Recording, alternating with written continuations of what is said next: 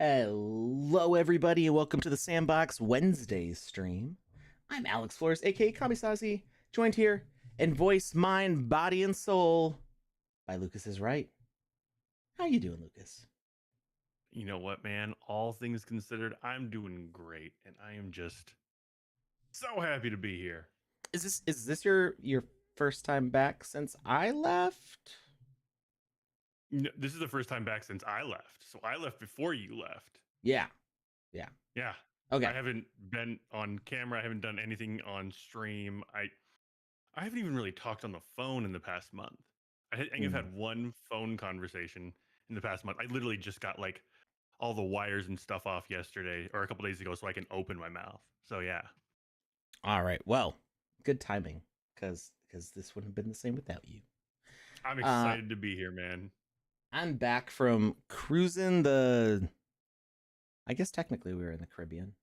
We basically did a lap around Cuba. Nice. We took off from Miami, went around Cuba to Grand Cayman, then to Jamaica, and then back around the other side of Cuba, back to Miami.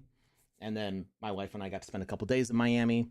It ended up just being a lot cheaper to just stay for longer because the flights on weekends are so expensive.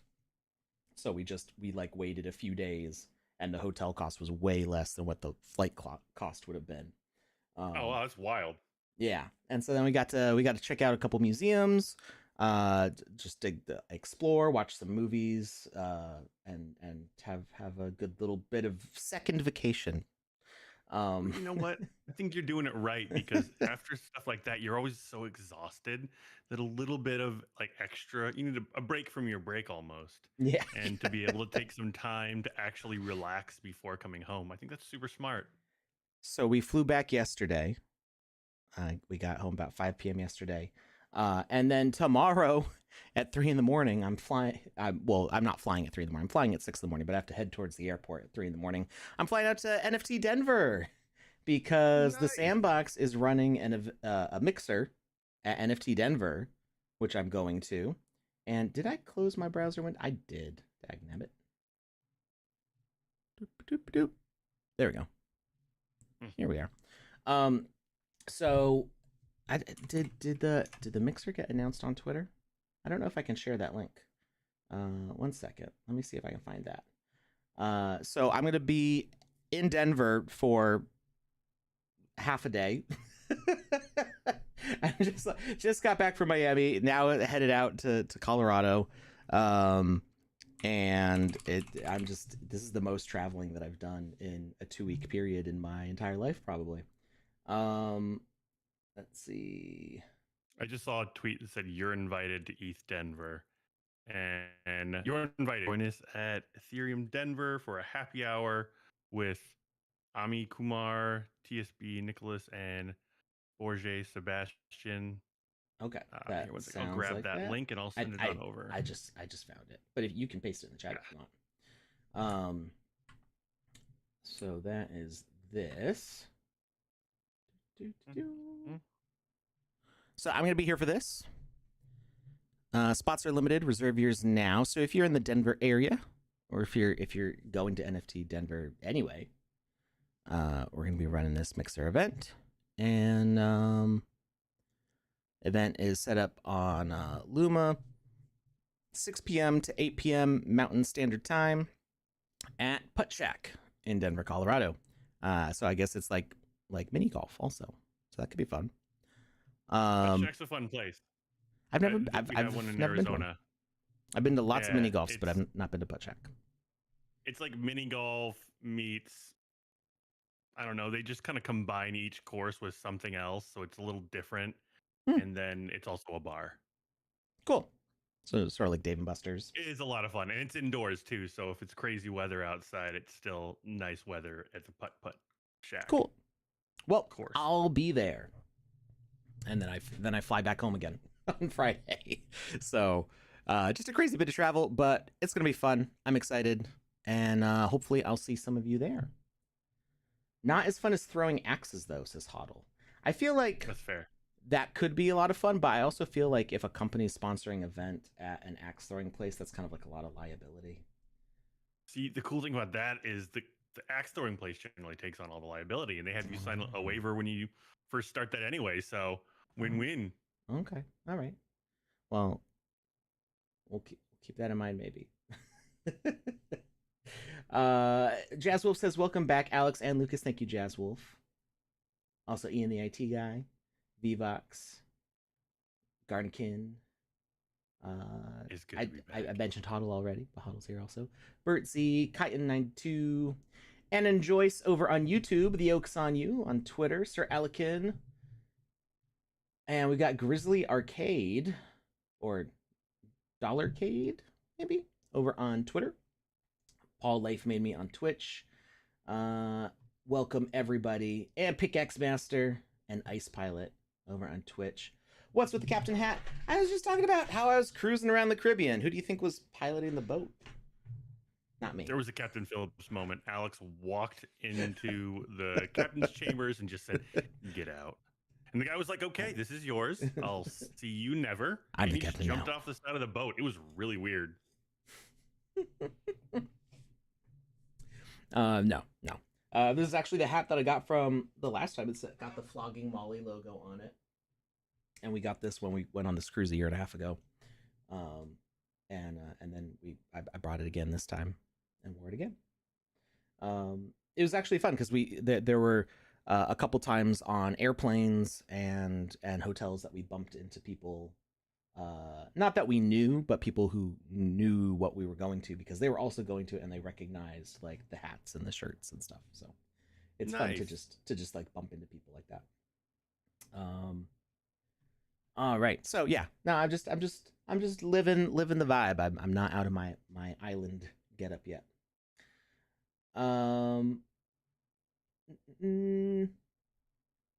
Let's see. Is that a sandbox experience? Or is that something else? I'm now an international criminal, committed piracy. What? Not recently. I'm talking about on the boat. You know.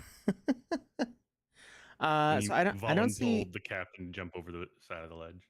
I don't see Blocky running here. Maybe that's something different. But we do have a lot of parkour based games in the sandbox. Definitely lots of options there to check out. And we should talk about just all the events going on in the sandbox, because I've been gone for a bit. Lucas has been gone for a bit. So let's just check in with what's going on. Now, 0.11 released. We are going to take some time to go through the changelog. I know Cyberdragon and Panda already did that.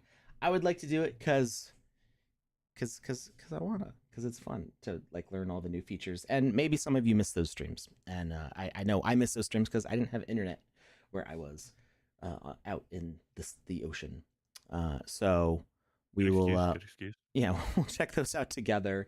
And of course, you are welcome to always ask questions about how those things work, and maybe we'll be able to figure them out. I've spent a little bit of time in 0.11 already.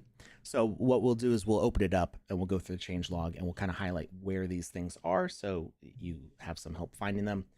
And that way, if I don't immediately know the answer to your question, maybe we can figure it out in the Game Maker together. How excited are you with the new Builders Challenge? I'm pretty excited because here's a little announcement. The Wizzyverse is going to have a couple games in the Builders Challenge. Okay. So I don't know how much I want to say yet. Just say just enough to tease everyone. Well, I will say Woke Zombie's helping us. Is helping the council. Woke Zombie has made a lot of really cool stuff for Touche Studios. Yeah, he has. Specifically, The Floor is Cake, which was an amazing game that really showcased some high skill level game mechanics, and that was before the rule system. So yeah. Anyway, he offered to make some games for the Wizzyverse. So these are basically like licensed games.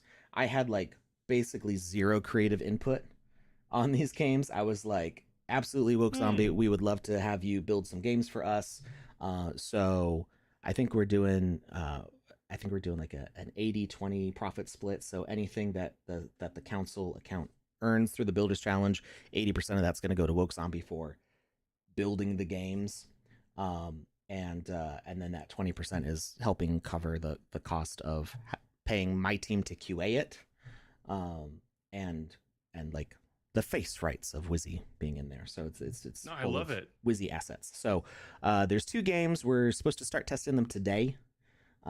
And I've only gotten like a little sneak peek of them from some screenshots that Panda shared with me, and they look pretty cool. I'm excited to play them. So those should be coming out in a few days, depending on how long fixes take for any issues that we encounter. And I'm excited to have you guys play those. It's been a while since we've released any Wizzy related games specifically. I mean, I guess Builders Challenge 2, I kind of made stuff, but they weren't really Wizzy games. There was just Wizzy in the games, but these are actually about Wizzy stuff. Not really like lore stuff, but just it's all Wizzy related in there. So that's going on. I'm excited about that. Then Builders Challenge. Let's go to our events. Creator events. So we've got is it not in here? I've got Discovery Game Jam. Oh, it's this one. Is it? Yes, it is. Okay.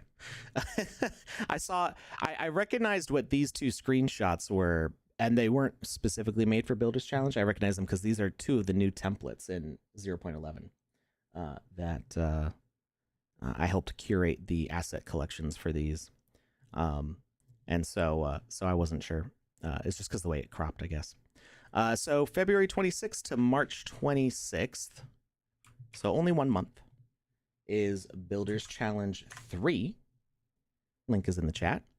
3rd installment has more rewards, excitement, and focus on creators than ever.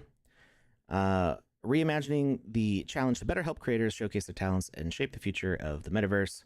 Too long, didn't read. It returns today.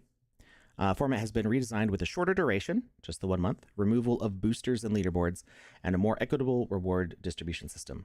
Experiences must be created using the most recent version of Game Maker 0.11. You can download it here. And currently we're on 0.11.1. Just, keep it up to date with the latest. I think as long as it's 0.11, you're good. Okay. But we are still releasing patches. So 0.11.1 came out. 0.11.2 should be out very, very soon. So just keep an eye out on those change logs, see what bugs might have been fixed and if any new features were enabled. There's still stuff in 0.11 that is like still being tweaked. Remember, we're still in alpha. So there's new features that are in there. They're just not accessible yet. And kind of like the leaderboard was in 0.10 but it waited a while before it actually came out to everybody. We've got stuff like that. Some of you already, if you were at the LA event, you actually got a chance to play around with it a little bit. So some of you know what's coming. And it'll be fun. It'll be fun once it's there. What is in the Builders Challenge? So we got the announcement, QA date. So basically we announced this middle of the month. So builders have had time up till today to work on their stuff, but you can launch it anytime during the Builders Challenge and it will still qualify. Key dates to remember. We already talked about what those dates are. What's new? Shorter 4-week format, no leaderboards, equitable rewards, and balanced distribution. The Builders Challenge runs for just 4 weeks, creating a burst of energy and excitement while avoiding the fatigue of a longer event. This allows us to quickly implement your feedback, creating a faster, more meaningful cycle of improvements, rewards, and fun. This ensures that the event evolves alongside our creators. So this is something that we see with both Builders Challenge and with the alpha seasons, is that we're doing shorter event periods, so that way we can do them more often and with more course corrections. So like we see like, okay, what worked in Builders Challenge 2, what didn't work, how can we make Builders Challenge 3 even better? And then we've got 4 weeks of Builders Challenge, just enough time to gather enough data about how players and builders are responding to this, get their feedback, get your feedback, and then update for Builders Challenge 4 and Builders Challenge 5, and just keep this thing going Obviously, those things are not Keep announced that yet. train a rolling. Yeah. But like on the rails, all right? Like we don't Yes. we don't want it tipping No, over and you know, no. yeah. Remove all the That must be pennies off the so much tracks. work to clean up a train wreck. Oh gosh. That's a, this is going to derail the whole conversation. So no Thank you for sticking with leaderboards. the train puns. No leaderboards. Competitive leaderboards have been replaced with a focus on individual achievement and creativity. This ensures creators can focus on delivering incredible experiences without external pressure or comparison. So this isn't about fighting for the top spot or trying to over compete with the people around you. This is just about meeting your own goals and objectives and growing as a creator. No more boosters. I like that a lot. I do too. I think the leaderboard was a lot of stress. It did point out some things that needed to be changed, and some of those adjustments have been made. But then I think the leaderboard for this specifically has played its role out and is it's good to go. No more boosters. We removed boosters to ensure a fair competition. Now every experience is judged purely on engagement and creativity. So things, whether it's multiplayer or single player, whether it was an older game or a newer game, those things are not impacting what your spread of rewards is. Equitable rewards. A new reward system has been introduced, focusing on authentic engagement while ensuring fairness for all participants. Rewards are based on factors such as visits and playtime, reflecting the quality of your experience and the enjoyment it provides players. Improvements to anti-cheat measures also promote a level playing field for all creators, safeguarding the event while our team continuously evaluates to maintain balance. Excuse me. So the I can't get into I did not memorize. I had this conversation 2 weeks ago and I did not memorize it then, and I certainly don't remember it now. But even if I did know it, I'm not going to share it because it's a security thing. There is an algorithm to this, so we're not just like kind of throwing sand into the wind and seeing where it lands. There's a very well thought out system behind the way rewards are distributed, and from what I saw, it looks really good. And that's about as far as I can get into that. If it's not in these articles, then I'm not going to give any more hints to that. But I think people are going to be happy with what they get. Balanced distribution. Rewards are designed to scale with engagement and participation without a fixed prize pool limit, ensuring that every creator has the opportunity to earn based on the quality of their experience. To ensure rewards and distribution are distributed fairly across all participants, a single experience can earn no more than 50,000 sand over the 4 weeks. This also means that one experience's success will not detract from the earnings of another experience. So that's actually more detail than I thought it was going to get into. So there is a total cap, and it's you earning more sand is not taking sand away from another creator. So that's the important part there. That's a really big announcement right there. Mm-hmm.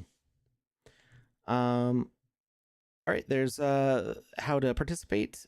Whether you're a seasoned creator or just beginning your journey, now is the time to prepare. Here's how you can get involved, plan, create, or update your experiences. Want to maximize your success? Start planning and crafting your ideas now, so you're ready when the event begins, which is today. So, I mean, we're a little bit past this point.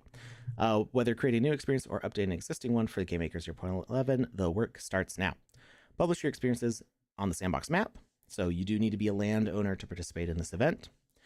Publish a unique and engaging experience that captivates players directly on your land.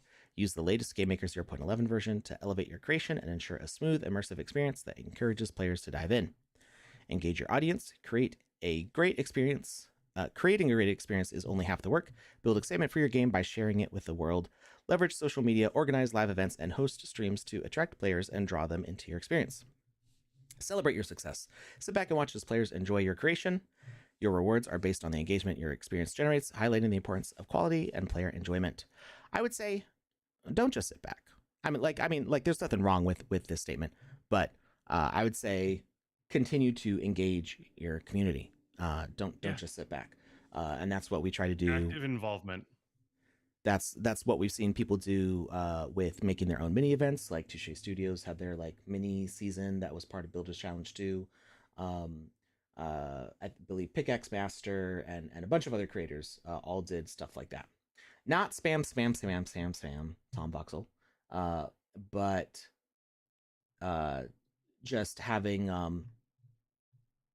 like, you know, it's genuine engagement, right? It's interacting with the players, seeing what they're liking, making adjustments to your game if needed, and just keeping on top of those things. So you know, great games like that, or successful games don't usually just come out and stay exactly the way they are forever. At least not anymore. We see creators adjust them to keep players interested. So updates, kind of related to this, packs. kind of related to what I just said, is that we are going to be doing Mage Raids 3 alongside this event. The plans are still developing. Dr. Metaverso is in charge mostly of how exactly that event will be run, and I need to kind of get more info from him before I communicate everything on it. Ad break. Okay, thank you. I just didn't want you to say things about this that's important.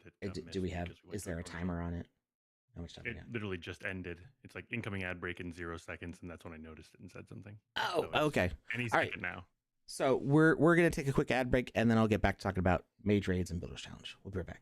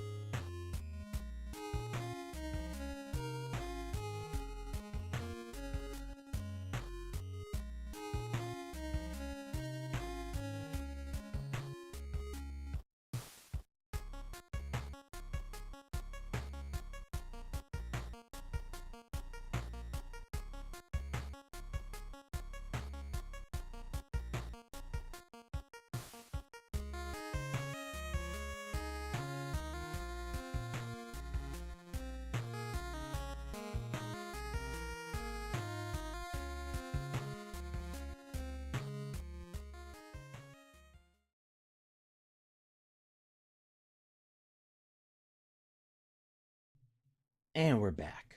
Sorry about that. So we were talking about Builders Challenge 3 and Mage Raids 3.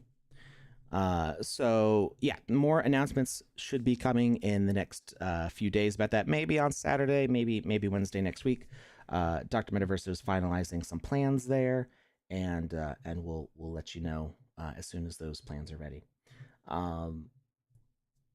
Let's see. Let's check the chat real quick here. I see Go West Game Maker questions. How the hell can one look down while in build mode? You mean like changing the camera? I'm not sure what you mean by look down. Like you can there's some, is it Alt or Control? I don't remember, but you can turn the camera both orbiting around a center point or turning it like first person view. So it is possible to do those, but we'll be opening up the Game Maker in a little bit, and I'll show you how to do that. Arrow down and you tilt camera down. I think that's also I think the arrow keys also do that. but I don't usually use the arrow keys. I can pan left and right, zoom down, zoom in, out, but I cannot make the camera look down to edit. The controls are different. Are you saying that they're different in Is this the update? 0.11? I'm pretty sure I've made the camera go down in 0.11. We'll We're gonna figure it out. yeah.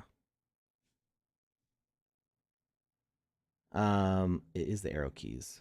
Okay. All right. So I think we found the solution. Maybe it's not ideal. I believe I heard Seb say that custom key controls are coming soon. Maybe 0.12. I'm not sure. There should be Q and E keys. I think Control or C moved the camera down before as well, but we'll take a look at all those things in a little bit. All right. So there's event rules and terms of use. So make sure that you're up to date with those. So that was basically it for the Builders Challenge stuff.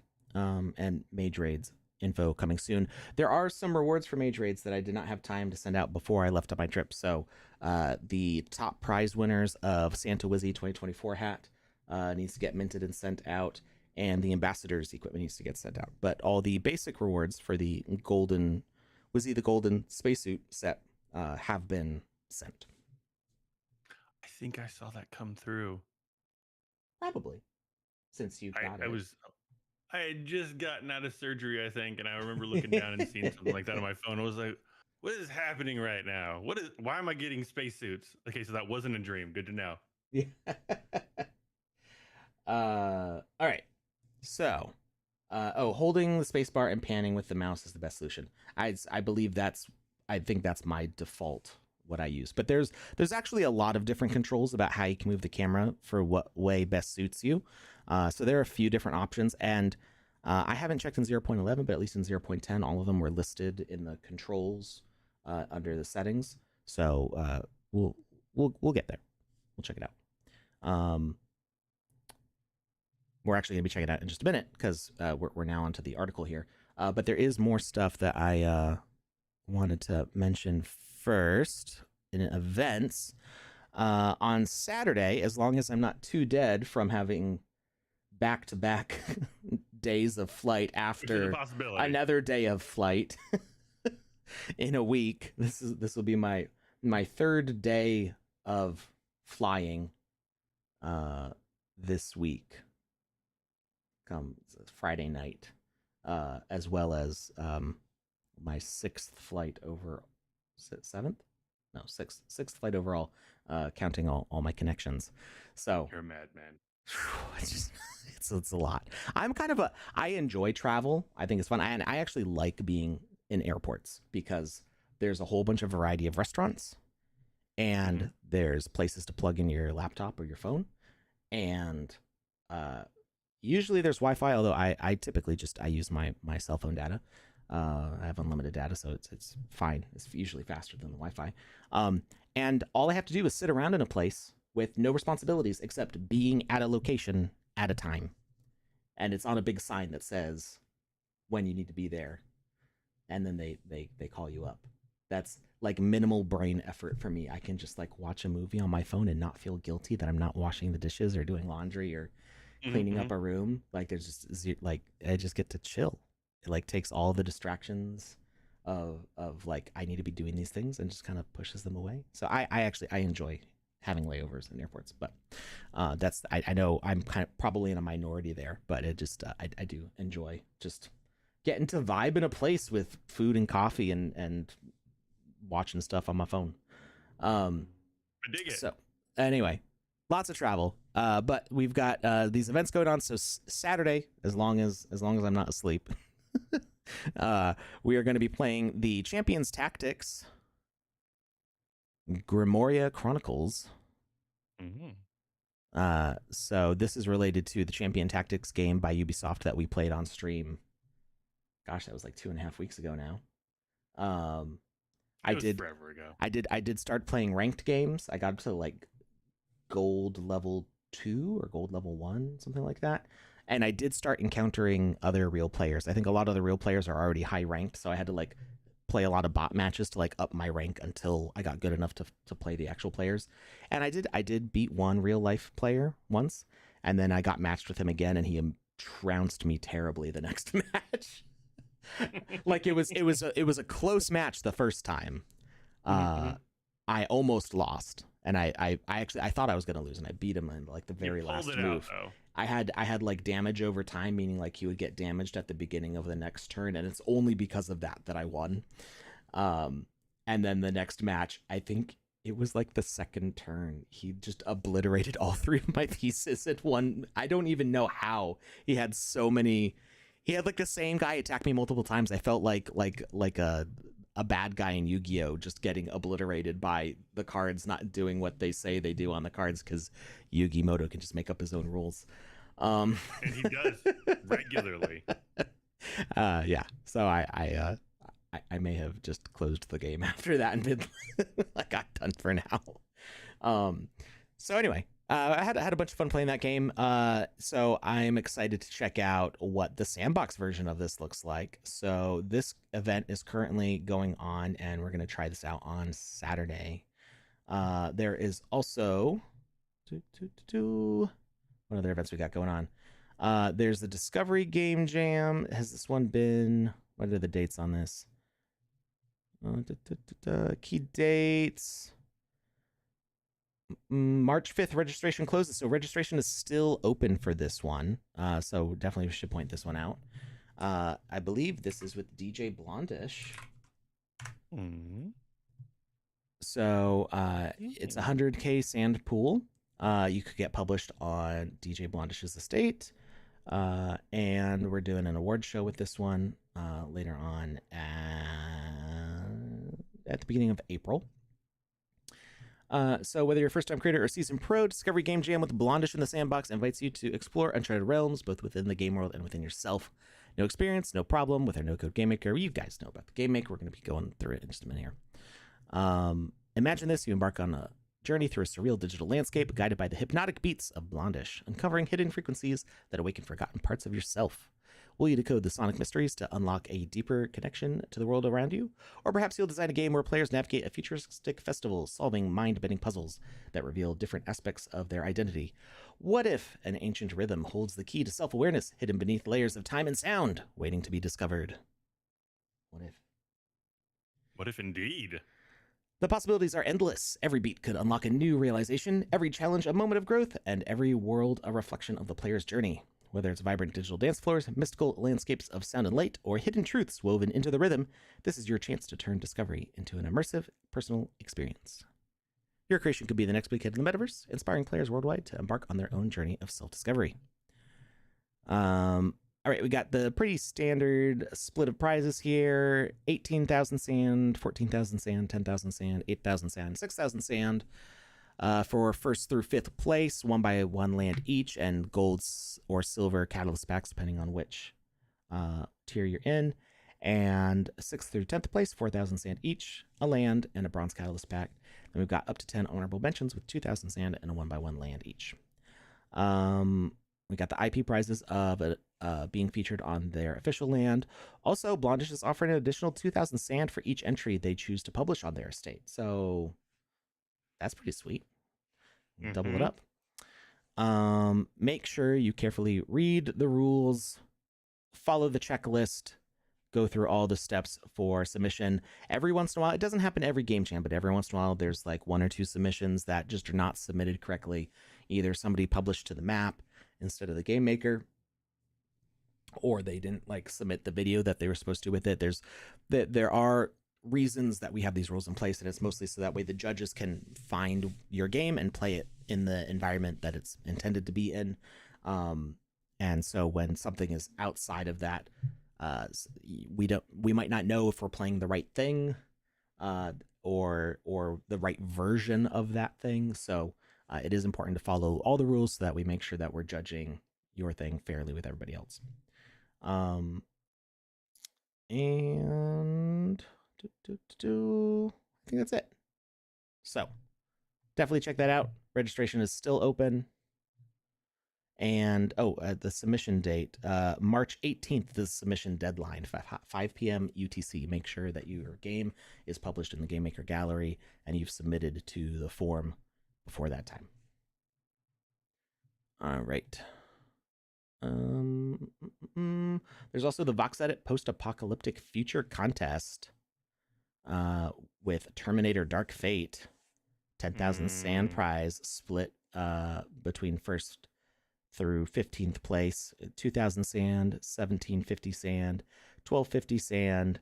4th through 10th get 300 sand. 11th through 15th get 80 sand each. And there's a participation prize of 25 sand. Submissions are open. Our submission deadline is March 9th. And the results will be announced on the 22nd. And make sure that you read all the rules related to that as well. Lucas says, sorry, not Lucas. Panda says, "Hi, Lucas. Hope you're doing well. And you're looking lovely as always." Aw. Thank you, Panda. I Am Nagul says, "You could mention I Am Nagul instead of saying first place." Well, I'm not going to jump ahead there. Love the confidence. Keep that attitude going. Panda says, "So are you, down walls." Oh, thank you, Panda. All right. Related to this, though, somebody posted something and I retweeted it. It looked really super duper cool. And I just wanted to point it out. Is it the skull on spider legs? It's the skull on spider legs. Oh my god, it's so cool. Where'd it go? Here it is. I found it. This is by Greater Work Studio, as in the guys who bring you all of the super cool cockroach games. Look at this thing! It's got a Gatling gun in its mouth. Oh, it's so cool. It's so detailed, though. Good spider skull robot would. Crazy texturing on this. I mean, you can tell it's voxels because the kind of like the low poly style here, where they match all the edges together. But yeah, it's so cool. It's pretty awesome. I was already excited for this VoxEdit contest, and then I saw this, and I got so much more excited.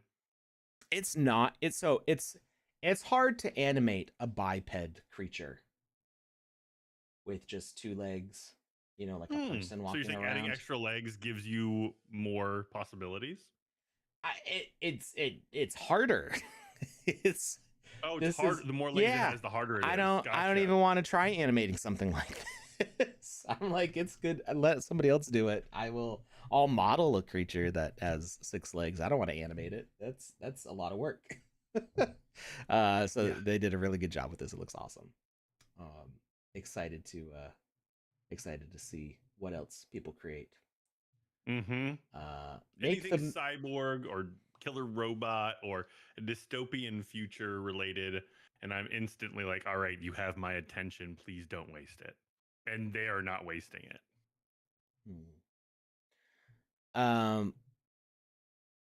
Go West says, "Make the middle legs move a hair less." I'm not sure what you mean. Are you saying that they shouldn't move as much as they do, or are you giving tips on how to animate something like this? Chitin says, "In this hat, we should call you Captain Alex." Well, I do believe that's what's going on here. Also, I noticed that Panda rated us, so thank you, Panda. I missed, for some reason, Twitch is not giving me like the normal little notifications at the top of the chat, but I saw the little yellow raider boxes when Go West was talking. So thank you. All right, enough of gushing over that. Panda, in the chat, you were talking about something, and you were on a roll. I do that. that. I don't want to interrupt you. I do tend to do that. Get on a roll. No. Oh, Go West. I would suggest going to Greater Work Studios Twitter and mentioning it there, because I don't know if they're watching in the chat right now. So they have tips on the modeling or the animation there. It's also that particular render doesn't have a floor texture, so we don't see the crawling move over the floor. So there may be a little bit of drag where like maybe the legs aren't moving perfectly in sync, but we can't tell, or at least I can't tell, because the floor is one flat color. So it might allow a little bit of little smudging to like it's close enough.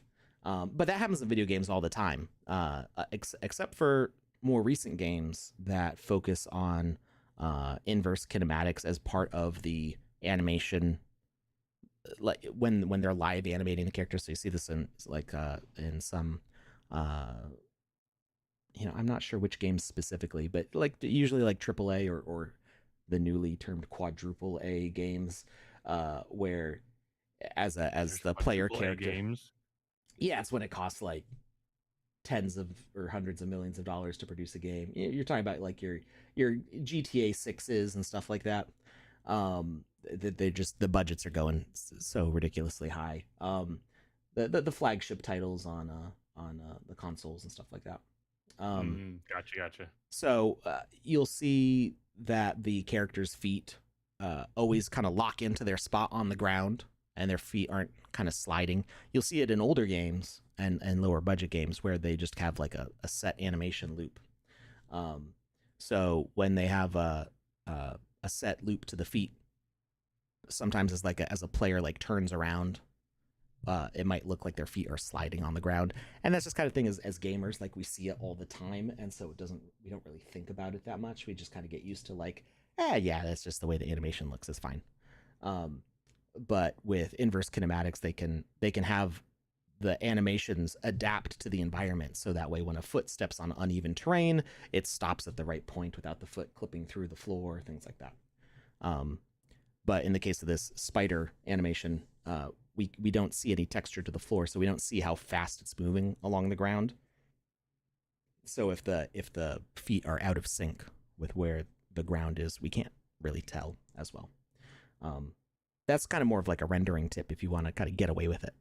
That's what you use a flat instead of a texture and having it running along the ground, because then you'll be able to see if the feet are sliding, not at the same speed as the floor. All right, moving along. What other events we got? We've got Crash. Did this one come out before? This synopsis feels familiar. Dive into the high octane world of Crash, step into the shoes of the brilliant Chang Yan-ho and fearless Min So-hee as part of the TCI team, where every mission is a pulse-pounding pursuit of cutting criminals like the elusive Pyo Jiang-wook. I have no idea if I'm saying that all right, but hopefully I am. This is a transformation one. People don't want to be the villain, I guess. So that's going on for 18 days more. I feel like I remember an experience where we chased some like bad guys through a mall or something. Was that in a previous season maybe?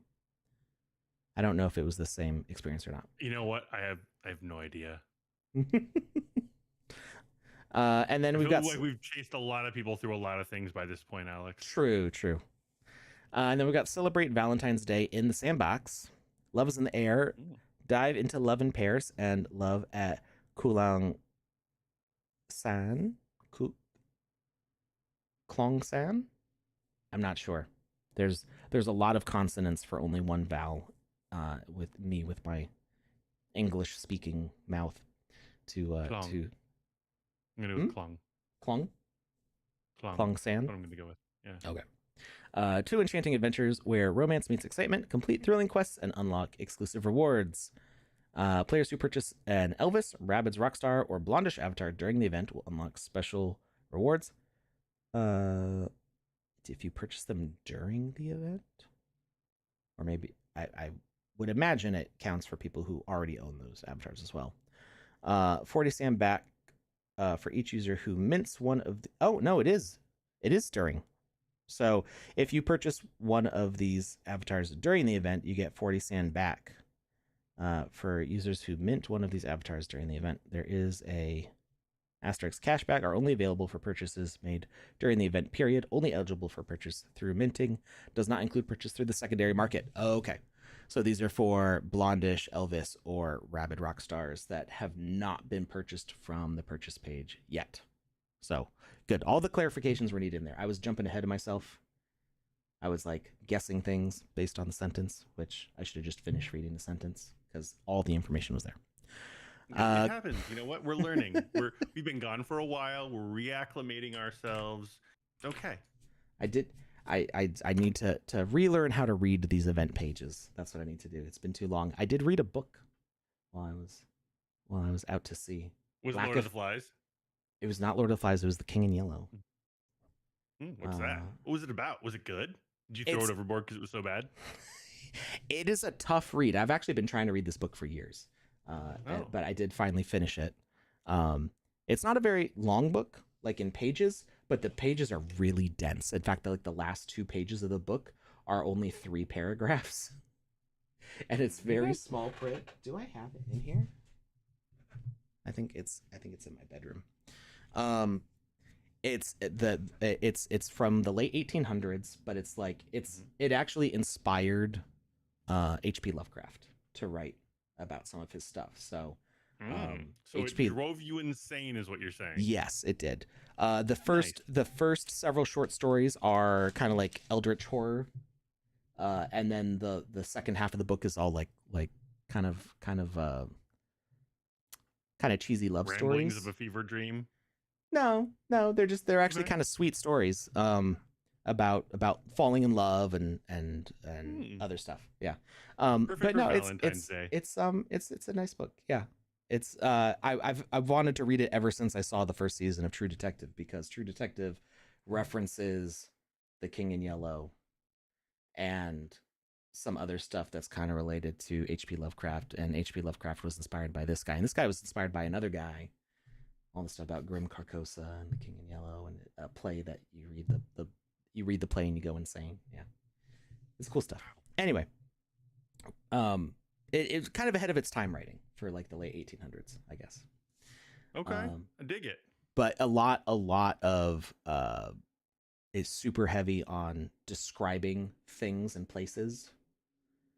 So you go like many paragraphs where it's just describing like these streets in Paris where I can't say the names right, and I hope that I'm understanding, and it's describing like flowers and stuff like that. So oddly enough, like if you've ever read The Princess Bride, the book, it's all the stuff that the author says his father cut out of the story. Because the framing of the movie is it's this boy sick in bed, and that's actually the framing in the book also. The real life author of the book says that this isn't a book that he wrote. He translated it to English, which is all just a made-up story for the book. But he says he translated the story from English, and his father read him the story when he was sick as a child. And then when his son was sick, he wanted to read the story to his child, but he realized that the book was full of all this junk that his father just cut out of it. All these descriptions, like going on like 5 pages describing like the flowers and the plants in the fire swamps or whatever. So yeah, it's get to the good stuff, Dad. Right. Yeah. So he does that, but he also talks about how he does that in the book, which I feel like The King in Yellow could have used because it was a lot of descriptions, and I found that I enjoyed it more when I just kind of skimmed through the paragraphs of the descriptions where I didn't understand like this particular street in Paris, so like I don't really know what he's talking about, and just got to the dialogue, and I enjoyed the dialogue a lot more. Okay. A love story about The King in Yellow. Yeah, no, like the King in Yellow is actually kind of a mystery. Like they don't actually, you just know people go insane when they read it. You don't actually get to read what the play is. Kitty. Yeah, to further derail all of this talking, our hotel in Miami had cats. Yeah, that's wonderful. So we arrived to the hotel early because they kick you off the cruise at 8 a.m. They're like, eat breakfast, pack your bags, and get out of here. Because then they start cleaning it because like the next group of people comes on the boat right after. Doesn't Alex have a soothing voice that would be great for reading kids books online? I wouldn't mind that. I do read to my kids. Um, my problem is that I tend to skip lines as I'm reading. So like I'll be reading, and then I realize like I jumped around a little bit in the way that I was reading. Or what? So that happens when I read without speaking out loud. When I read out loud, I start to zombie drive, where I'm Mm, reading, and I get to the end of a paragraph, and I'm like, I hope all the words I said were uh, uh, made understood, sense. because because I realize I just read like 3 paragraphs without comprehending any words that I said. That's your ADHD, man. I do the Yeah. same thing. Like every once in a while, because I read to my nephews every once in a while, and I'll look at them after a little bit after I've gone a couple pages, and I'm like, wait a second, did all that make sense? And they'll be like, mm-hmm, or they'll be like, mm-mm. And I'm like, okay, cool, we're gonna go back and redo that because I kind of zoned out. And they think it's funny when I zone out, so they don't say anything. Right. And I'll like skip around and like miss words and skip sentences and Mm-hmm. whatnot. But for the most part, like I don't when I think I zone out, but I'm actually still reading everything. And they're like, no, it made perfect sense. We were just waiting because they're hoping I fall into a stupor. Right. uh Thank you. I actually I credit the more soothing sound of my voice with the monitors being able to hear my own voice, because I Mm, know when I get silly, like my voice gets higher pitched and maybe a little more grating, at least for me. Um, but having the headphones on means that I can hear what I sound like, and I know like for some people it bothers them, they don't want to hear it, but I feel like it is good to like to get monitors for so you can hear yourself, and just to get used to it, because you get a lot more control over the way your voice sounds. it's so helpful. Like for the longest time, like with the Beacon mic, it has a built-in monitor for it. So it don't matter what headphones you have a monitor, a pair of monitor headphones, and there was something wrong with my setup, and it just wasn't turning on. And then all of a sudden, one day, it just turned on because I did like a system reboot, and I was like, "Oh my god, these are so helpful!" And that's when he And realized his voice was amazing. sweet doctor. All right. So, yeah, there were cats. There were cats at the hotel. Uh, my wife and I were sitting outside the hotel because we got there early. We drop off our luggage. The mall wasn't even open yet. Like we drop off our luggage at the hotel, then we go to the mall, watch a movie, get a meal, walk around a bit, get back to the hotel for check-in. Um, and so the mall wasn't open yet. We just decided to sit outside by the pool, and this big fluffy cat walks up, takes a few sips out of the pool, and then comes and sits in the chair next to us. And we're just like, whoa, it's so cute. And it was so friendly. He was like, yeah, we'll accept pets. I know I just met you, but I'm cool like that. And then there was another cat too. We saw the next day. And there was a little, I sent a picture to a friend, and she said, oh, that's the manager. And as we were leaving the pool area, we noticed a little shack. They actually built a little house for the cats with like, I don't know why he's drinking the pool water, because there's fresh water in a little cat dish for him. He Um, just likes it. yeah, He, and he and likes they it, and he's a free spirit. I don't know if I guess they keep away rodents or something, but they just let the Mm-hmm. cats live there. And I tried feeding it cat food. Like I bought, they sell cat food and dog. It was a pet friendly hotel, so they had cat food and dog food like in the hotel shop. And I bought a little can of Fancy Feast. And when I cracked it open, he came running up. He was like, "Oh, I know what that is." And then he kind of sniffed it and was like, "But I'm not hungry." And then he just like sat down and just sat there. And I was like, "Oh, okay." So I just left He's like, I'm the gonna food stare for at him. this. This is mine now. Nobody else can touch it. Yeah, yeah. I don't know if he ended up eating it or not. When I went back to check, the container was gone. So either somebody threw it out or something walked off with it. But um, it was cool though. It was nice to just have a little pet for a day there. Um, When we were in New York, we stayed at a hotel called the Algonquin, and they have a resident cat. His name is Hamlet. And at the check-in counter, mhm. there's this little like doggy door style archway that's cut into the back like the back wall. Mm-hmm. And every once in a while, when somebody rings the bell to let the front desk know somebody's there to check in, he'll just like walk out. Like he's got like a little, like literally a catwalk where he comes out and he just like Catwalk. headbutts you. And it is the You most adorable rang. thing. We walked into this hotel and we didn't know there was a cat there. And me and my wife are both huge cat lovers, but she, like her love for cats eclipses mine by far. And she rings the bell, and all of a sudden, this big pudgy orange cat just comes waddling out, and she loses her mind. And she's like, and we didn't even know it was a pet friendly hotel or anything like that. It's like apparently it's like a historic like New York staple, and we had so much fun there. All right. Well, I'm gonna need to look that up later then, because we're not that far from New York. Um. All right. So back to this. Wow, we really derailed. I don't even remember how we got onto any of this. Talking about cats in your hotel. Cats, hotel, books, love stories. Yeah. So complete the adventures for a special prize. No avatar, no problem. All players who complete the full Love in Paris experience will earn a share of 15,000 sand reward pool. And this goes until March 7th. Mark your calendars, grade up your favorite avatar, and spread the love in Love in Paris. All right. I believe that was all the play events currently going on. We mentioned all three of these.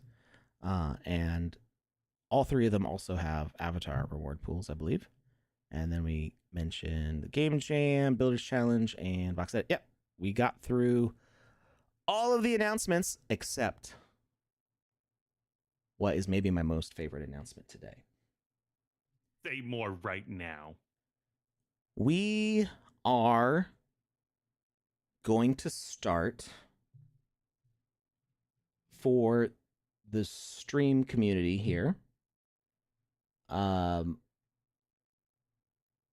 What can only be described as a community clubhouse. Okay. So, for those of you who were here, I think like 3 or 4 years ago, you may remember that we took an experience. This was before land publishing, and your game maker file is actually saved to your computer, and you could like grab the file and you could send it to people, and they could edit it and send it back to you. We passed around an experience, and everybody worked on it for like 30 minutes, I think. I think there was like 10 or so people who contributed 30 minutes of work and would send it to the next person, and we just worked on it in a chain until it finally came back to me, and I spent an hour on stream, kind of connecting bits of logic and adding some things and just finishing it off. And that is, I think, still visible in the Game Maker gallery, but you can't play it anymore because it's so old. But if you check out some of our really old live streams, because all of them are archived on YouTube, then you might be able to find us playing through it. So that idea came together with Panda and I looking at the Twitch revenue. So basically, Twitch, because we wanted to be a Twitch affiliate, so that way we could do stuff with the Twitch channel points and be able to run polls and do special alerts and stuff, and all the fun stuff that you get to do on Twitch with us, requires us to have advertisements on the stream. And we don't like having advertisements on the stream. It's an interruption. It's annoying. Panda and I and Cyberdragon are not looking to earn additional revenue from Twitch subscriptions. We appreciate when you subscribe. Whenever we notice that it happens, we try to thank you on stream. But we've never asked you to subscribe. In fact, I think in the past I've said, don't do it because we're not collecting the money from it. But now we're doing something with the money. So we looked at our Twitch account, and there's actually a few $100s sitting in there combined from people subscribing and from the advertisements over the past, has it been 2 years now that we've been affiliate, something like that? Um, 900 months. not quite that many. Um, and 7 decades. I was looking at that number and I was thinking, dang, that's enough to buy a couple land actually, to buy a couple floor priced lands. So Mm. the what we're gonna do with it is we're going to buy at least one land on a special new Sandbox account that's made specifically for this project. Okay.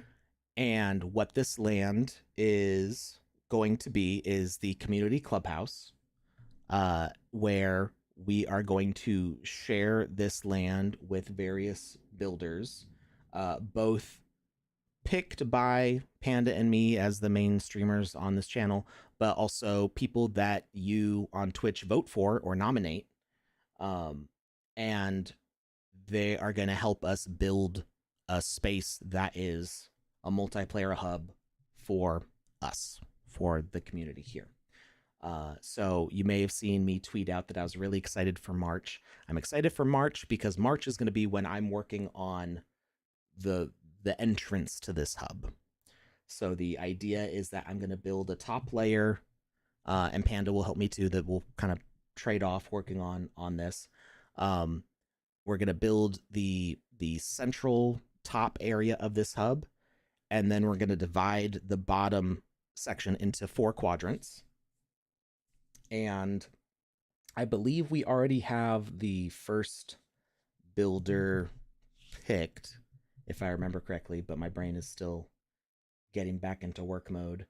And each month we are going to pass along the experience, just transfer it into their account. We'll duplicate it and transfer it over. So we'll always have a backup copy. We'll transfer it to the first builder. They're going to make their section. They'll send it back to us. And then we'll send it out to the next person until after 4 months, we'll have each of those 4 sections filled. And then we're going to keep rotating it out. So everybody who participates in building a quadrant is going to have basically a 4-month period that they are in the space. So they build it for a month. It's in there for 4 months until it loops around to the next person who goes into that space. And so March is going to be my month to build the top with Panda. We'll figure out what that entrance is going to look like, and then April it's going to go to the first external builder, and May is going to be when you get to play the first person's quadrant, and the second person will be working on their section, and we're just going to keep it going. We're going to keep this looping. And seeing what we can build there. So some things that we can do with this is we can use Twitch channel points to do voting on nominating builders for this space, voting on the nominees for that space, seeing what ideas that our viewer community want to have us implement in this space, and as Panda just said in the chat, we will allocate some of the money to events, so we can set up contests and races and things like that in the space, with prizes going back out to the community, because there's more than enough money in the Twitch account for just the land. We would also like to buy artwork from the artists in our viewership, so that will be something that you can vote on. Also, there will be some rules about how expensive they can be, because we don't want to be reasonable. We don't want to blow the whole budget on buying one asset, but we do want to help support our artists in the community. 2,000 sand on one asset, probably not.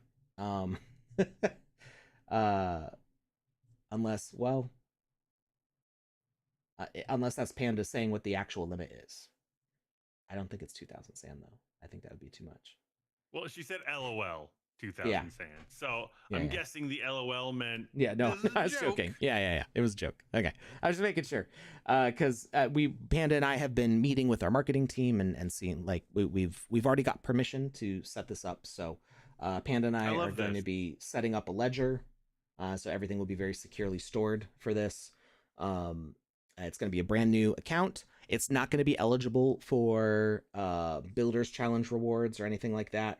We're not KYCing the account, so it's going to be strictly just for this. And that's because Panda and I are very grateful for the support that you've shown us over the years, sitting through our ads, subscribing, even though we don't offer any benefits to subscribers on the channel.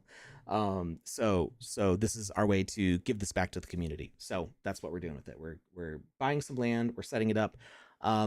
If there's a huge boost in viewership and we get a lot more ad revenue, or if a lot more people subscribe, that just puts more in this pot that we can figure out other ways to do prizes, have more things for you to vote on if we buy more assets or more land.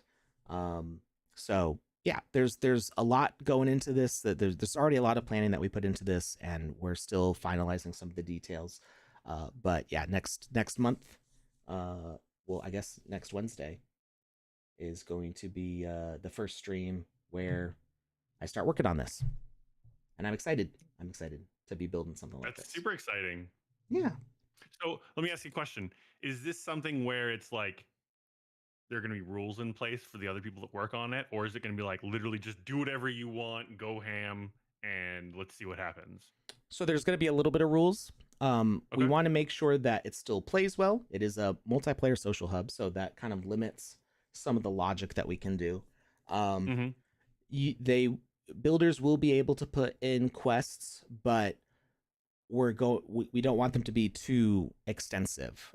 If you played Okay. like Alpha Season 1 or Alpha Season 2, kind of think like those hubs where they had kind of different sectors for like the heroes, the scientists, and the oracles, and they each had some quests related to those things, but they're pretty simple.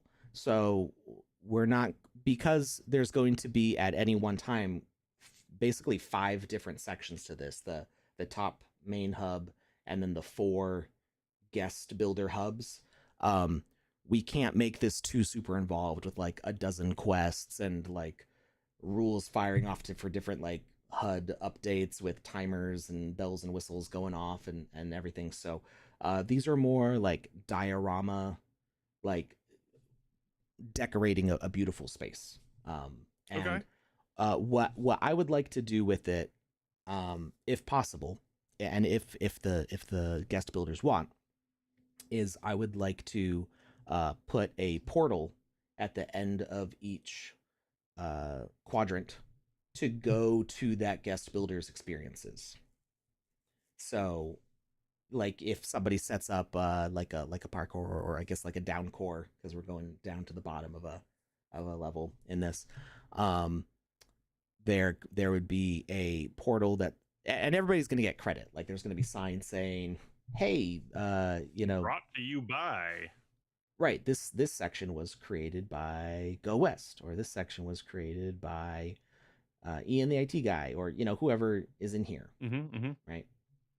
Um, so uh, everybody will be getting the credit for what they've built, and it'll be on the experience page and all that stuff. But if they have experiences that are live, because this will be an account that we can do staff stuff with, I'll be able to set up portals to your other experiences.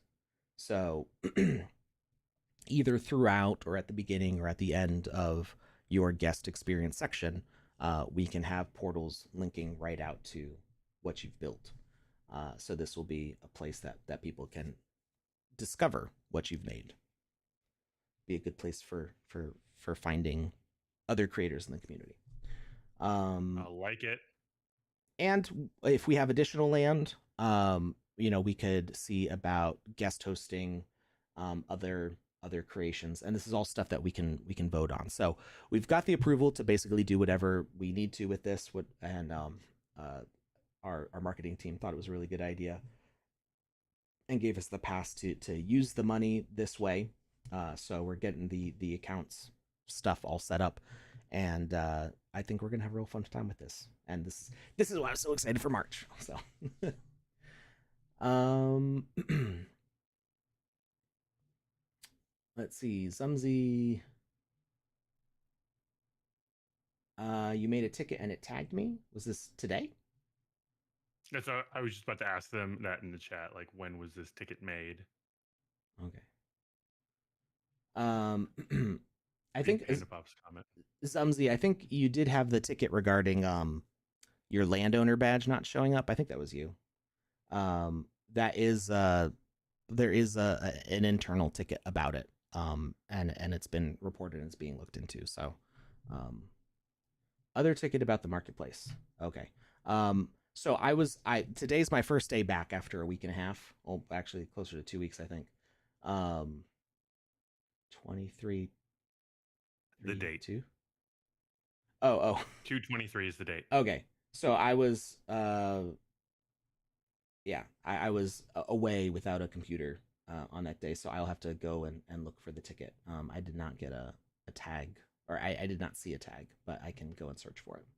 I'll do that after the stream. All right, so that's all the announcements. That was an hour and a half about of announcements. I mean, there was a lot to talk about. We've been gone for a minute. Yeah. And even if we weren't gone for a minute, there still would have been a lot to talk about today. Not really an announcement because this was already. Well, this technically happened while we were on stream last time, and I just didn't notice it. The last time that we streamed, there was a game launcher update, and build experiences is a new tab. So the Game Maker is actually in the launcher now, and you can install 0.10 or the latest version. So you still have access to 0.10 through the launcher, which I think is pretty cool. I didn't notice that was in there.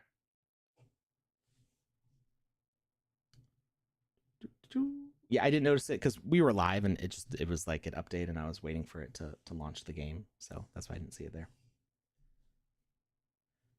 Panda said it was the easiest sell ever.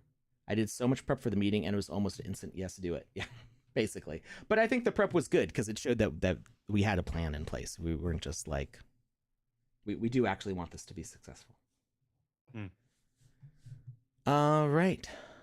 So let's go through our changelog here and see what all is new. I guess I could like, what if I window this? Ooh, it's so tiny. I don't know if I like that or not. What do y'all think? Is that too small?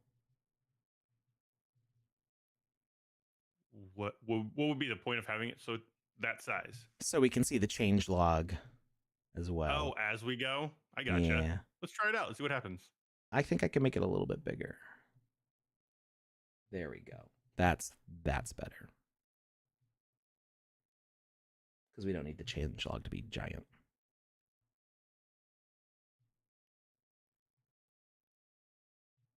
Got to evenly distribute the windows, though. For reasons. Mm-hmm. I don't know how to avoid fighters. Oh, is this related to the thing? I will check the Discord ticket later. All right. So before we jump into the changelog, I did want to point out that there's a bunch of new templates, and this will probably be in the changelog too. There's a bunch of new templates, and they're mostly related to the. Oh, what did we call them? I don't remember what they're called. I remember what we've been calling them while we've been working on them. We called them dynamic libraries this whole time, and then we came up with a name. Asset kits, I think, is what we're calling them. But there's not actually a label in the Game Maker, so if I say dynamic libraries, I apologize because that's been the name that I've been calling them since like November. That just changed a couple weeks ago. And most of the time since that change, I've been on vacation not saying the new name. So, but yeah, we put a lot of work into curating asset libraries. So this is a combination of the basic assets that you're familiar with, as well as a whole bunch of assets that are new to you as builders, that were previously exclusive for our level designers, assets that we use to build brand content. So stuff for like Care Bears and Smurfs and DJ Blondish and like lots of other of the IPs that we work with, um, as well as kind of more generic assets that just happen to be like in these partner spaces. We've been I've basically been put in charge of giving all these assets to you builders, so that way you have more stuff to work with, and it has been a challenge, but also a lot of fun in like selecting these libraries and updating things. There's been a lot of assets that needed some little fixes, like doors that didn't animate correctly with the door behavior, things like that. You've been working on this for a while, haven't you? Yeah. I was heavily working on it while we were planning the LA event. Okay, And I remember you've mentioned things, not specifics, but yeah, you've passively mentioned like things that you're working on or whatever, mm-hmm. and some of this verbiage has popped up, and so I feel like you've been talking about this for a good while now. So it's really neat to see the culmination of all that. It's been kind of behind the scenes, but yeah. So as far as new templates, I think you'll find some in partners. We've got an Atari Centipede one, a Blondish one. Some of these are older. Also, I think Mad Balls and Care Bears, I believe, are older. I know the Playboy one is older. We've got Smurfs Village. Why are there two Smurfs Villages? I think that's a mistake. Because it's so cool, they couldn't fit it all into one template. They needed two. Well, there are just like, all right, here we go. There are multiple Smurf ones though. One's supposed to be Smurfs Village, and one's supposed to be Smurfs Forest. And I think, yeah, one is one and one is the other. I'm pretty sure Smurfs Forest is the one that you see Gargamel right here, and this is Smurfs Village. But I think the name just needs to get fixed. We got Stevie Aoki, Terminator, and then there's more with the landscape, Bizarre City, and Swamp. I had the honor of editing. So these were actually built by artists in the sandbox. Our staff artists built Bizarre City, Desert, Forest, Island, Swamp, Tundra, and Volcano. And then Gatistau, that some of you have seen in the chat before, one of the other staff artists with me, helped me edit these and make sure that they were complete with all the assets from the asset kit, so that way it shows how all these things can be used.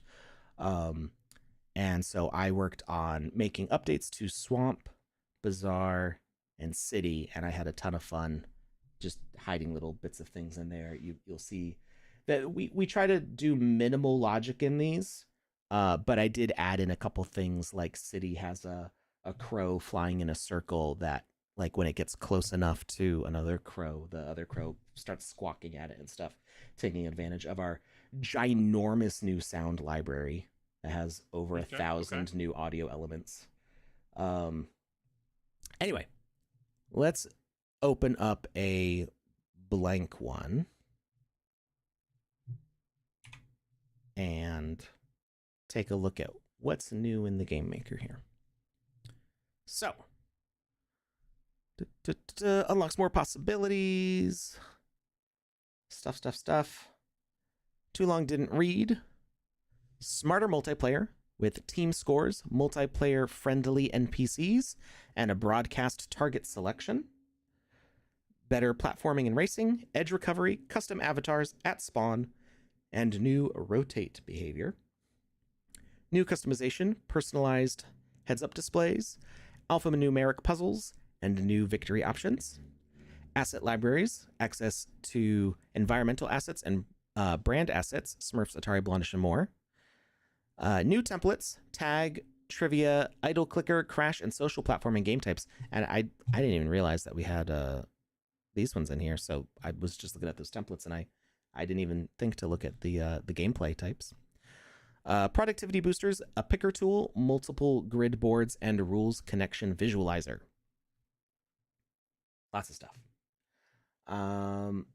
How long is this video? It's 1 minute. So we've got an ad coming up in 2 minutes. So we're going to watch this video first, and then we'll jump to our ad.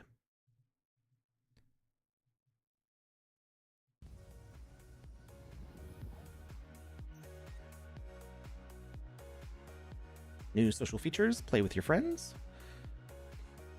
win with your team, advanced spawner with custom avatars, multiplayer objectives,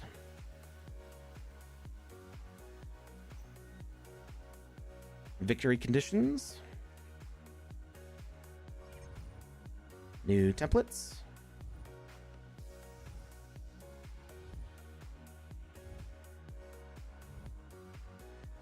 more creativity with asset kits. I got the name right. Aha.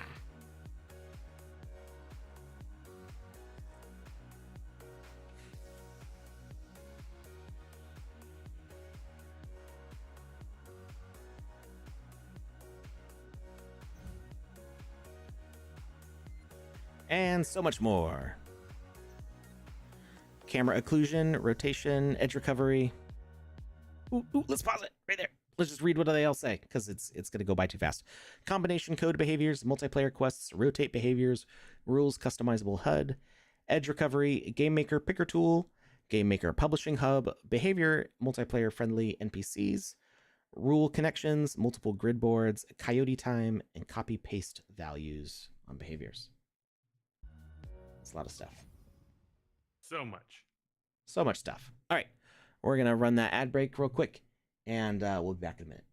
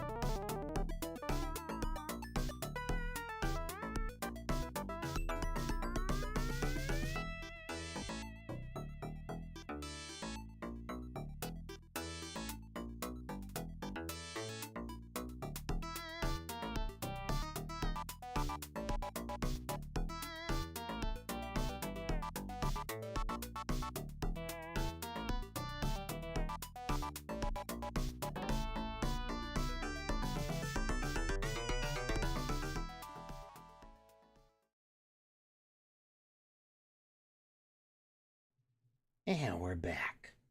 Thanks for hanging in there, everybody. All right, so we're taking a look at the updates in 0.11. I know Panda Pops and Cyber Dragon already went through these. We're going to go through them too. And if you have any questions about them, please shout them out in the chat. Lucas will help field those questions, so that way I don't miss anything. All right. New multiplayer modes. Since the release of 0.8, we've been refining Game Maker to offer creators more tools for enhancing multiplayer gameplay. With 0.11, even more multiplayer features will be available, empowering creators to elevate their experiences. Creators can now set up team versus team games using the team variable type to track their collective achievements, fostering strategic play and rivalries. I believe, yes, this does link to the docs about this specific behavior, so you can get right into the details of this. So we're going to link this whole article here in the chat. And if you want to learn more about team variables, you can click that and it'll show you exactly what you can do with it. For example, teams could have their own timers and earn bonus time by collecting objects on a race course. When a team's timer runs, they are eliminated and teleported to the observation deck, creating a heart-pounding sense of urgency. So what this is getting at is like if you collect increased time by 5-second token, it can increase the time for the team that you're on and not for the other team. I imagine you could also use this to harm the other team. So you could minus 5 seconds from other team. Exactly. Quests now leverage a more secure multiplayer objective system, allowing for the communication between multiplayer components, behaviors, and rules to objectives. So a problem that we've had for a long time is that quests have not really communicated well with multiplayer messages. We had instances where a player could activate a quest that activates it for everybody on the map, whether they're ready for it or not.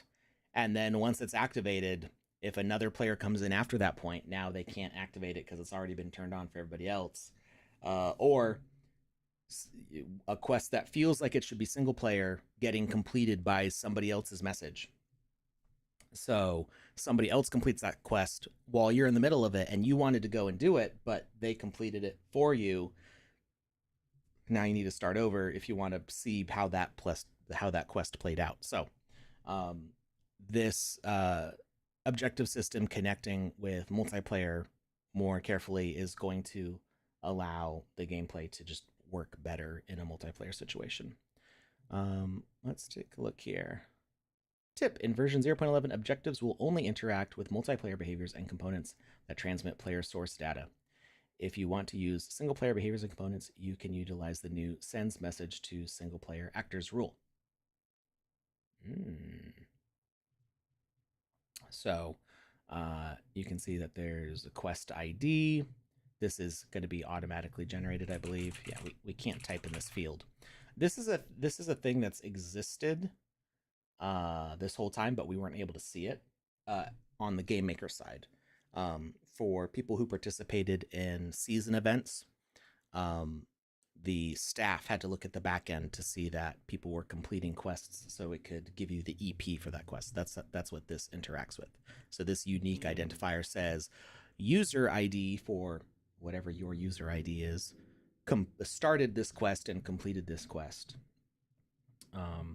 So okay. It's so gonna. How is it helpful for the game makers out there to be able to see this now? I don't know that you really need it yet. Okay. I'm not entirely sure why we're showing it for users. It might help if you have a support ticket for something like, hey, my quest is doing something weird. Maybe we can look something up on the back end. But I think what this will be more useful for in the future is integrating third-party systems like is it Box 3? I always forget the name of it. I think it's Box 3. So what we've seen with Box 3 is if a player they set up quests for players. So like go and play this experience and complete this quest. And somehow Box 3 would know when it happened. And we only saw that happening with official Sandbox content because only staff was able to see these quest IDs before.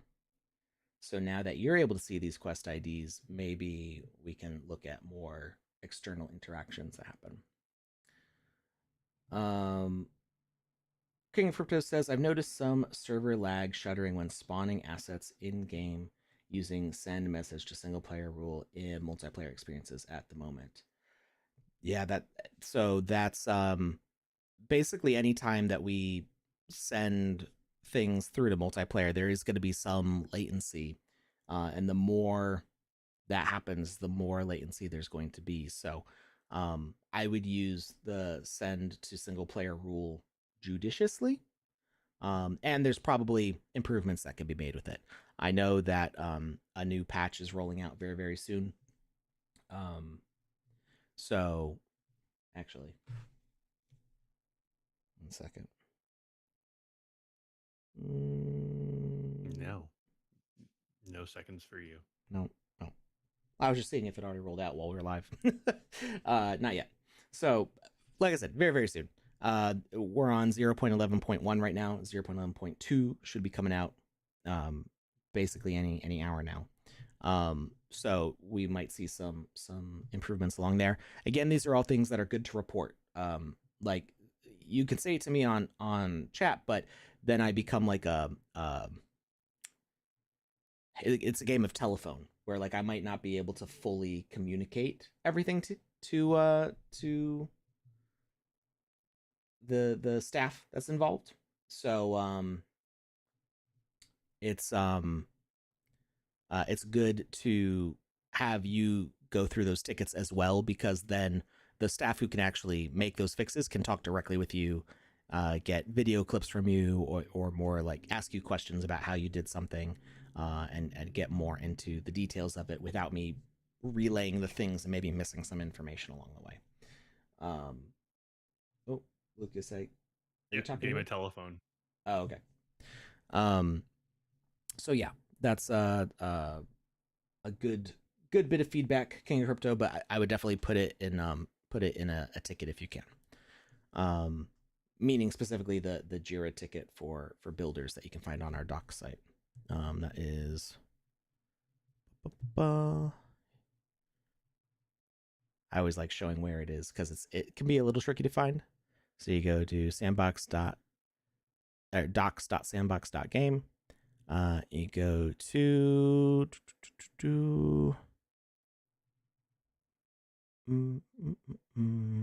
see, even I have a hard time finding it. Help and contact down at the bottom here. And then click the web support login and support ticket at the Sandbox support portal. So you fill out that form, give as detailed information as you can, and that will make a ticket for the team to work on. All right. Want to drop that link in the chat real quick? Yeah. Why did I not do that? That was one of the main reasons that I put that there. There's other support links on here as well. But you for this specifically, you would want to go to the web support link right here. All right. So what else we got? Description, unlock quest, launch quest, quest type. So a lot of these are kind of similar to what they were before. Tags, amount, quest completion, action after completion.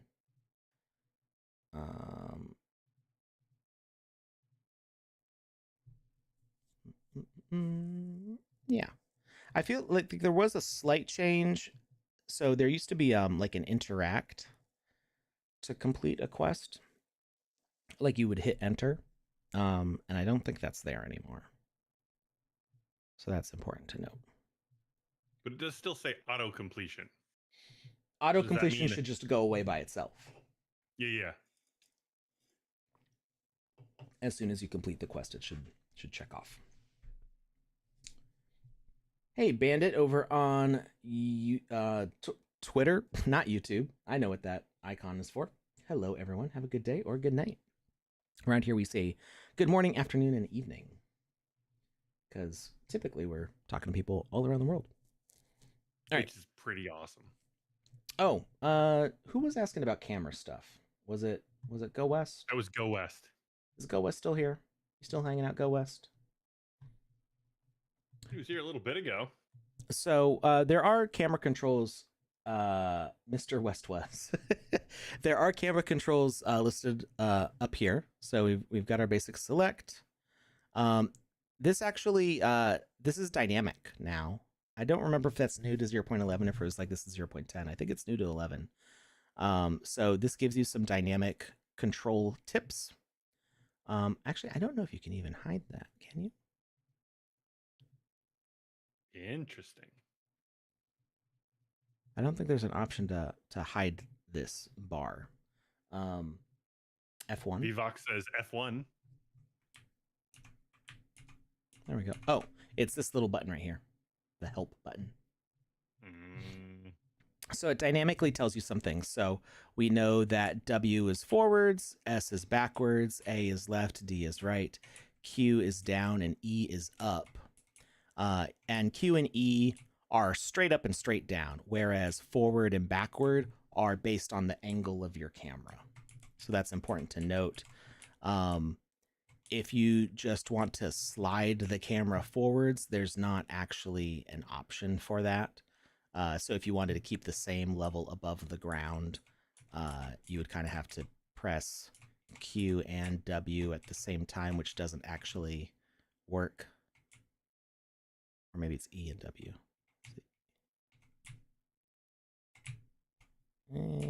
Yeah, it kind of it's you'd have to be at like the perfect angle to make your forwards down speed the same as your up speed.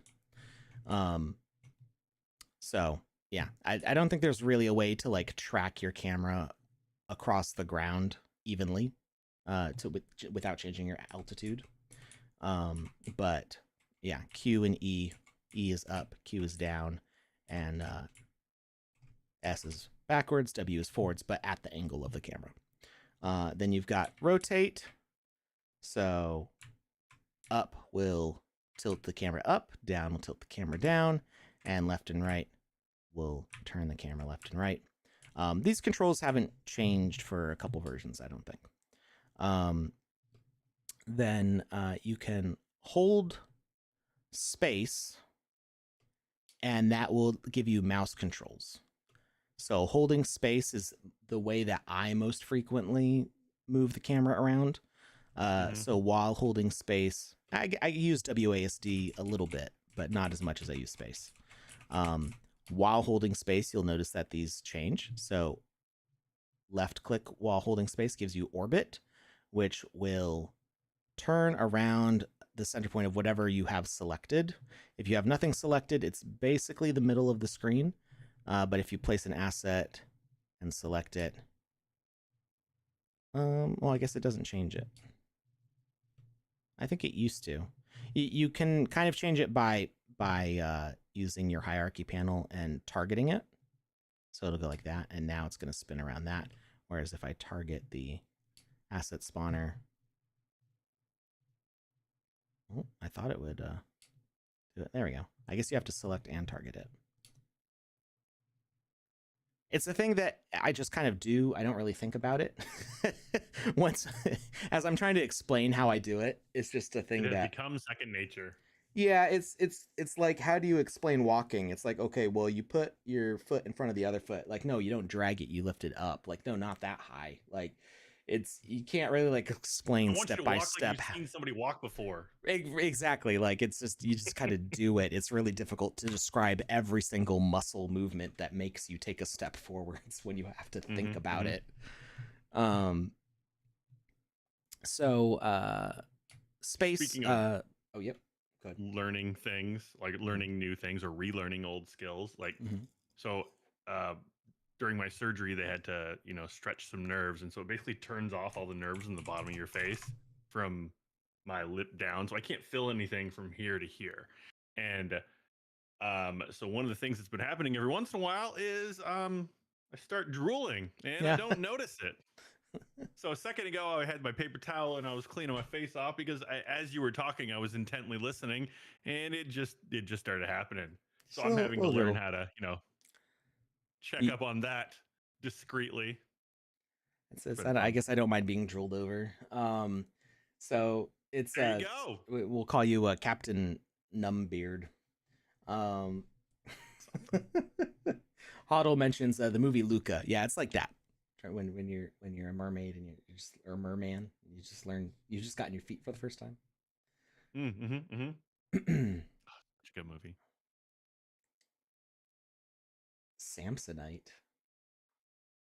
What? Is that autocorrect? So Goa says, yeah, my muscle memory was somewhat gone, and with the keys changed, I was all off. Samsonite, I was way off. I don't. Line I from don't. Dumb and Dumber. Is it from Dumb and And they're Dumber? trying to remember the name of the suitcase, and they're like Uh, Slippy, Slappy, Swami. Check the oh, suitcase. okay. I've And never he watched looks. Dumb He's and like Dumber. Samsonite.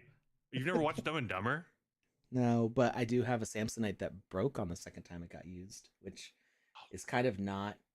We got to Miami on the way to the cruise, and you know how a lot of suitcases have that upper zipper. Like if you have a rolling suitcase and there's a like a top like small pocket that's like big enough to like put your sandals in basically. At least that's what I usually put in it. Um, Mm-hmm. it's or sneakers, whatever. Um, the zipper was just gone. Like the part You that you need pull that. on. Yeah, you That's need important. it. It was still sealed. It was still zipped, but the zipper was gone. And I'm like, what? When did that happen? Like it was there when we packed to leave. Fortunately, it didn't pop open because all of our stuff would have fallen out from that pocket. Mm. But we just bought that suitcase. The only time I used it before was for LA. So there was the flight to LA and back, and then there was the flight down to Somebody Miami. really And wanted a new zipper. when we didn't notice if it was gone at the airport, we only noticed it when we got to our stateroom on the cruise boat.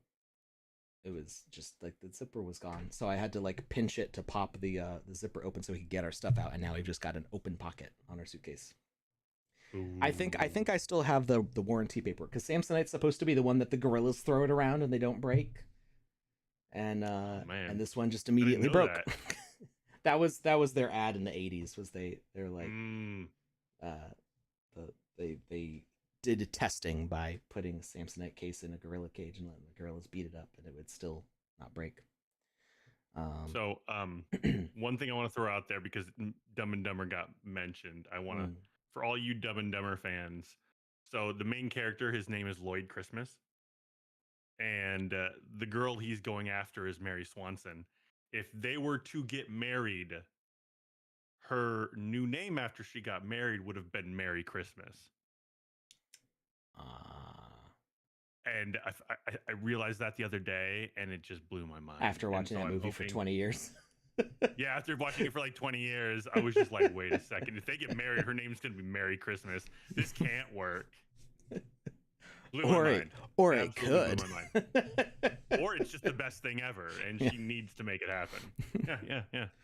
All right. So also with space, so we've got orbit, we've got rotate. This is sort of like a first person shooter, but it's a drag motion, so it's not as like snappy as a first person shooter.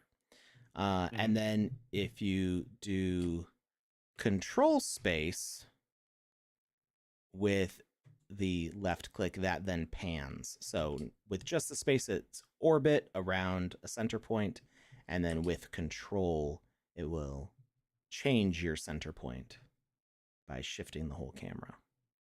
So we move over here, and now our orbit is over here, and then we can. One of the things I will slide say over. is if you're new to Game Maker and you're trying to get into this, one of the best things you can do is before you start trying to build, learn the camera motion and angles. Because I remember when I first started working in it, that was the thing that I found the most difficult or the most time consuming, I should say, is just getting to that point that I needed to be at to see what I needed to see, to grab what I needed to grab.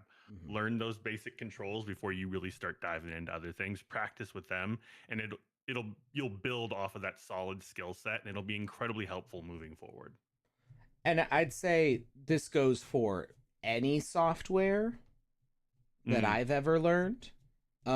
Besides camera motions, just make crap.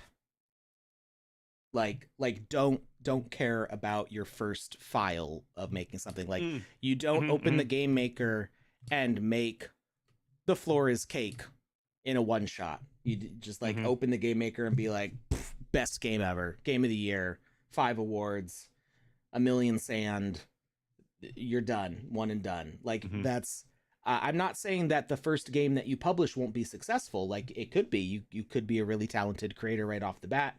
You could have skills come in from another software, or you could just be a savant. Like there's all sorts of good things that could happen. But generally, as somebody who has learned a whole bunch of different programs over the years, the first thing to do is to just jump in there and start messing with stuff. Mm-hmm. So Mm-hmm. it's fine if you like, okay, I'm just gonna just start building stuff and be if I click this button I can do that. Oh, what happens if I right click? Oh, it deletes. And like, oh, I'm making these big ugly holes in the ground. Like, oh no, it's fine. Like just click around and figure out like what happens when you do this stuff. It doesn't matter. You're just experimenting. Yeah. This is not for anybody else to see. This is not for anybody else to play. If you end up making something cool in this space and you want people to play it, that's fine. That's a happy accident, if you will. But just start learning the controls by hands-on learning. Like you're not looking at a bicycle and studying the manual and staring at the bike. You need to actually get on the bike. And you're not gonna win the Tour de France, but you can at least pedal around an empty parking lot and fall over a few times and it'll be fine. So start messing with these controls, and that's going to be the way to really start learning this stuff. That's the even me being staff here, this is how I learn this stuff, because they go like, here's the software, and I go cool, and I start poking around and seeing what things do. And then they, at some point they need to write a manual, right? So that's why we have the docs and stuff, because the manual is important. It is important to look at the manual too, but you also need to just click around. This clicking around in here, nothing in here is going to steal your crypto. Nothing is going to be minted or on chain at this point of things, right? Just experiment. All right. So we got those camera motions. Let's go back to here. So we got our rotate with the arrow controls, zoom in and out with the scroll. So the control space left click for move camera is the same as just holding down the center, the wheel on your mouse. It's the exact same thing. It's just some people don't have a scroll wheel. So if you don't have a scroll wheel, you're going to want to use W and S to zoom in and out, and control space left click to pan. Personally, I use the wheel to zoom and pressing the middle wheel button to pan. That's what I use for that. So yeah, all those controls are up there, and you'll see that as you click on your brush, you'll see add block, remove block, replace block, place in y-axis. So that's when we when you click and then hold shift, you can make towers. This is a little, you have to click first and then hold shift. So you do that and then that. It would be cool if this whole part that you drew would rise up all as like one to make like a wall, but that's not how that works, but that's fine. Actually, does this, okay, it's still up and down. I feel like there was a way to make it extrude out to the side, but I guess not. Blue Tulip did ask a question. They said a 60 character limit in asker answers fields is old thing? Question mark. So there wasn't, I don't think there was a hard limit, but people who put too much in the asker, it would get cut off by the block. So I think the limit is just to keep you within the space that can be displayed. And then, of course, our favorite thing that VVox finally revealed to us after hoarding that knowledge is holding. Actually, I don't know. I don't understand. It's Alt-GR. I know it's Alt on the right side of the keyboard, but I don't know what GR means in this context. It's great. I don't know. But holding the Alt on the right side of your keyboard and left clicking will fill the plane, so you can be like, bam, water. Look at Go West question right now. right now. Is water fill a thing now? That's been there since 0.9. Yeah, that's literally what Alex was just talking about with the secret that V was hoarding. She kept it to herself. She was like, "I'm the smartest woman It slash was person here. it I'm was going to keep all this knowledge for myself it was and kind laugh of at you listed. peasants." That's a full plane, not fill.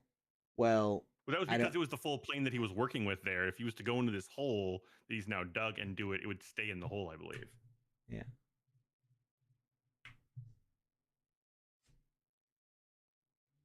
Bing bong boom. There you go. I was just like explaining that. Oh, in the chat. I think we clip that moment when we found it on Twitch. I don't We remember may if have it's deleted clipped or the not. entire episode because we were just so sad. No, we didn't. I think we clipped it. Team Sub guy, I just said it's alt right, not alt right. It's the alt on the right side of the keyboard.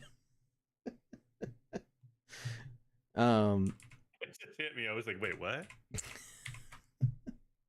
Alt GR. I don't know what GR means. Can somebody explain that to me? Ground relief? Well, but it's in the context of the button. It says Alt GR.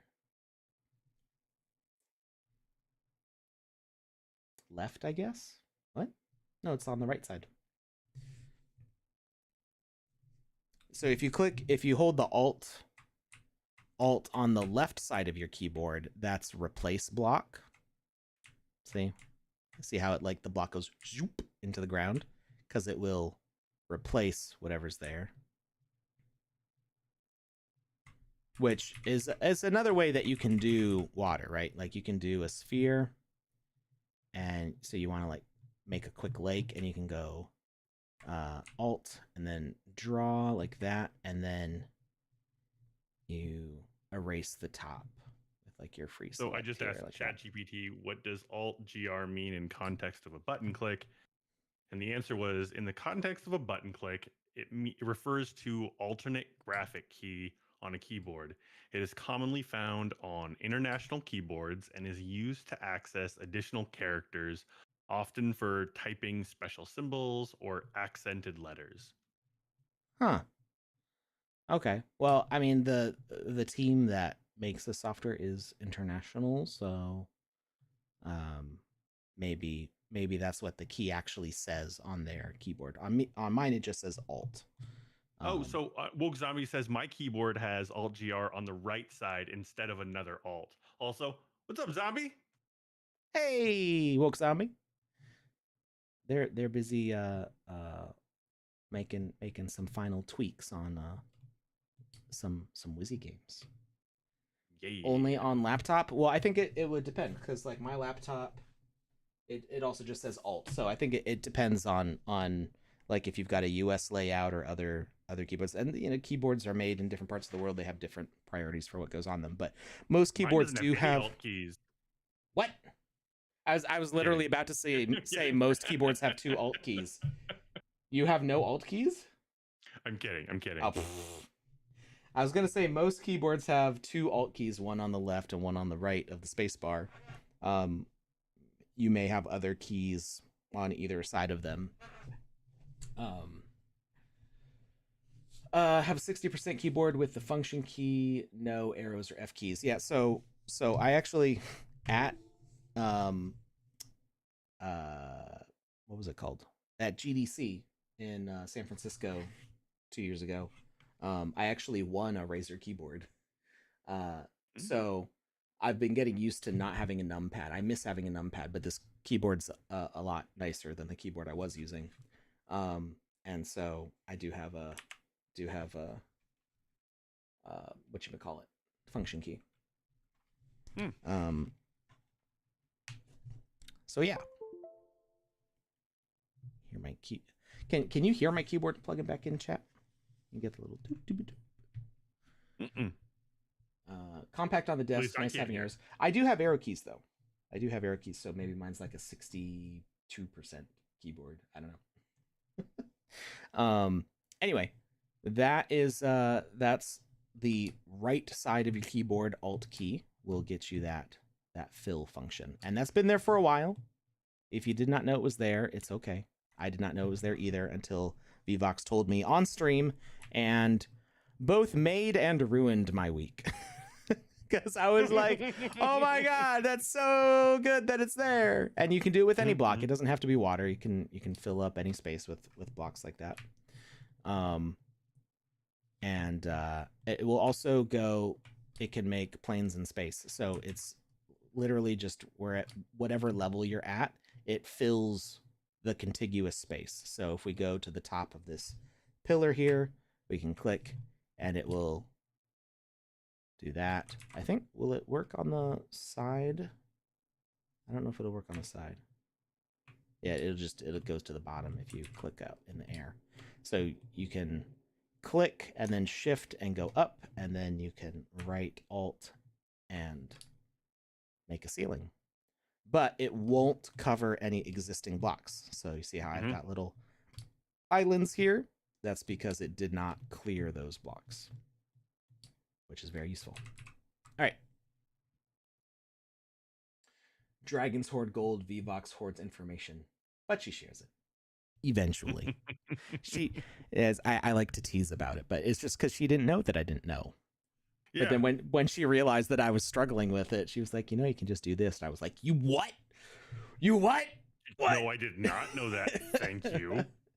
It was never put in like a change log, but it was just kind of like hidden in the settings. So if you don't know all the controls, you go to edit, settings,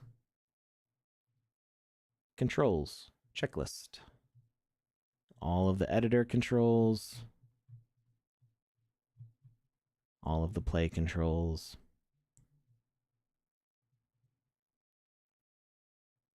Parry, thrust attack, heavy attack, quick combo attack, quick attack, sit, roll, climb, jump, sprint, WASD movement, show, hide, controls, user interface is back quote. Wait, what does that mean? Back quote is this one? Nope. I only have one quote. So back quote on my keyboard with my limited keyboard, it's on the escape key. It's usually with tilde. So if you have it's, can you see my mouse? For me, that's only one though. It's back, but it's only one of the dashes, not two. Yeah, but it's called a back quote. So it on some keyboards it might be next to your one.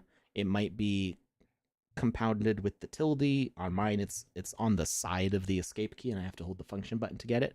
But that gives you this cool new interface, which is somewhere in this update. We haven't gotten to it yet. It tells you what all of the keyboard controls are as a player. So it gives you some good context clues to what these things are. I think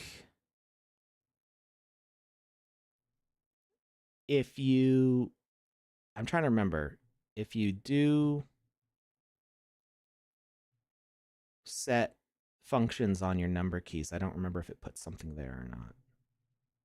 I might need to look into that. But yeah, this is just a nicer way to show the controls. VVox says it does. Okay, so if you set up things to happen on your 1, 2, 3, 4, 5, 6, 7, 8, 9, 0 keys, it will.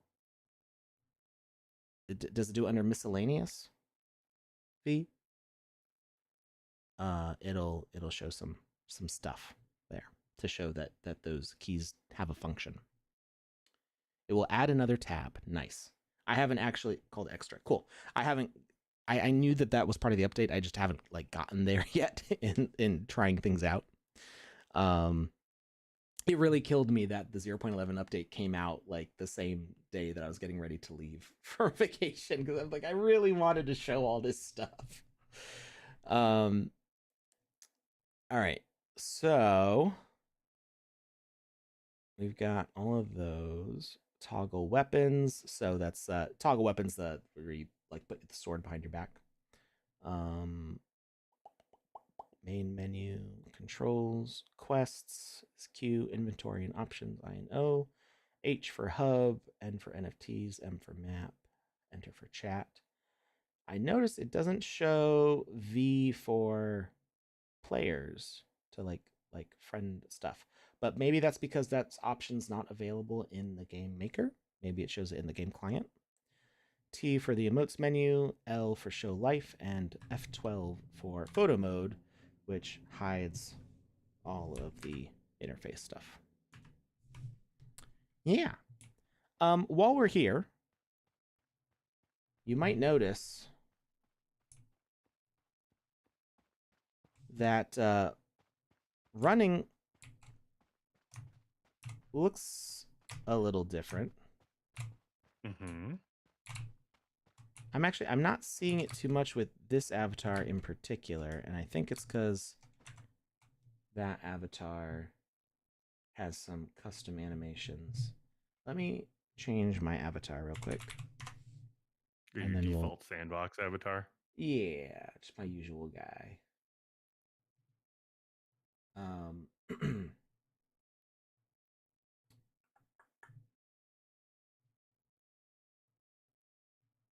Clip avatar. There we go. All right. We'll let that update. I may need to relaunch the game maker for that to change. We'll see. Oh, nope. That was really fast. Mm-hmm. So we got a slightly different animation for our jog. And you might notice that we have a little oomph to our direction change. It's less of a like it's just an instant turnaround and more of a you're actually turning around. Yeah. It used to look like kind of like you teleported almost, like you were facing this way and now you're facing that way. Yeah. And like I said, that's a thing that that we were kind of used to seeing as gamers, but it looks so much nicer when it's not like that. You might also notice that I was just climbing up the sides of the rocks. I did notice that. So now, and Panda did say avatar movements will be adjusted. Yes, there are more changes coming to avatar movements. It is a work in progress. We got a little hoppy jump here. So now you can climb up not just 2 meter, but 3 meter jumps. What? Oh wait, no, I lied. I lied about the 3 meters. No. I lied. I lied about the 3 meters. It's just 2 meters, but it's not. It's not. It used to be that you could just jump up 1 meter like this, or step up 1 meter, but now you can jump and pull up to 2 meters. Sometimes you don't quite latch onto the edge, and you kind of just like slide over. It depends on how accurately the jump triggers. But yeah, it's pretty cool. It's pretty cool that you can just doop. So watch out. I may be breaking all your games some more. There's no surprise there. Yeah. Panda said jump in the water. Why?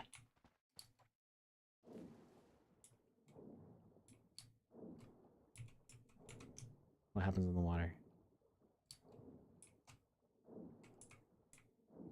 What was the animation like when you jumped in? Because she say dive in the water? I don't know. It dives you down like 5 blocks.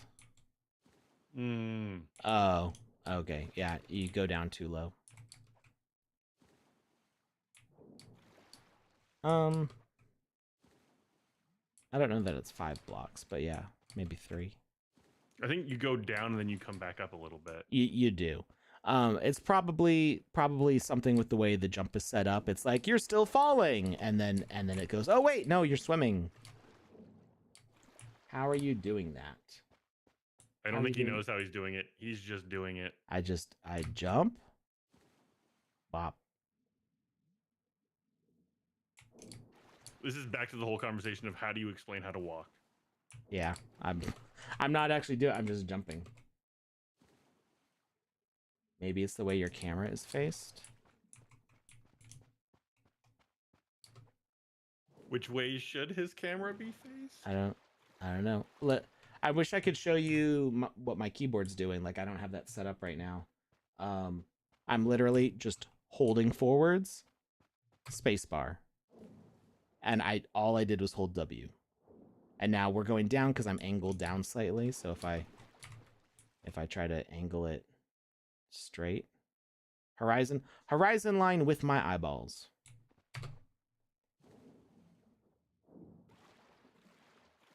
I even came up for air.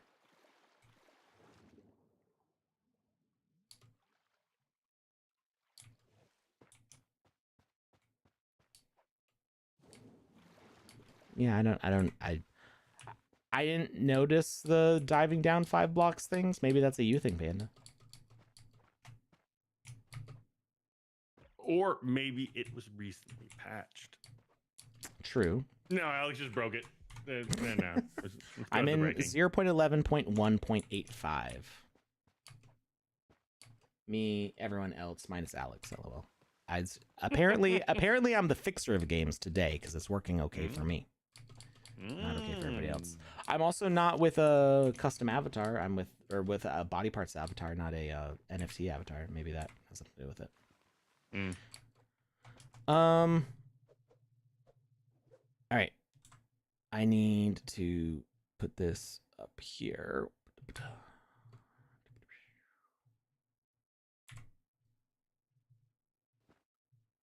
And now you can see free falling.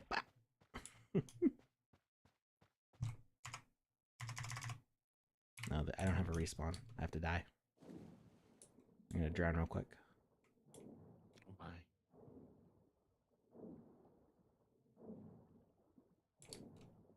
Not quick enough. I was about to say there's nothing quick about that, Alex.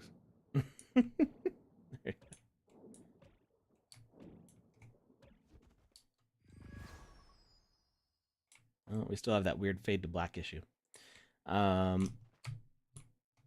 Yeah, so you go into a free fall, which is kind of fun. Looks like you're skydiving. Yeah. A little bit. Yeah. Put this up as high as we can. Whee!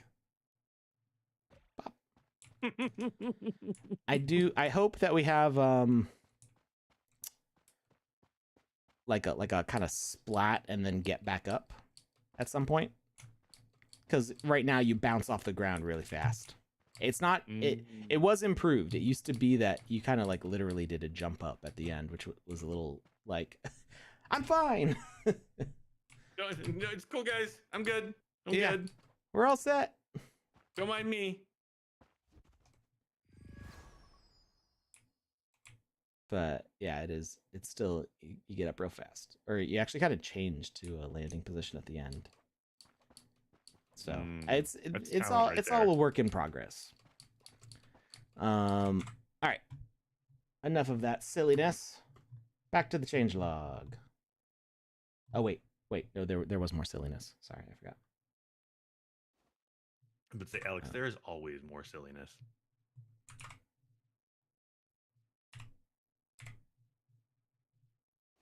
So because of that climb up thing, you can also just jump off the edges of things and catch yourself back up. So they enhanced coyote time. So jumping after clearing an edge is a little easier to do, I think. So you can run right off the edge and, well, I guess maybe not. They standardized and canonized it, so it's officially a thing now. Nice.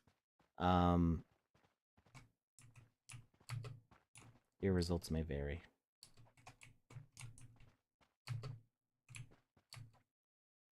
At least it does feel like the edges are a little more consistent now. It's probably different on multiplayer and when there's actual behaviors running in the experience. It used to be like there was like a lot of lag over coyote time, so you could go like a full like block or two and then hit jump. I think now it's just a little more fine-tuned. So just kind of play the way it feels natural, I guess. Instead of doing what I do and like trying to delay the coyote jump until way after. Why can't I? Okay. All right. Watch out for rough terrain, I guess.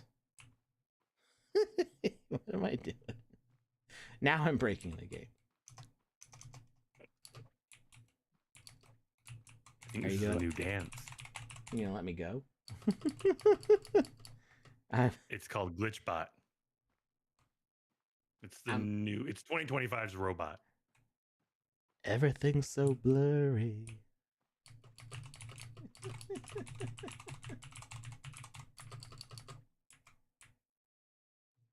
So I played around 0.11 a lot, but it was 0.11.0. So I think this is new to 0.11.1 because I never had this issue in 0.11. I mean, I played around with it for a few hours on the consoles in LA, and I didn't experience anything like that. Yeah. So yeah, I think it's just continuing the movement tweaks. It does feel like there have been some changes in the last patch, which, like I said, there's another patch coming out real soon here, so maybe we'll see some more changes there. But the thing that I do like about all this is if you jump off the edge and you go, oh wait, no, that's the wrong way. If you time it right, you do have enough time to like 180 go back and go back. Yeah. Why am I walking slow? If you time it right, and if you have the skill. Yeah. So you can be like, oh no, nope. I need to build stairs. Hold on.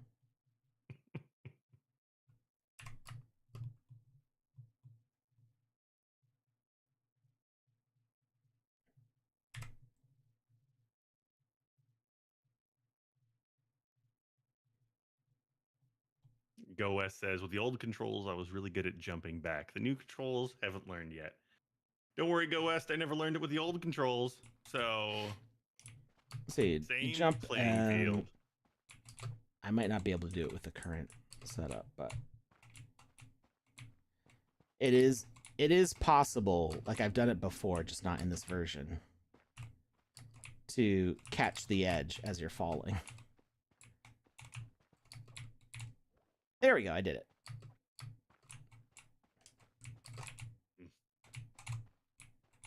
Also, when double jump? Soon, TM. Perfect answer. There we go. So it's not necessarily always going to save you, but it can be a thing that saves you from a fall. You go like, oh, jump there, and then you go, oh, wait, no, turn back. All right, back to the changelog. Quests now leverage more secure multiplayer. I think we already read that. Or is this related to? No, I think we already read that. This transition strengthens anti-cheat measures, ensuring a fair multiplayer experience to support creators. There is a migration tool that quickly identifies objectives that need changes and provides helpful hints for fixes. Creators can continue running older experiences on 0.11 without updating objectives or migrating them to the server, as the previous system remains fully functional.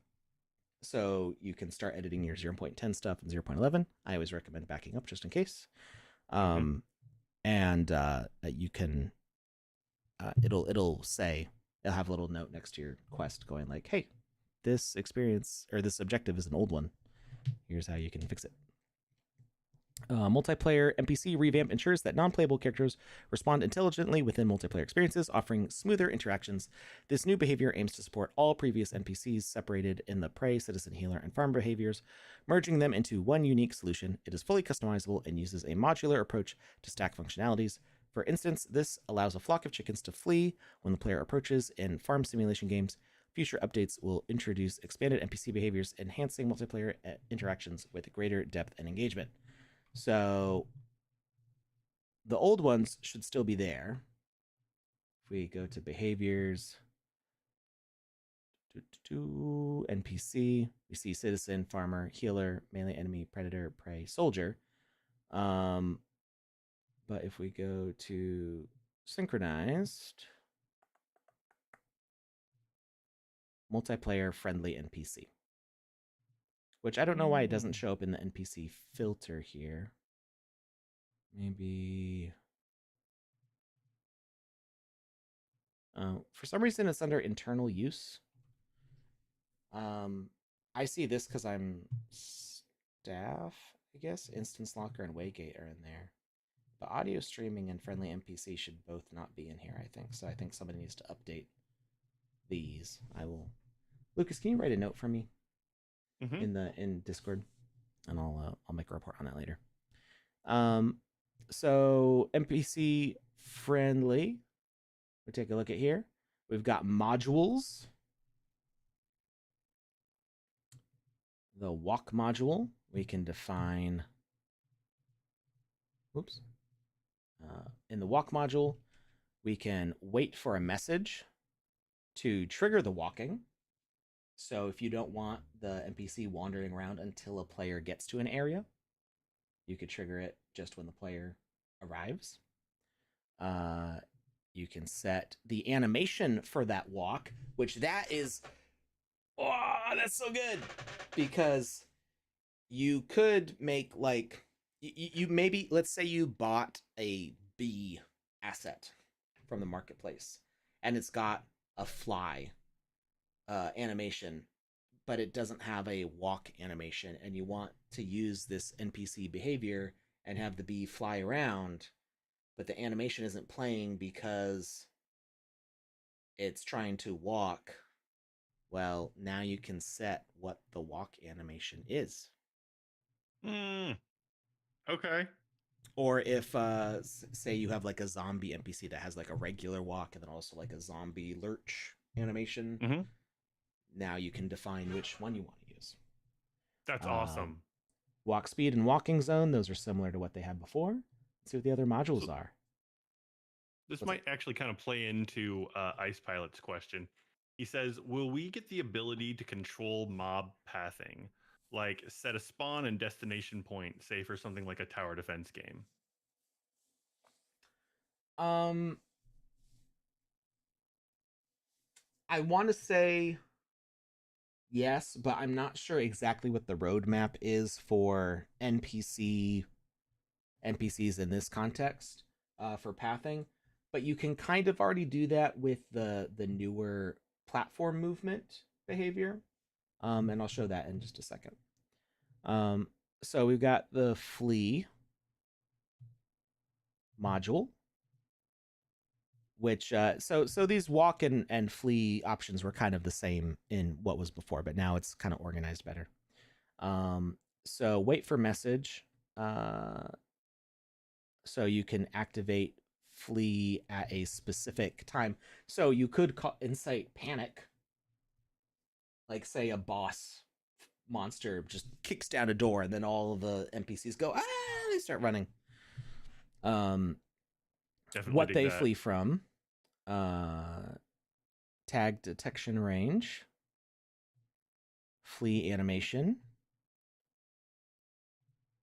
flee speed, flee duration, and flee zone. So I think you could, I guess they'll only flee within a certain area. I was thinking it would be cool if you could offset the flee zone to be a very small area. So like they flee to a specific location. That would be kind of cool. That's not exactly how this works, but what you could do is you could create a safe space and then a wider space that they exist in. So you could say, hey, they can roam within this 40-meter area. They can roam within this giant area. And then you can set them up to, like, you know, one specific corner. And then you can say that's their safe space and make it only like 5 by 5. So when they do flee, they're going to flee here. Maybe. We'll see. Let's see what happens if we do tag to flee from hostile. So we should get the tag of hostile when we attack them. So let's make them walk. Not wait for message. Walk speed. Play. All right. So they should move. Yeah, get out of here. Go. Get. Can I climb up them when I jump? Oh, I'm actually not getting... I get collision with their butt, but not with their head. Alright, so if I attack... Ah, look at that. They run. Yep, they're running towards me, but even though I'm the hostile, but because they're going to their safe zone. So that's kind of cool. Yeah, see, he ran out of the flee zone because I was right there in the flee zone, but as soon as I attack them... Also, we have an ad starting in about 30 seconds to a minute. All right. So they do seem to gravitate towards this safe area. So, yeah, you could set up a whole bunch of NPCs that have a much wider space that they roam. I wonder, you might even be able to respawn them to a tag to be outside of that range and then make them flee back to their origin point. Possibly. I'm not sure on that. All right.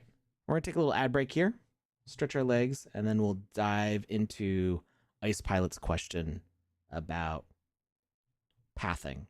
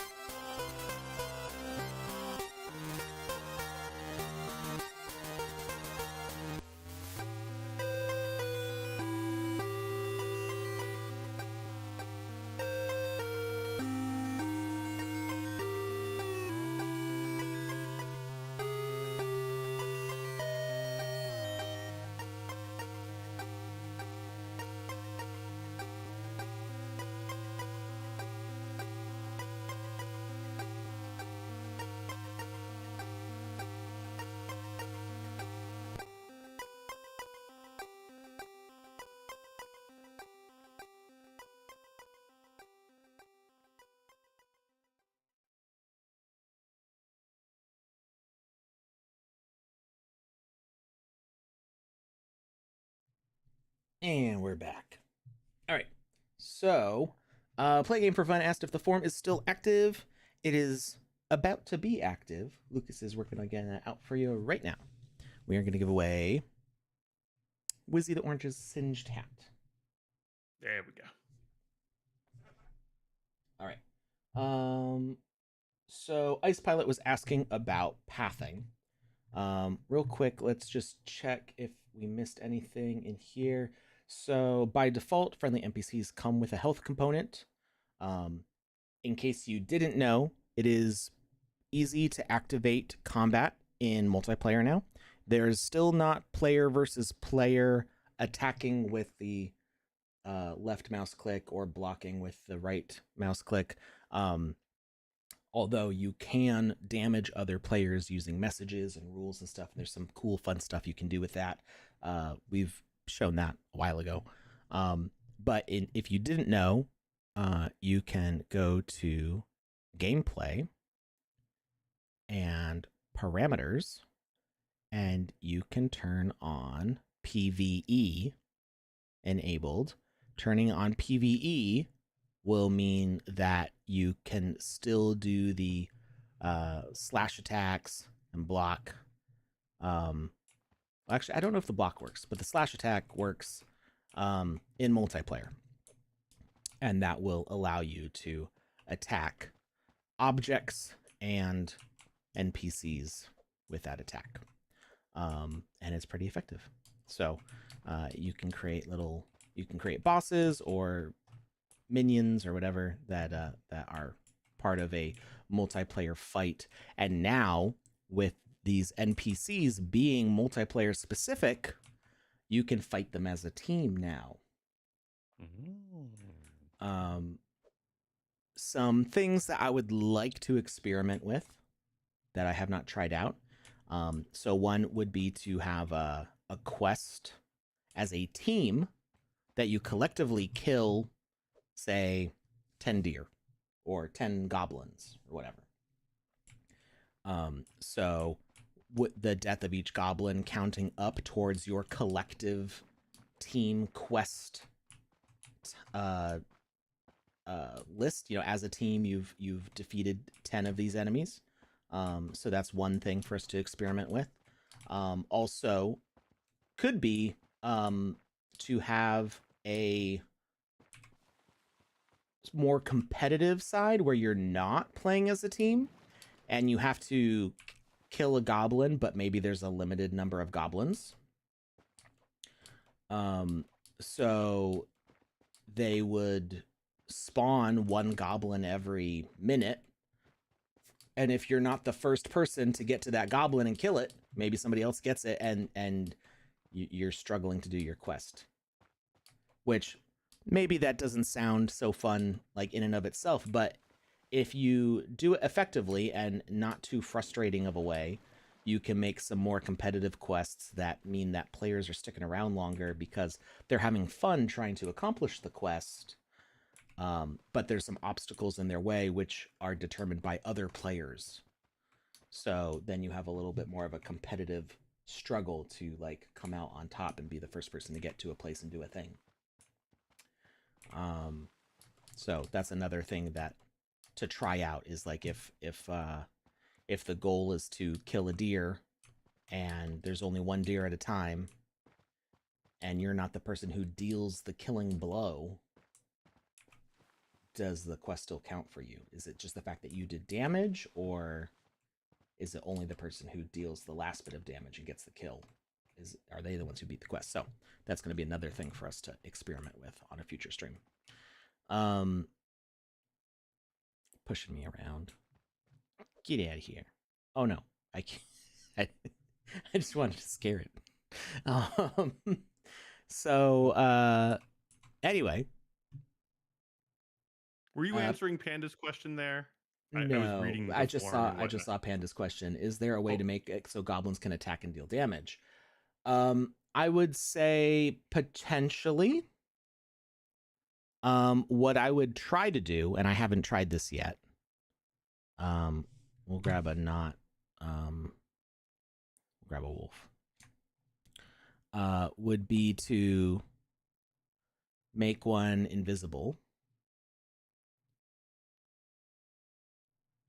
and make that one the NPC.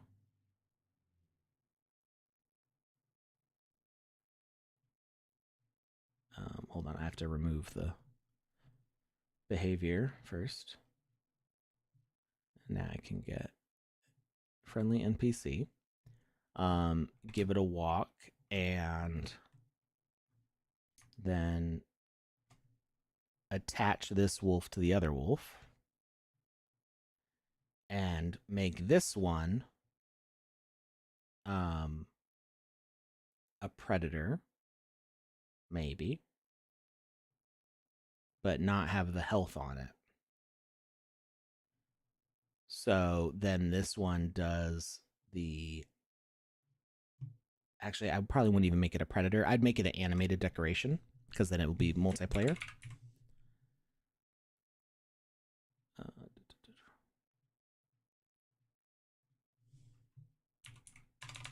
Where's animated decoration? Is that single player? Was there a multiplayer animated decoration before? I feel like there was a multiplayer one of these before.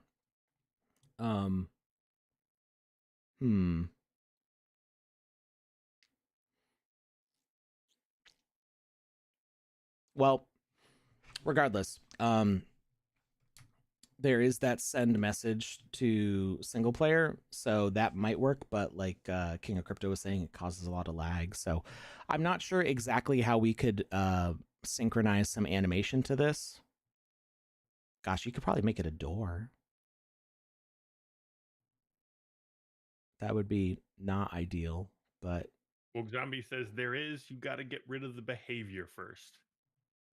didn't I already? Maybe. Oh, I guess I didn't. I thought I already cleared the behavior. Thank you. It's there. Okay, so with an animated decoration, you could set up a speaker component to sense how close it is to a player, and have it attack the player. I don't think you can have it chase the player, because we don't have any options. It's not like the farmer behavior where they walk to a specific place. They just walk randomly.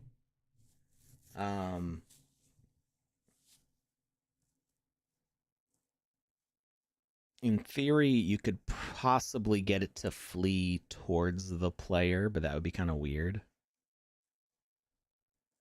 If you get okay, I'm thinking of some really weird stuff here.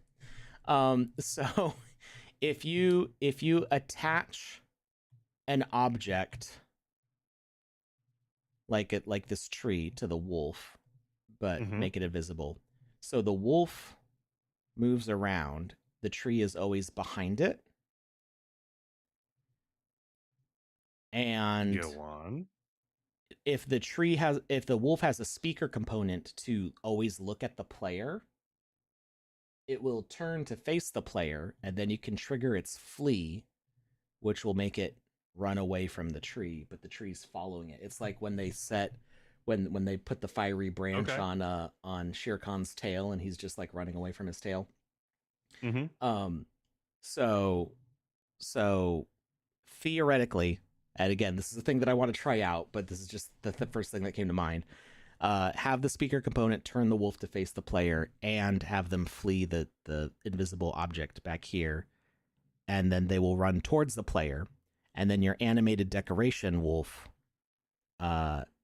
will do all the other movements. So you have an animated decoration of running, so whatever triggers the flee will trigger a run animation, and then when you get it close enough to the player using a trigger volume, you have it attack the player with a damage message, and play that animation for the wolf also. You had the biggest crush on Shere Khan in the Jungle Book when you were young. That is an unexpected confession. I'm not quite sure how to respond to that. Okay, for me, it was the mink in Animaniacs, but she was supposed to be sexy.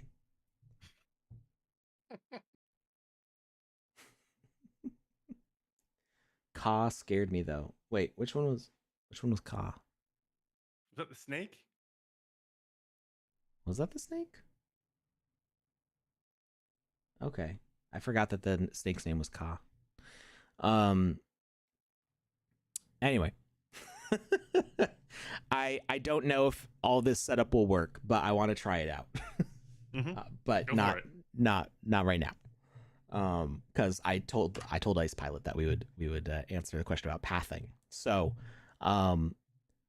with the platform behavior, the new one, you can set up, I think, 10 points. So it's the advanced platform. And you can set up a move offset in 3 directions.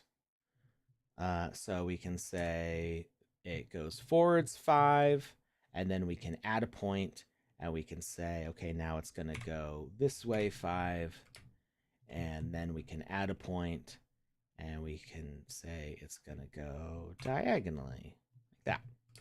And this could be, your path. And it could go to each of those. Now, I don't remember if you can tell it to pause. You can tell it to look at destination. You can message on arrive. So if you send a message on arrive to this point of, say, pause 1, you could then use the behavior toggle to turn off this animated, or not animated, but this advanced platform behavior. So you toggle it off and say they're attacking the tree. So this would be more like a MOBA than a tower defense, where in tower defense usually the enemies just travel through the points till they get to the end, and you try to kill them off as they pass through the points. But if you wanted to make a MOBA where they stop at each turret and attack the turret until it's dead and then move on to the next one, then you could have them pause at this point and sense if there's an enemy there, and then attack that enemy until the enemy dies, and then resume the behavior and have them move on to the next point. If the enemy's already dead, then the trigger for them pausing there just wouldn't happen. So, yeah, you can do this, and I believe it's up to 10 points on this, if I remember correctly. Which should get you like most of the way through a tower defense. Yeah, 10 points. Can you move these? Oh no, you can just collapse them. Mosey over on YouTube says, really easy with Game Maker 0.11. We need a French YouTuber to explain this easy for French landowners. Absolutely. I mean, I would welcome more streamers, more YouTubers in more languages. I think there's an untapped market of builders in various languages, and you just need people who can explain it. I know that docs. There's a French channel in the Sandbox's Discord. If you have any questions and you're more comfortable in French, you can go to that and you can ask them there. But it's not the same as what you're suggesting. And yeah, just like Alex, I echo that sentiment and agree. Mm-hmm. And I do know that they're trying to update all the docs to various languages. I'm not sure how many are available yet. Panda Pop says there was a young French streamer who showed up a little while ago. Wonder if they're still active.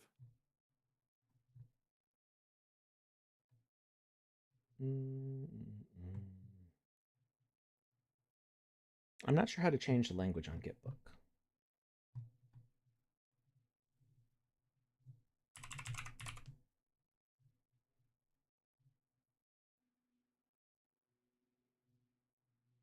Languages. Here we go. It's under general languages. The Sandbox's most up-to-date documentation is in English. Localizations are in progress. Visit the Sandbox updates for important information in other languages. And there is a French VoxEdit page, looks like. Or is this just the link to... That's just the link to the VoxEdit page.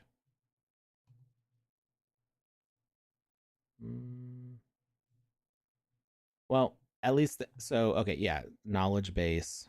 So it looks like we have Italian and Vietnamese.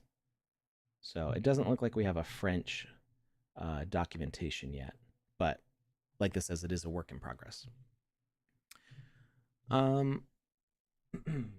So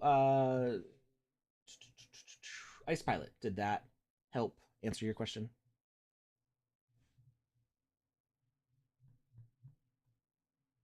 And of course, you could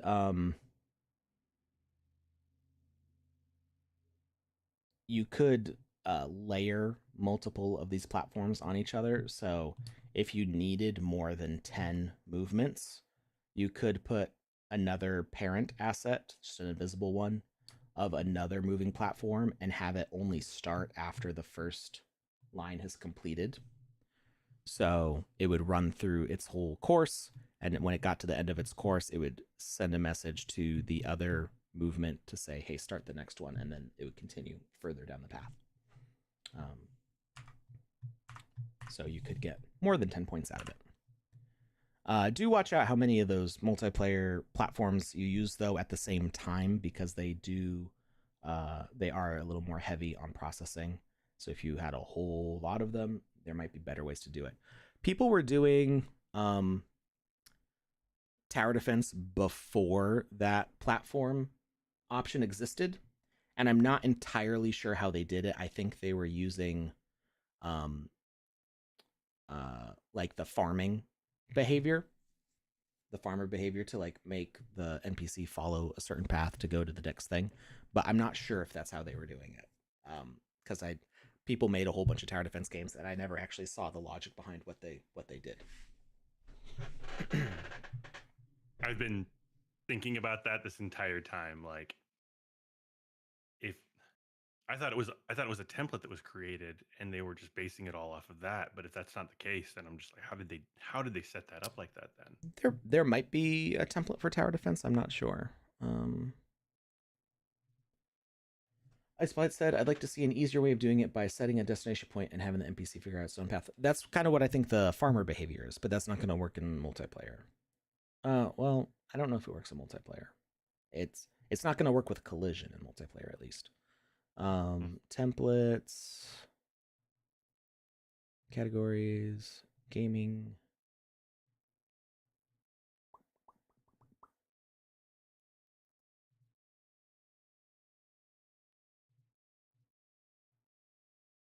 Tower defense game. Let's see how they do it, because I don't know. I never looked it up. I had ideas of how it could be done, but I never actually researched it. Let's look a little bit at the text here while this thing's loading. So, since the release of 0.8, we've been refining Game Maker to offer creators more tools for enhancing multiplayer gameplay. With 0.11, even more multiplayer features will be available, empowering creators to elevate their experiences.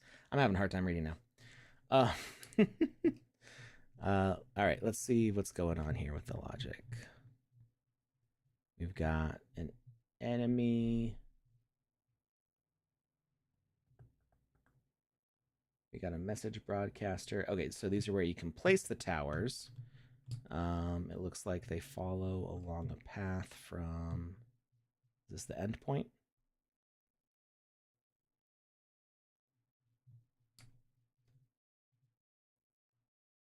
End void. And this would be the start point. Wave detector. It's a trigger volume and wave spawner. So we got wave 30.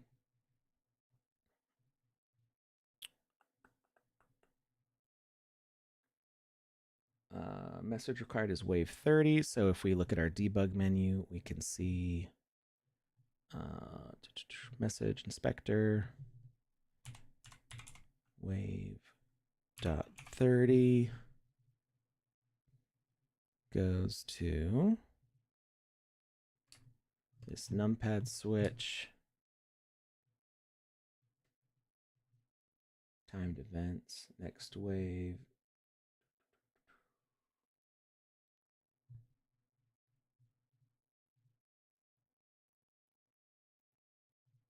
These are just the wave triggers.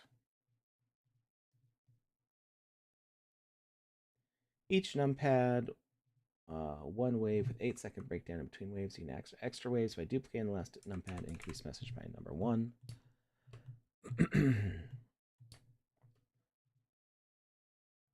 These are the towers. These are the towers. Where are the enemies? Ah. These look like the enemies. Fire totem. Slow totem.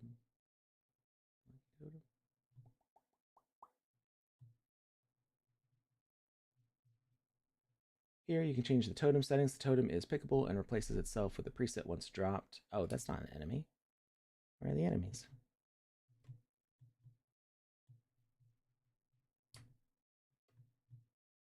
Maybe I should see what they look like first.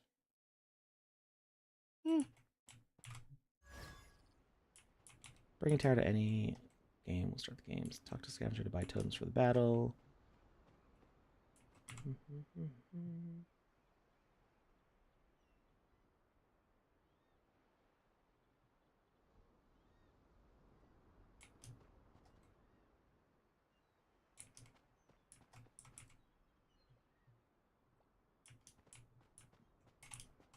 I need to start the game.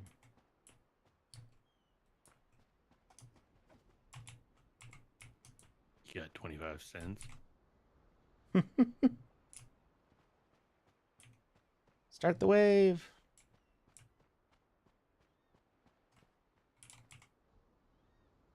Build tower. What do we got? I got 10 money. Let's build a barbecue tower. And exit. Okay, there's skeletons, and they're just kind of scooting along.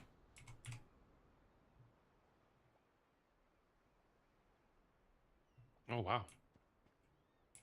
Barbecue tower just fries them. Yep. Like they got no chance. All right. So where are these skeletons? They might not actually be on the map. They might just be things that spawn. Let's look at our presets.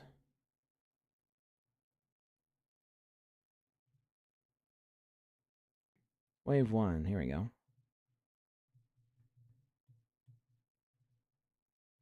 So what's this guy's actual logic? What does he do? He's an advanced platform. Okay, so they're doing it the way that I said it should be done.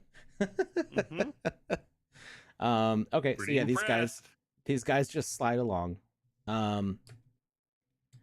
Did anybody watching make a tower defense before this was an option? Did you use the farmer behavior?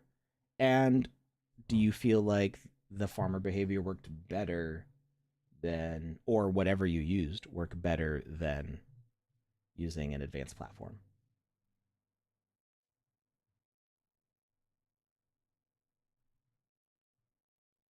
Just out of curiosity.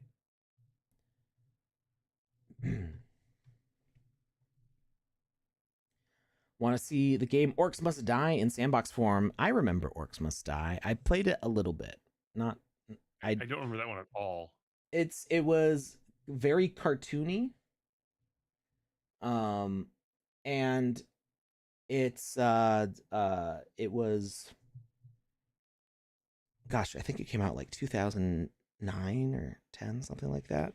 I feel like I had not had Steam for very long when it came out, but my computer could not handle it very well, so it ran laggy as heck. 2011, okay, a little bit later than I thought, but yeah, my computer at that moment was not equipped for that game, so I never really got back into it. But it was fun from what I remember. It was kind of, it was like a shooter tower defense, right? Um, VVox says, from what I remember, it's just platform over another platform before. Okay. So like stacking many, many platforms instead of just doing the one advanced platform. So probably using the advanced platforms a lot better. All right.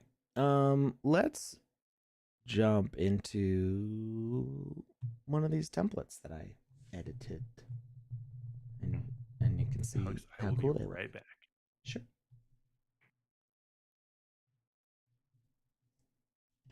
All right. Lucas will be back. Um, So, to support creators, there is a migration tool. We already read that part. This experience was built on an older version. It might not work as expected. I mean, I made it in 0.11, but it was 0.11.0.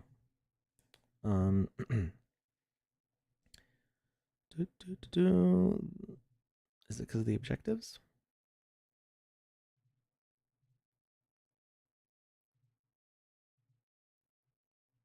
These should all be fine, I think.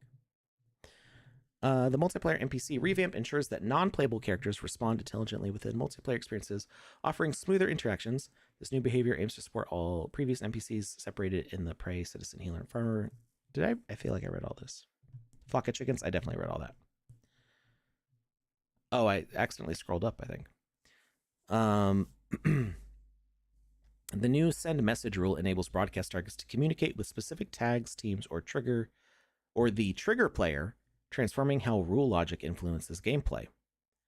Now, triggers like health bonuses can be directed at individual players instead of affecting everyone, allowing for more precise and dynamic multiplayer mechanics. And of course, no multiplayer game is complete without the ability to claim victory. The victory component has been reconfigured to include new options for creators to customize how an experience ends, with the victory type setting allowing an experience to be won by a single player, a team, or every player in a cooperative experience. I like that every player in a cooperative one. New rotation tool is really good. I do like the new rotation, and I actually used it in this. So this experience was made by, I don't remember. I think it was,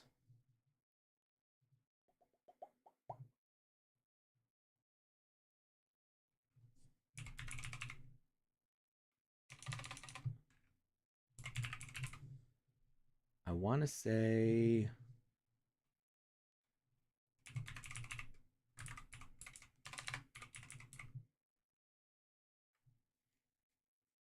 it wasn't Balaj because he did the temple, or not the temple, the bazaar. Um,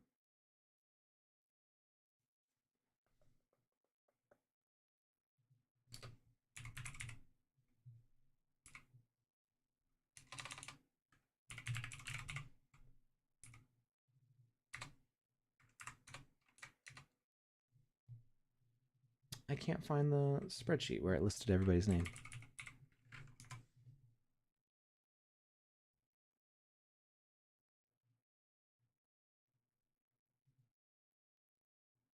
This was like the last thing that I was working on right before I left for vacation, so it's weird that it's like not up already. Dynamic libraries.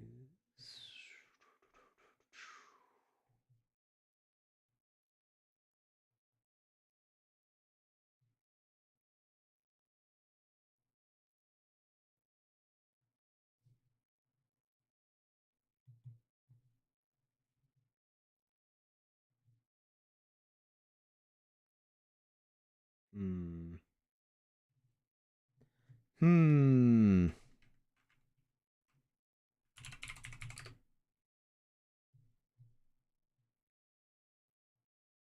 Oh, I think I found it. Yep, I got it.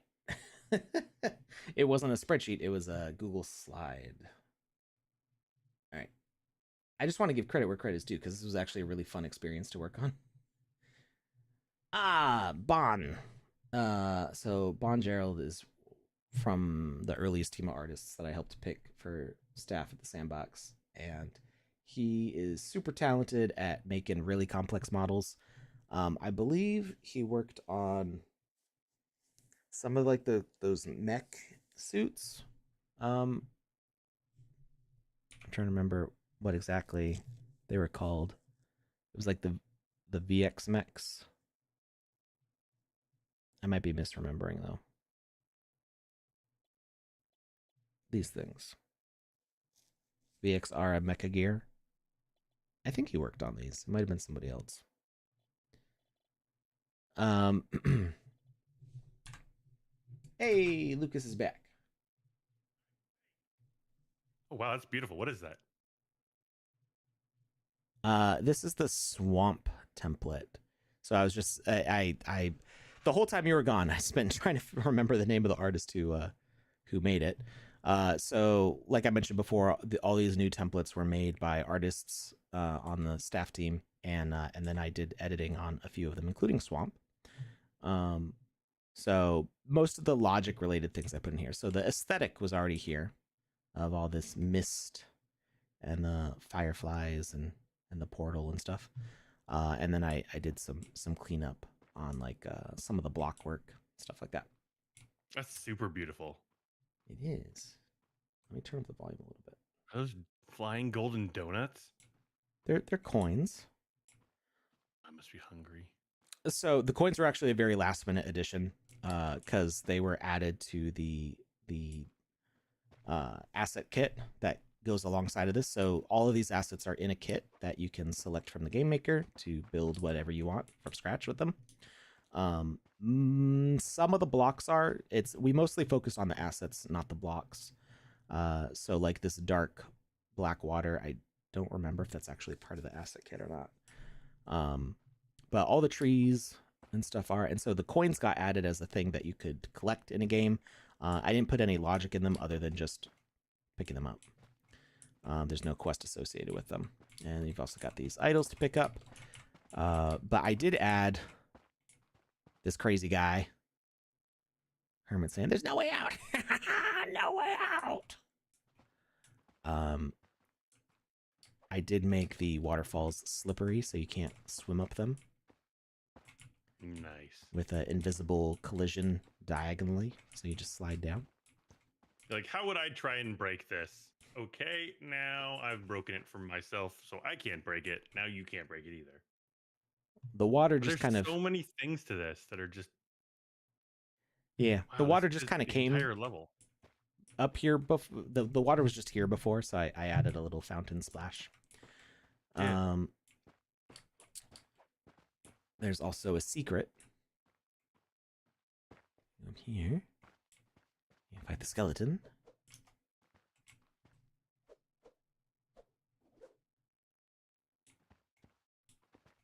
And there's a mushroom chest, but it says that you need a silver key to open it. All right, it just says you need a key. It doesn't say silver, but there's nothing down over here, though. So this is a template. You can modify it however you like. But it's so beautiful. I don't want to change anything. Just wait. So now we're going into the temple part of the swamp. And we encounter a sticky situation with this spider. So you have to defeat the Grand Weaver to unlock the gate. There's no escape.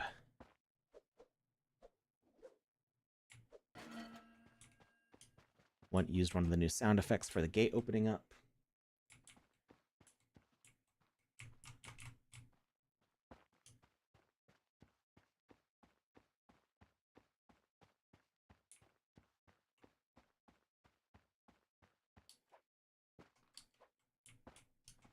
So the collectibles are, because of the template, there's no real quests related to the collectibles, but I did add in the quests for the spider to open the gate because when Gatastau tested what I had made, he was like, "I don't understand how to open the gate." Because he just tried running past the spider. I was like, oh, you Mm. got to kill the spider. It's like, okay, so we should put a quest in that says that. Oh, we did get the key. We can go back and get that chest. I mean, the spider does make a lot of sense here because you're in a giant swamp, right? And there's not a whole lot of bugs flying around, so clearly there's something cleaning it up. Mm. Yeah, I think Mm. the spiders moved beyond eating bugs at that size. Never. It would have to eat a lot of Yeah. bugs. I know. I mean, whales eat plankton. We now got the silver cup. A few more cool sound effects. Yeah, I feel like plankton is a little more plentiful than bugs in the water. It's just kind of everywhere. Mm. I mean, just because he's not eating them too doesn't mean they're not getting stuck to his webs or her webs. It could be like a spider queen. I feel like the big ones are always identified as female. I was just thinking about Lord of the Rings. Yeah. Mm. Shelob. Mm-hmm. That word. So we've got a little sinkhole under the water here. Ooh, question from Panda Pops over on Twitch TV. She asks, know any good tools to use to plan out a level design? Alex? Well, I have heard of a super cool thing called Magic Palette. Oof. Tell me more right now. Let's see. How do I pause? There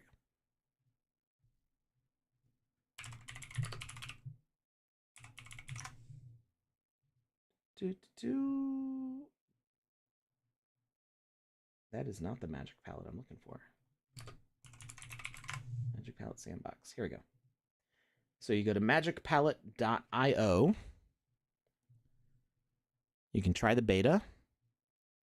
Connects to your Sandbox account. This is officially funded by the Sandbox DAO and works for generating levels and taking 3D models or anything you can make in Magic Voxel, which is a super easy to use tool, which you can quickly block out a level in, and then it will convert it into a land for you.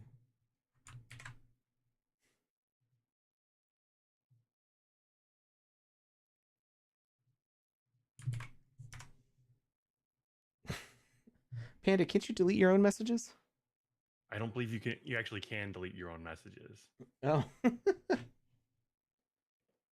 And it's not letting me delete hers either because she's an admin, I think. Your shame is eternal. So Panda Pops has been telling me a lot of really positive things about Magic Palette while I was out of the office, so to speak. She's a huge fan. She loves it, and she's a big supporter of it. If anybody's questioning that, just so we're all on the same page. She was telling jokes, and then she said the wrong thing. Words are hard. Yeah. All right. So, for the coolest part of this experience, you dive underwater.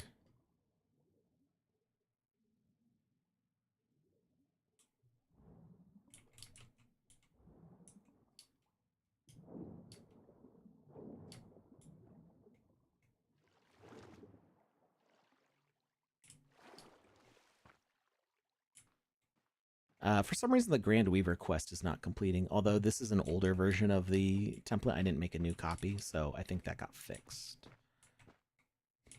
And maybe this floating door will let us out. Maybe. Maybe not. It was a curse from a sorcerer. Yo, that sorcerer looks cool. He's only got one eye. You know he's untrustworthy. And a very abrupt ending. But then it's done. So there's a new victory camera thing that will focus on on you as a player. So you can actually have, if you do like victory and loser things, like you could teleport the winning team to one area and the losing team to another area. and then the camera focuses on you as the whatever whichever side you're on. So yeah, some fun stuff there. All right, so yeah, I had a lot of fun like adding in all the logic related to that, including the sound effects of the fire on the door. Yeah, I really want to see the logic for just the ambiance of that level, because it is There is stunning. a lot. Yeah. Yeah. So what I did with the hierarchy on these templates is I bundled it all into groups. Okay. So we've got one of logic. You can see all the VFX. Oh, I see what you did. That's clever. Yeah. So that you can see that there's a lot, and I also named the VFX. Spider stuff. So yes, spider stuff. So normally these just say VFX asset, and that's it. I added the name of what the VFX were to the logic name, so that way you can see that, oh, this one's for fireflies. Which, where's the... I'm missing the...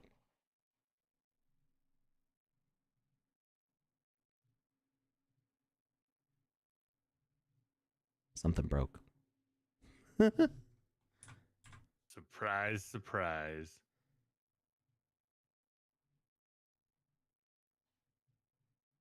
Uh-oh. I don't have a properties panel. So I can't, did I hide it?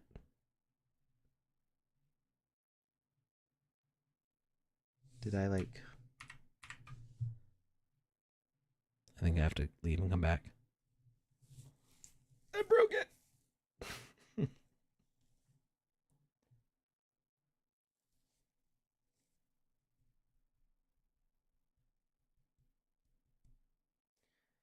Usually I break the games, not the game maker, but it does happen. I'm not innocent of this. You're ranting out your talents, Alex. You're becoming such a well-developed QA. Oh wow, I really broke persona. I have to exit the whole game maker. It's totally broken. I don't even know what I did. Oh, wait. We got an update.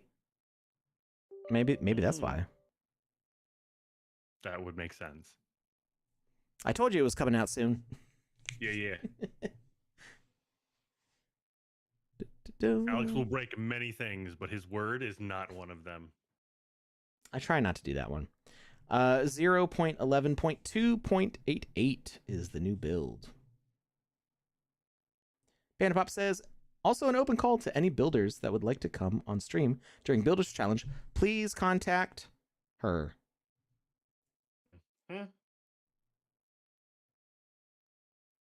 Isn't there a key shortcut to turn on off the side panel?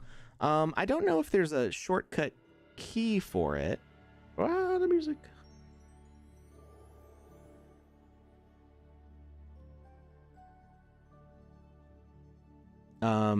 There is, but when you can minimize it, but there's like a little button to like slide it back out. I don't know if there's a shortcut for it though.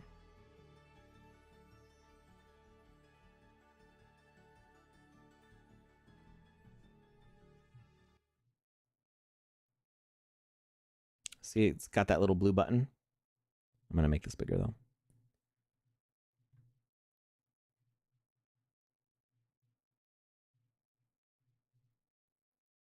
It's I apparently. But the blue button was missing. And usually when you start clicking on stuff in the hierarchy, it opens back up, I think. Oh, maybe not. Maybe I did click the shortcut. I didn't realize that you could do I to I generally, like, my brain just kind of glosses over shortcut keys and I just click on things visually. Unless I already have learned the shortcut key. But yeah, good to know. If that happens, try if that happens to anybody else, try pressing I and see if it comes back. But the button itself wasn't there, which is what I was expecting to see. So anyway, we get all of these VFX assets, and you can always hit play on them to turn them on. So you can activate the torch fires. Can you do more than one at a time? I wonder if I can turn on all of these at once. So it Mario asks if there isn't a key shortcut to turn on off the side panels. Did you already see that and answer that? It's I. Okay. I thought I heard that. I was reading other things about in the chat, trying to figure something else out, and so I wasn't sure if I was missing that one or not. We got the Aurora effect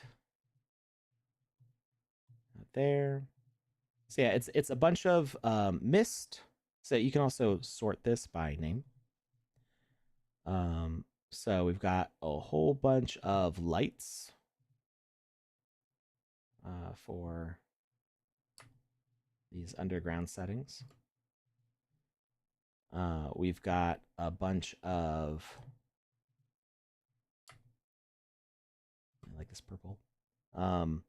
We got a bunch of butterflies and candles and dust and fire. So a whole bunch of fireflies. God Rays might not be available right now. Let's see if it is. Did they add it back? They did not add it back. So if you really want God Rays in your experience, you need to start with the swamp template. I think it might also be in the bazaar template. Because there was a bug causing some crashing, I guess, with God Rays, so it's been temporarily disabled, but because it's already placed in this experience, you still have access to it, and it still works. Like that.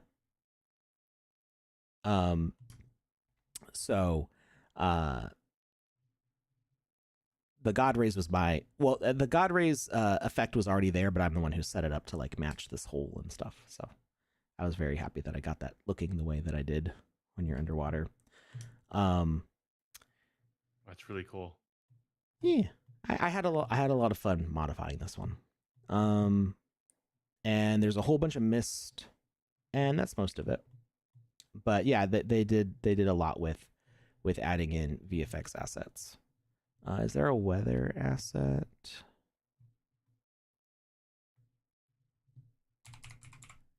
I think they just used yeah, they just used the night ambiance. So they didn't even make a custom like weather effect for that. That's just what it is.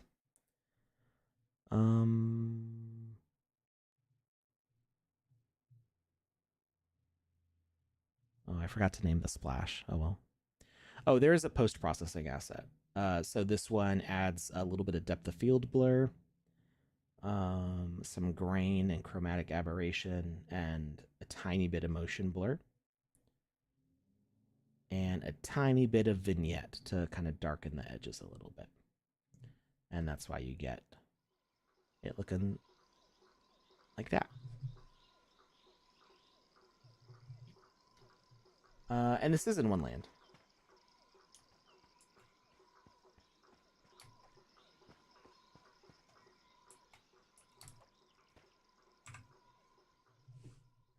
All right, back to the changelog. So Lucas, while you were still out, we were pointing out that the send message can send to specific tags, teams, or even the triggering player. So if a specific player activates something, it can send a message back to that player specifically instead of everyone. Everyone. Yeah. Nice. I have a feeling that I can make that work with my first-person shooter setup. If I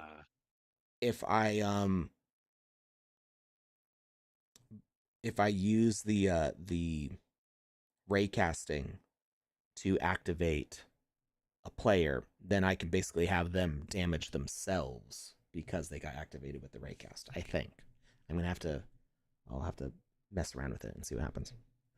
I haven't touched that in a while.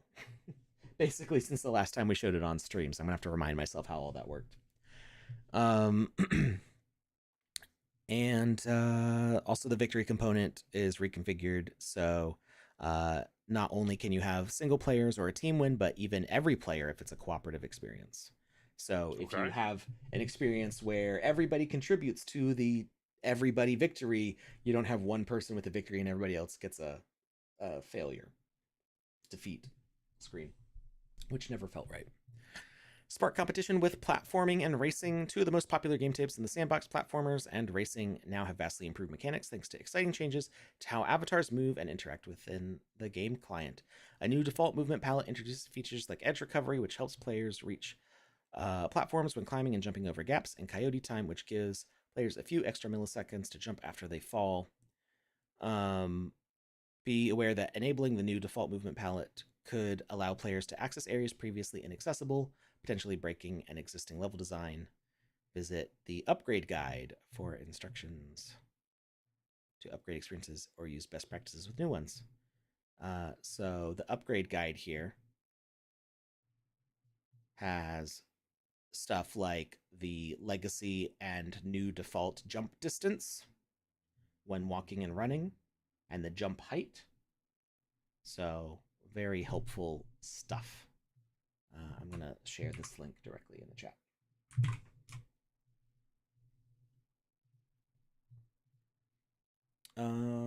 In addition to these movements, the rotate behavior allows creators to dynamically rotate game elements around their own axis or a designated pivot point. This opens up endless possibilities for more challenging gameplays, such as the creation of platform battle royale games. So this is so much better than trying to use birds. I did a little bit, yeah. I used it on this key, so you get these cool little arrows that say which direction it rotates in. So you can say if it's clockwise or counterclockwise. You can flip it. You can set the rotation speed, what axis it rotates on, so it doesn't have to be on the y-axis. Actually, I don't know. Okay, so if you rotate the object, it will change its pivot. But you can also set it for X, Y, or Z rotation. So relative to the object, you can spin it 6 different ways, but then you can also tilt for more specific rotations.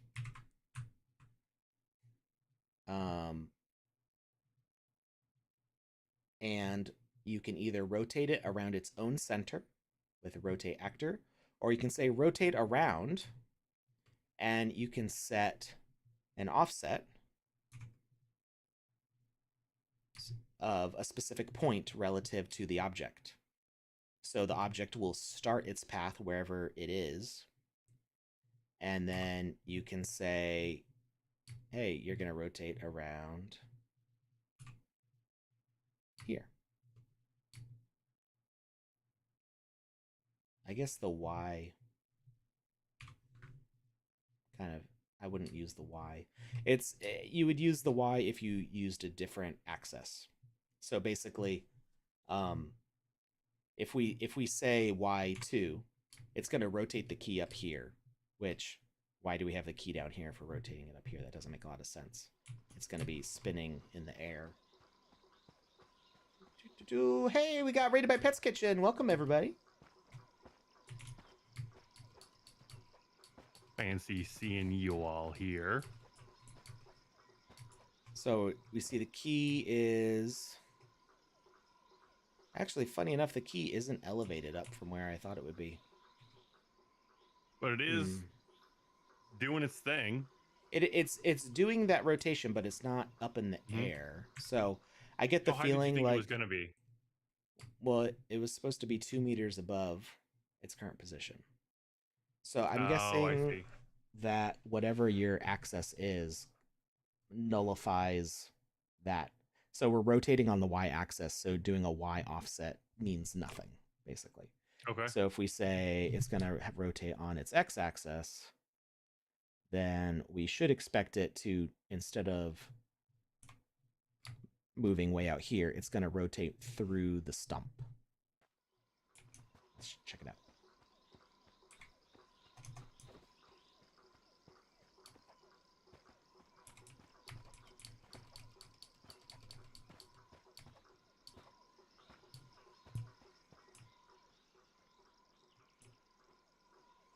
And the key is, yep, rotating through the stump. Okay, so that's just a good thing to note, is that whatever axis you set as the rotation, putting an offset on that axis it just makes it 0. So Okay. that x offset is meaningless. It does that. Good to know. I don't think there's any edit logic things on it. Yeah. So we can't turn this on and off or like have it start with the message unless you use the toggle behavior. So you could use toggle to have the rotation start at a specific point or pause the rotation at any point. So you could do spinning doors. I think I don't know if you can. I don't think you can change direction on the rotation, which would be cool. But what you could do is stack two oppositely rotating objects on each other. So when they're both running, they cancel out each other's motion, but then use toggle behaviors on each of them and make a swinging pendulum that it turns one off and the other on and then switches them. So that way you get an object that just keeps on ratcheting, basically. Okay. That sounds And interesting. well, for a long time, people have wanted to do swinging hammers that would knock people off of platforms, and we always had to come up with weird solutions because animated objects can't be can't have their collisions sensed. So it never really worked right. But yeah, I think you could do it with that. I'm excited for all the ways we can use this rotating platform. All right, we've got another ad in 30 seconds here, so I am going to very quickly read this next paragraph, and then we're going to go on an ad break. The custom avatar spawn option allows custom avatar at spawn option allows creators to override a player's default avatar with a unique non-avatar asset, transforming their appearance to better match the experience. We've always been able to do that, but what we couldn't do before is now you can set multiple ones. These custom designs retain any appropriate animations associated with them. At this stage, only existing animations from an asset in the creator's inventory or asset library can be used as custom animations are not supported yet. One way to use the custom avatar at spawn would be if a creator purchased a Paris Hilton tracksuit from the Sandbox Marketplace and wanted to use it in their sports game alongside with custom animations. Creators can easily enable this feature, making it perfect for scenarios where each team needs a distinct avatar for easy identification. More on that after the break.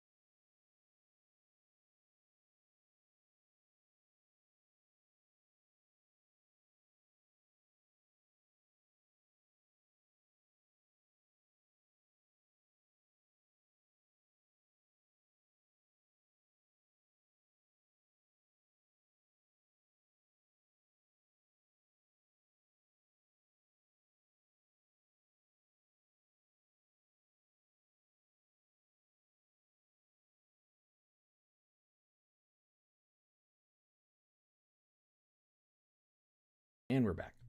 Hello, everybody. So, good question from Not Jackie Chan. What if you parent rotating objects to each other? I haven't tried it yet, but let's see what happens. In the meantime, Lucas, do we have a winner for a giveaway? We do. Okay. Congratulations goes out to Voxelized. You have won Wizzy's Singed Orange Hat.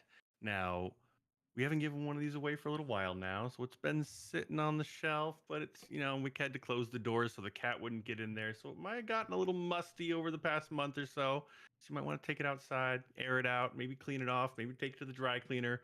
Whatever it is, it's all yours. And however you choose to do, whatever you choose to do with it now, that's on you. But congratulations, it's yours. Wear it with pride, my friend.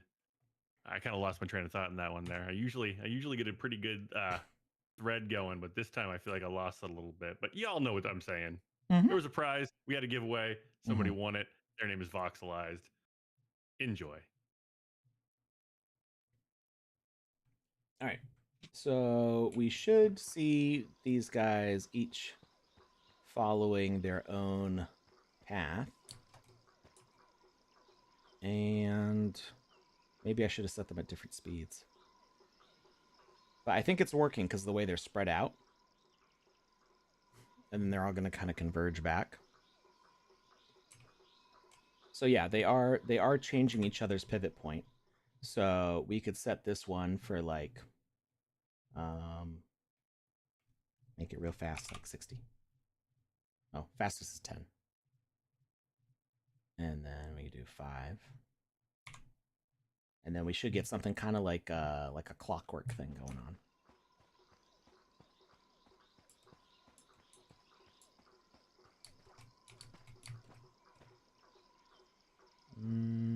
That does appear to be working. Yep. That's really cool too. So now you can set up like planetary orbits. Heck, that's you so could cool. you could even do celestial cycles in your game with like heavenly bodies going out and around. Go, Alex.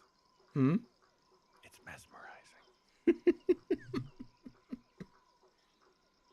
It kind of makes me wish we could have faster rotation speeds, though. Yeah, I think that someday we will. Well, technically, if we put them directly on top of each other, they should.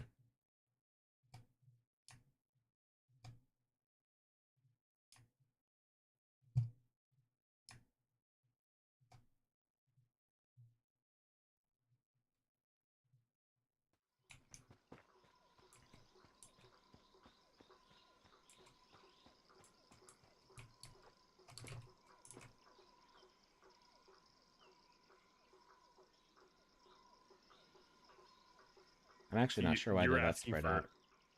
Yeah, you're asking for a faster rotation speed. In my head, I was thinking I wanted a slower. Well, no, you absolutely could do slower, but I realized what I did wrong is that they're all set to that they're still offsetting their pivot points, so you want them to rotate around the actor itself. Mm. And now they should rotate 190 degrees, make it less weird.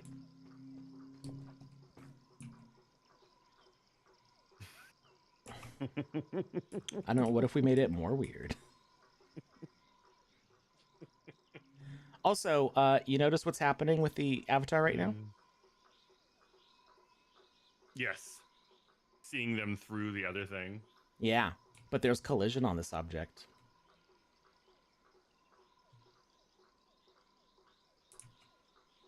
So now it's not 100% perfect, but now you can walk behind things without your camera going boing, boing, boing, boing every single time it bounces into something. This is a big deal for me.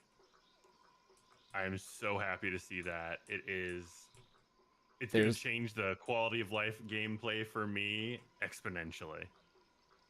So yeah, you can see your avatar through things now, which means that the camera is free to not bounce around so much.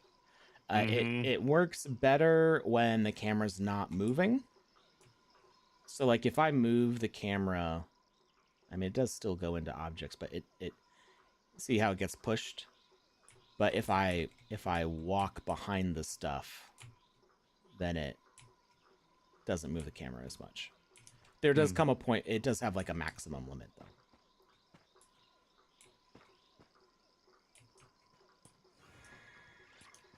So yeah, much better for stuff. Yeah.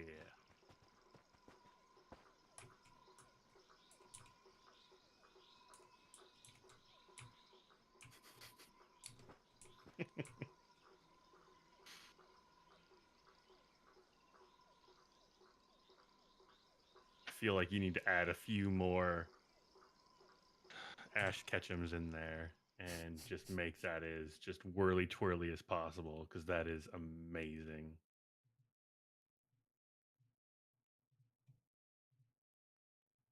How fast can they go?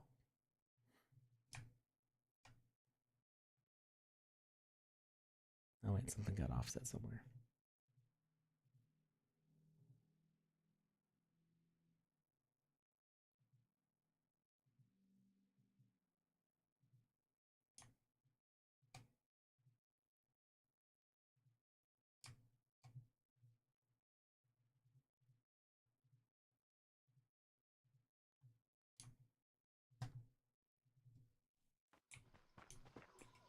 I won't be satisfied until I see your frame rate drop.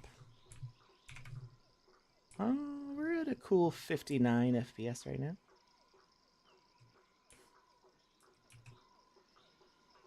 Oh, they do eventually sync up. Sort of.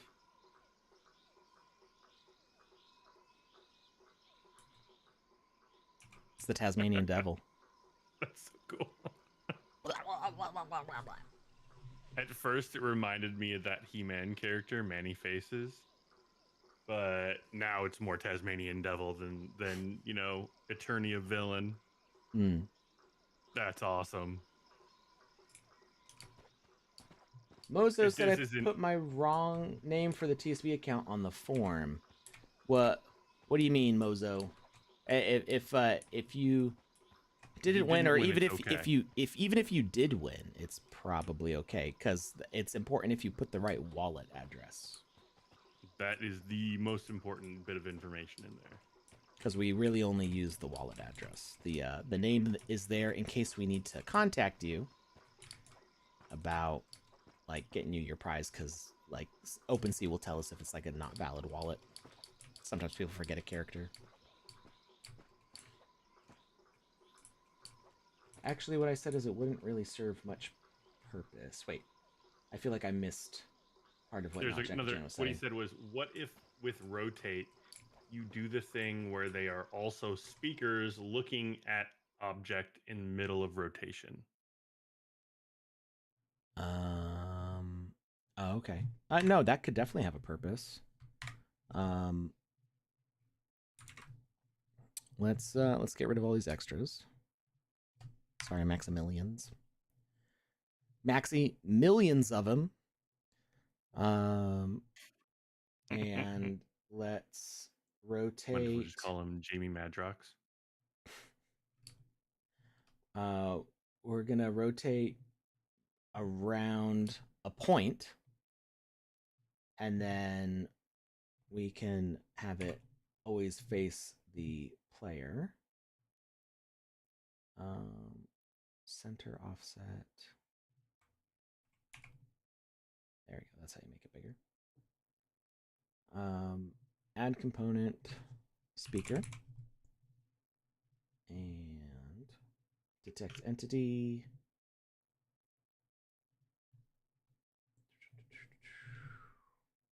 Always look at target, every avatar in range. So now he should be spinning and always facing me as long as I am in range. And does not seem to work. But it might be one of those things where if you attach multiple assets, it might work. Now it just looks like he's taunting you. Like, can't catch me, can't catch me. Yeah. So if we duplicate and stack, and then we remove this behavior, none, and then remove the speaker, and make this one visible, I would think now Maxi Billion. Whoa. Where'd he go? Did it make both of them invisible? It made both of them invisible. That's not what I wanted. This one you should still be able to see. There we go. Now I think he should be facing me. Yep, he does.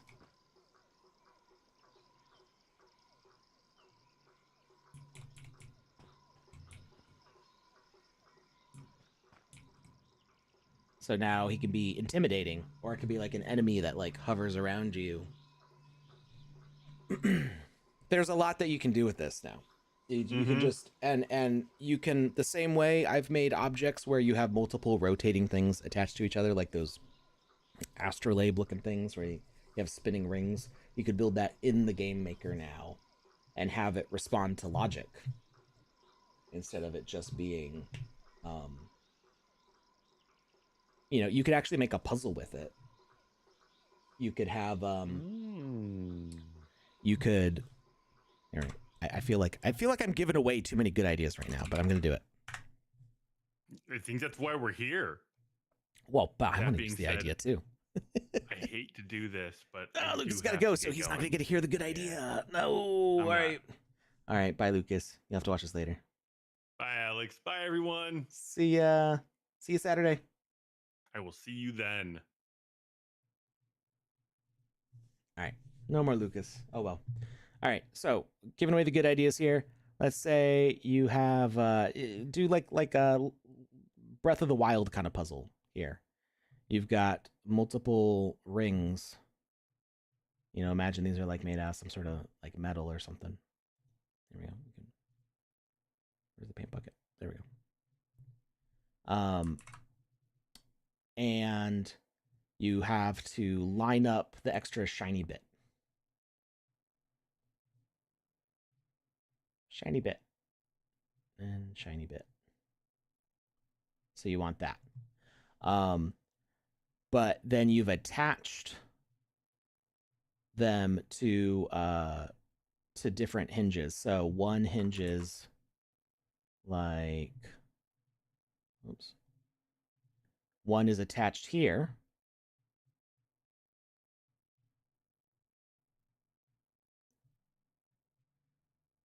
So this part spins on here. And then this ring spins here. So now you've got this offsetting turn where when you flip a switch, the object will rotate. And it's going to make the other one rotate that's attached to it. So you could have both rotating, looking like some super cool, I don't know, like H.G. Wells' The Time Machine, First Contact. Get these cool spinning rings. I just love the spinning rings thing. They just look cool. And when you turn off the switch, it will stop them spinning. And your goal is to like line up these with a specific laser or something. So a laser beam has to shoot through these holes or something. Heck, you could even do it. You could do it with the ray casting thing.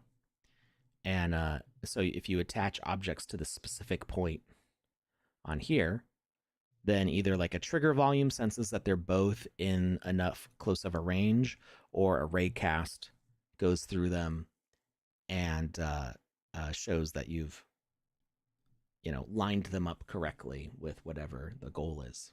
And so you have to turn the switches on and off to like get the rotations into the right spot. I want to build this. So I just get excited for these new features. Like, what can I do? I just want a thing that lets me use this new tool. I'm like a dad in Home Depot. I've been a dad in Home Depot. All right. So about the asset library thing. So now with the spawn plate, when you define teams,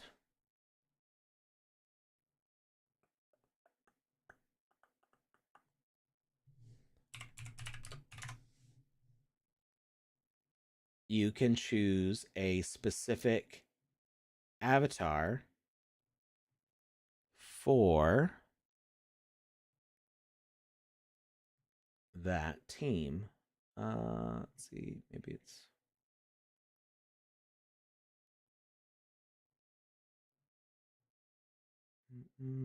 So you can set specific equipment for a specific team. You can also set a specific avatar for a specific team. So you could select this one for that one, and then we can make another one and make it somebody else. And so now, if you spawn on this one, you're on this team. And if you spawn over here, you're this one. So now you don't have to use equipment to define which team somebody's on. You can actually use different avatars.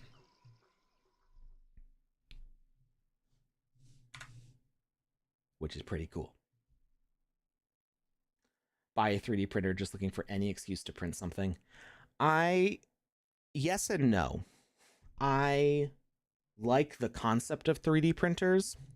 I don't really like the texture of 3D printed stuff. I've gotten some trinkets and some things that are 3D printed that I really like, but in general, like you need a really expensive 3D printer to get the really fine line 3D printed stuff, and I wish it was easier to get a nice smooth print. Can you switch teams in middle of a game? I don't believe so. I believe team assignments are permanent for now, but this is a step forwards. We want to continue to improve the options for matchmaking and player selection of stuff. I think, does this say spawning?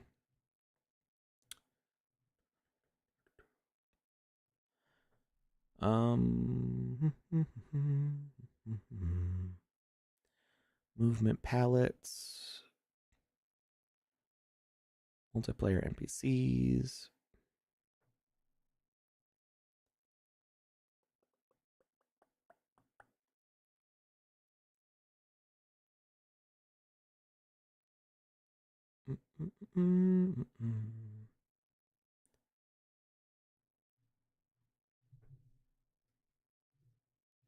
Okay, I didn't actually see.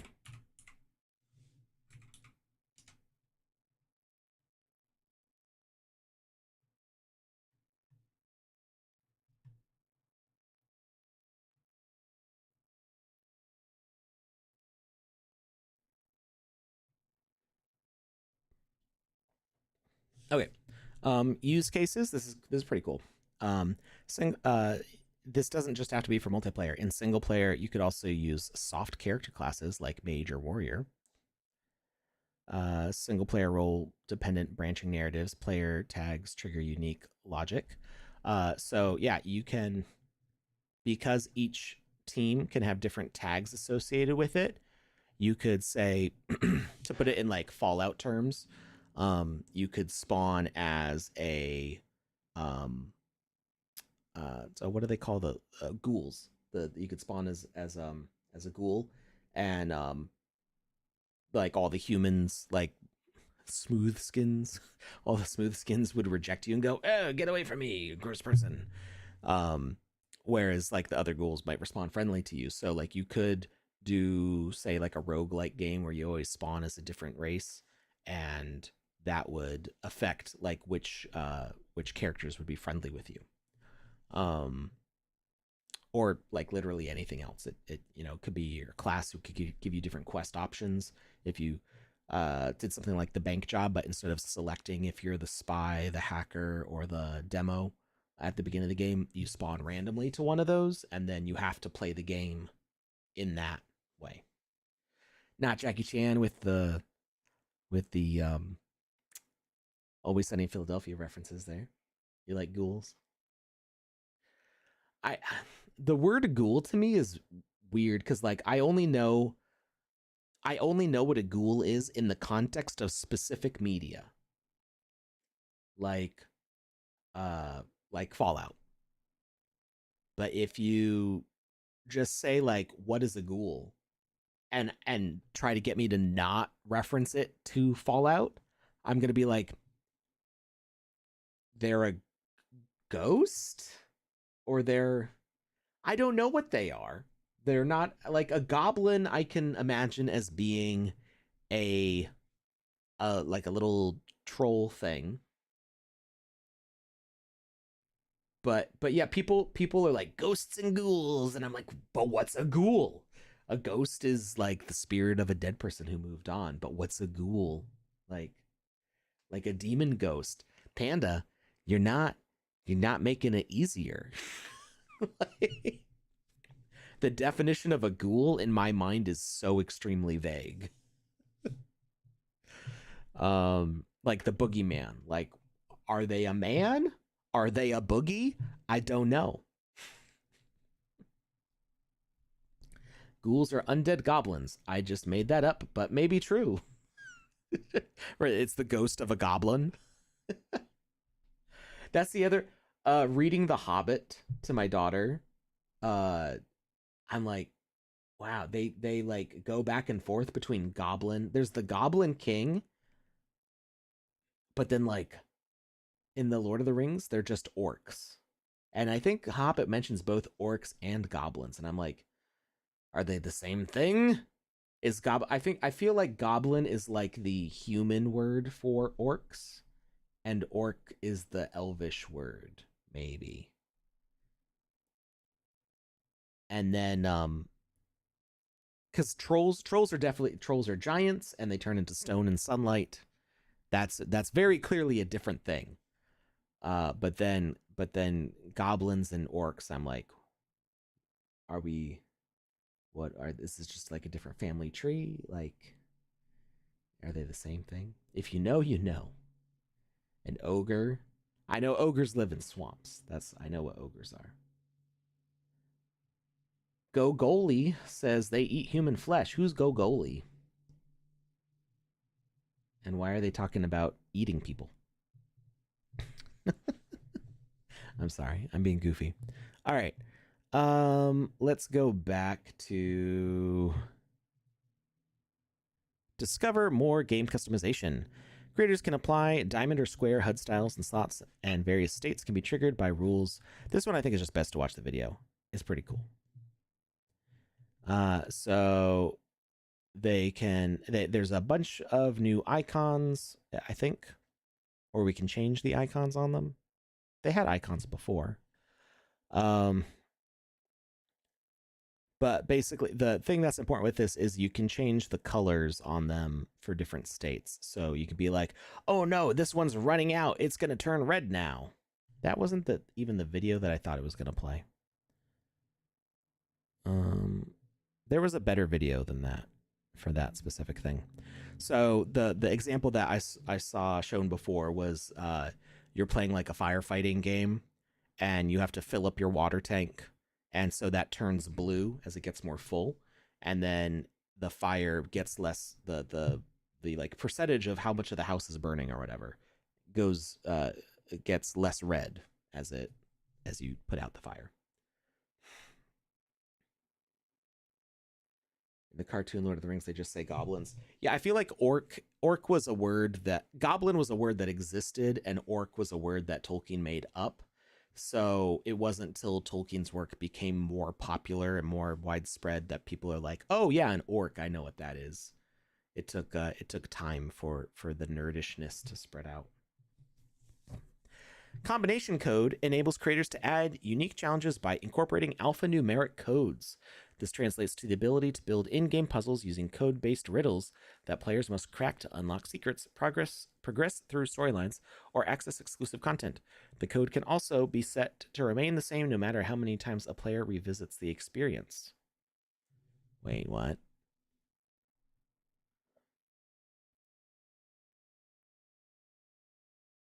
What does that mean? Stay the same no matter how many times the player revisits the experience. Does that...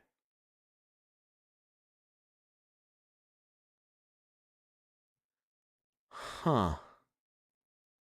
My brain is like, does that mean that there's persistent data that we can manipulate now?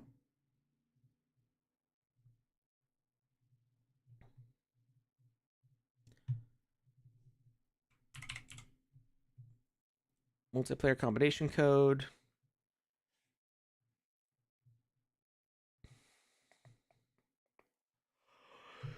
So we can set the correct code. Display text true. Correct code 1, 2, 3, 4. Is there a limit? Okay, up to 6. 5, 6. Failed message, success message. Broadcast type. What does it mean by set to remain the same no matter how many times a player revisits the experience? Ah! It crashed. No. Let's try that again. Panda, do you know what that's about? The code can also be set to remain the same no matter how many times the player revisits the experience.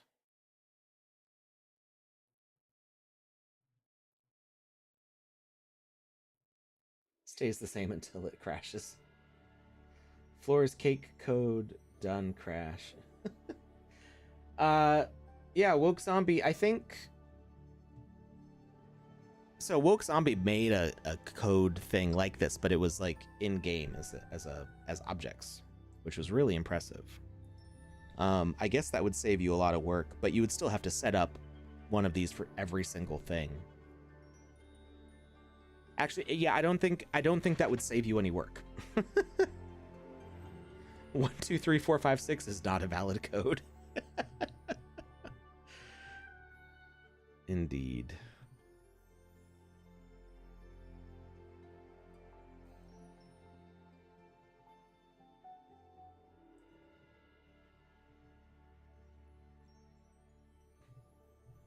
I'm just gonna make a blank one. So yeah, Woke Zombies thing would send out different messages based on what code was selected. It's a 5-digit limit. Wait, what? But it lets you put in 6. Is that why it crashed? Or is Tom Voxel just saying things to mess with me?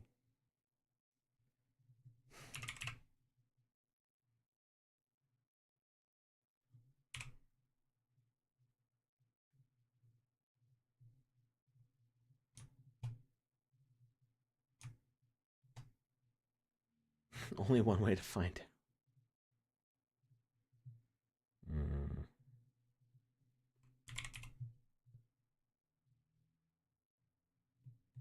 So Woke Zombie, I don't think that this would work at replacing what you did in the floor is cake, because it's a one-time use thing. So you would have to, yeah, it wouldn't work because you're not sending the input for like multiple possible things. It's not going to be like wrong code, wrong code, wrong code, right code, all stacked up on top of each other at the same time.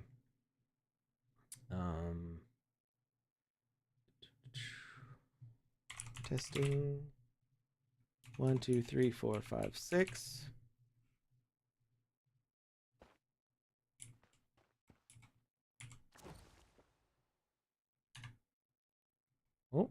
Oh, it doesn't let you type it? Oh, it does let you type it. Yay! It's got cool sound effects with it. It's very dramatic.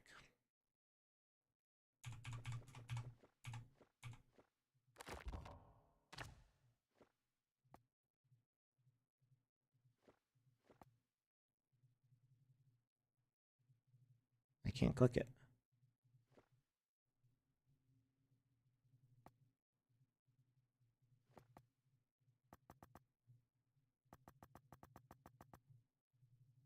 The middle one doesn't click.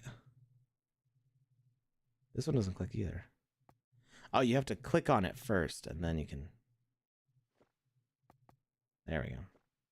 That's kind of weird that you have to click on it first.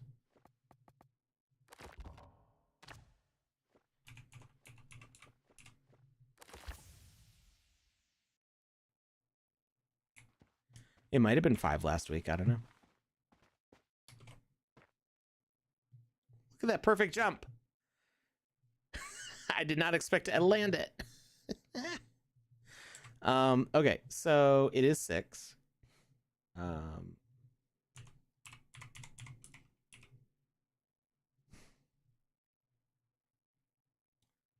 But you can't set multiple correct codes.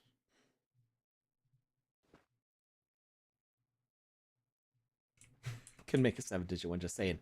Oh, Xambe, I'm pretty sure you can make like a 50-digit one if you really wanted to.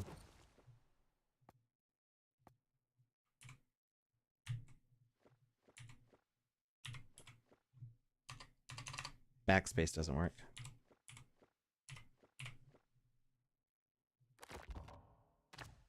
What? Oh. Did it? I didn't see how I skipped a letter there.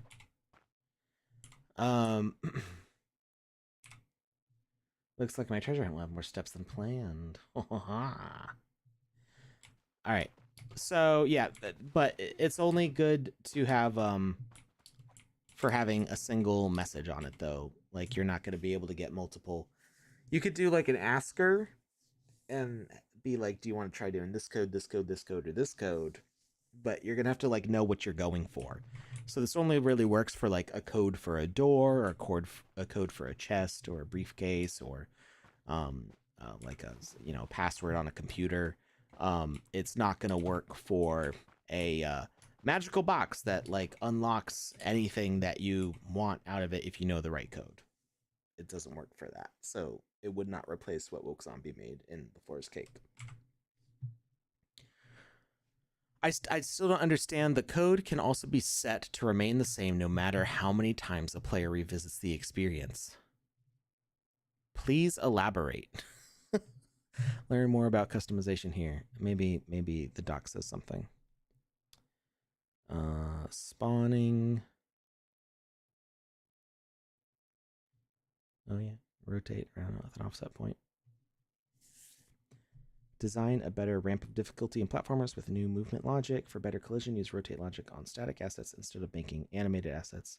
Emphasis collectibles, power-ups, or art with active rotation. Combination code behavior. Set up alphanumeric codes, 3 to 6 characters, 4 players, for puzzles, quizzes, etc. Add 70 to 80 characters of display text for hints or instructions. Use cases make codes discoverable in-game or share them with your player community to unlock gameplay secrets, perks, and more. Build a failsafe into your game using rules so players can't access full game features if they guess codes too many times. Oh, so... Okay, yeah, if they get the wrong message, getting the wrong message could damage the code item. So like it's like when you force a lock in a Bethesda game and then you break the lock, so you can't unlock the door anymore.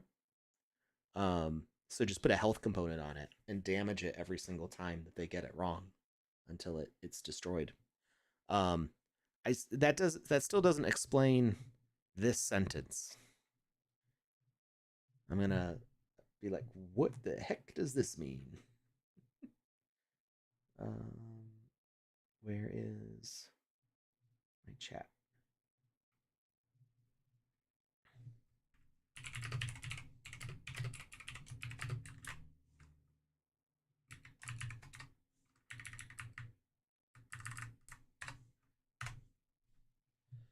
All right, moving along because I can't figure out what that is referring to.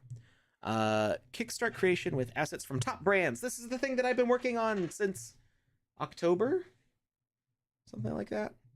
Feels like forever.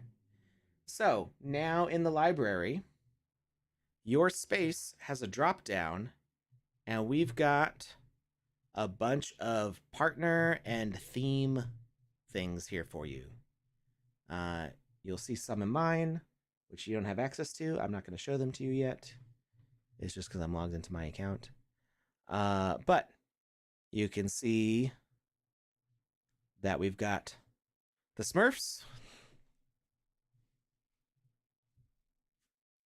And we've got like, what is this? 12, 24, 1, 2, 3, 4, 5, 6, 7, 8, 24, 48, We got 50 Smurf assets in here for you. These are official ones from the experiences in seasons that you saw. So you got some Smurf houses. You got giant Smurf butterflies. You got cool Smurf bridge. You got these ginormous dead trees. Gargamel. Flowers. More houses.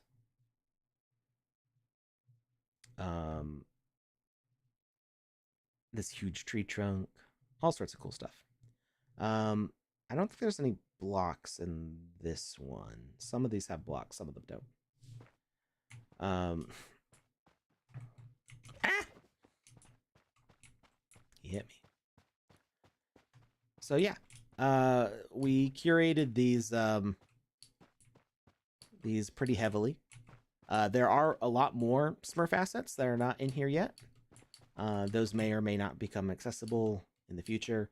We're gonna see how y'all like these kits and what you do with them, and see how we can help improve. But our goal in all of these was to try to give you a good variety of assets that you can always build something with. So there should be some NPCs, there should be some enemies, there should be some buildings, there should be some props and some collectible items, and even some equipment if it makes sense with that particular IP.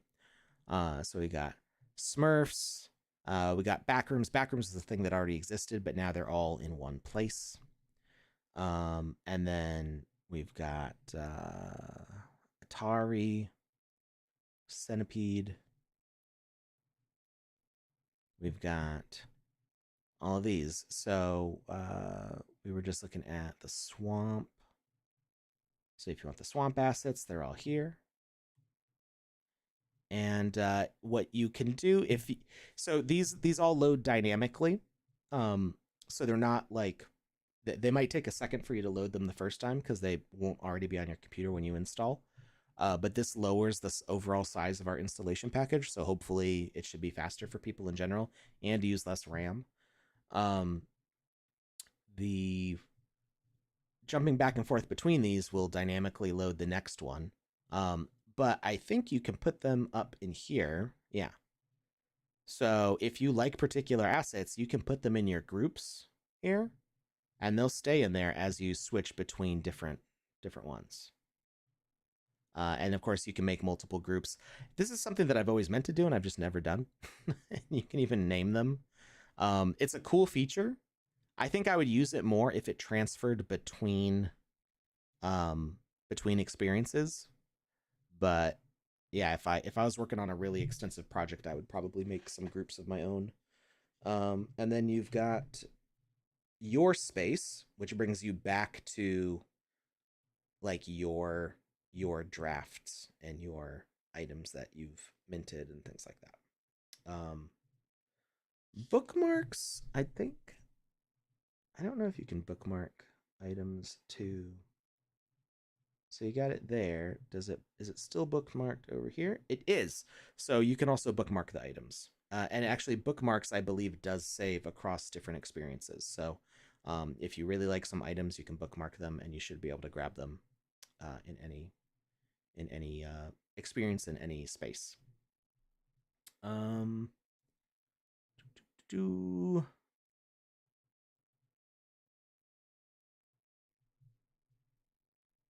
Let's see.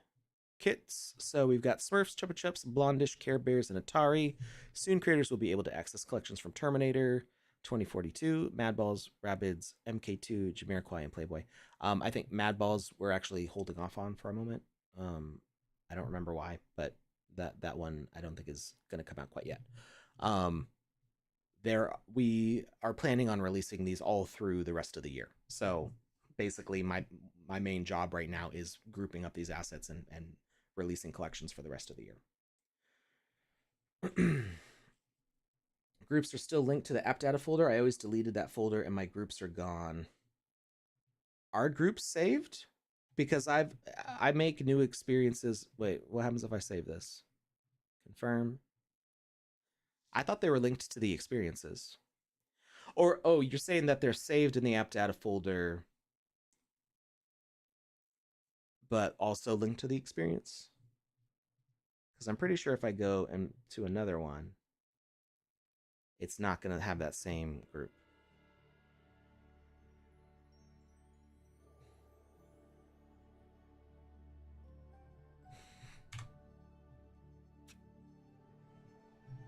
Woke Zombie's been liking them. Thank you.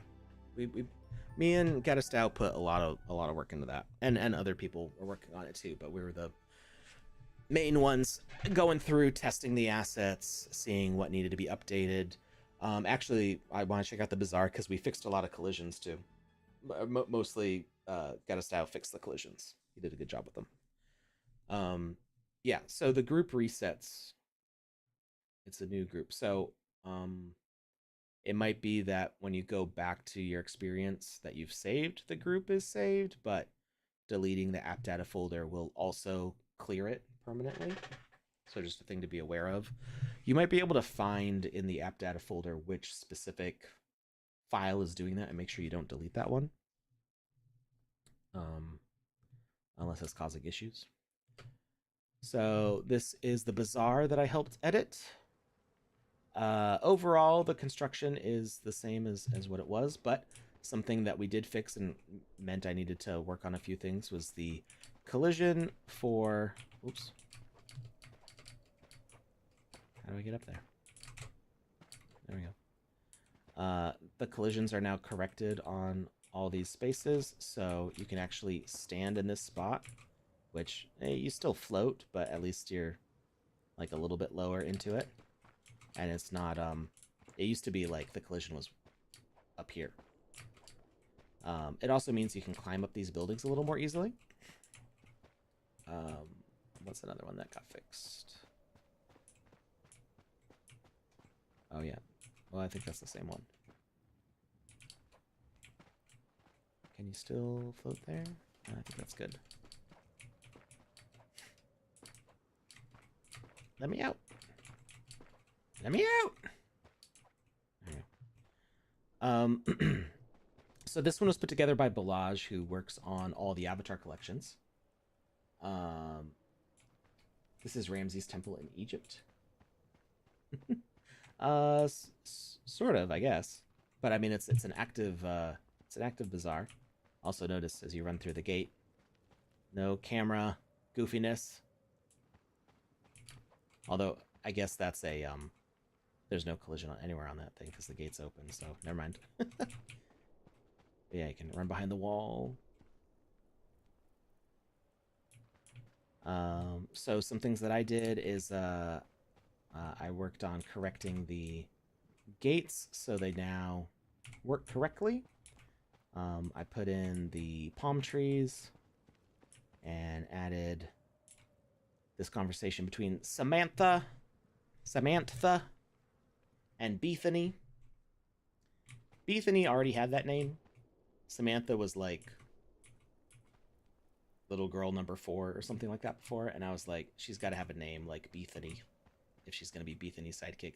So she's Samantha.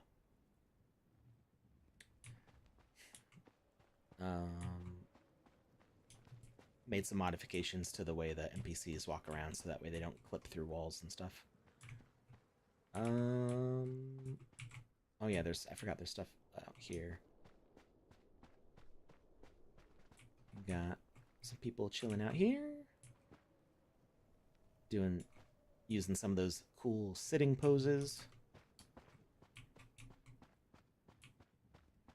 This is also 1x1, although it feels like a 2x2. This place feels huge. Added a bunch more palm trees. We had some walls that were added.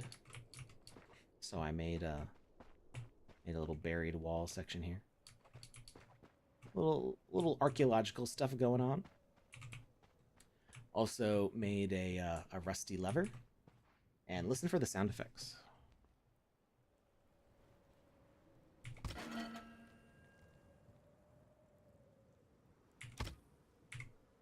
And now the lever's been used.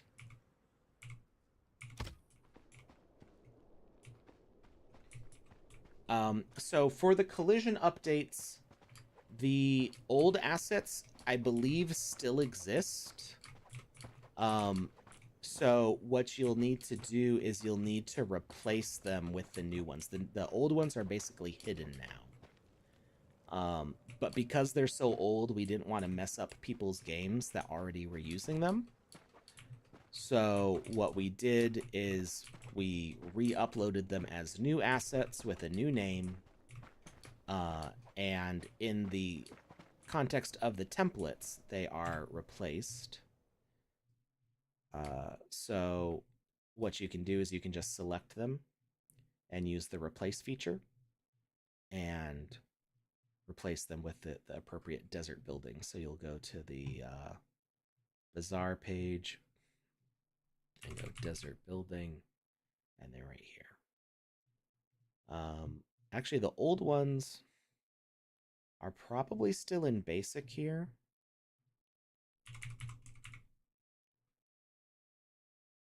Desert building. Yeah, but they're numbered and stuff. Like, they don't have the right names.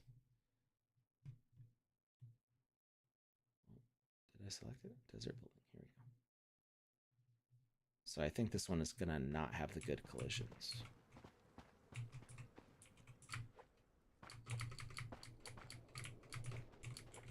It's also got a ladder on the side. We removed the ladders so you can add in your own ladders with the ladder behavior. Can I jump on this guy's head? That is the question. Oh. I can fall and hurt myself. That's what I can do. Why am I having a hard time jumping off the edge here? Come on. Coyote time it. Oh, it's too far away.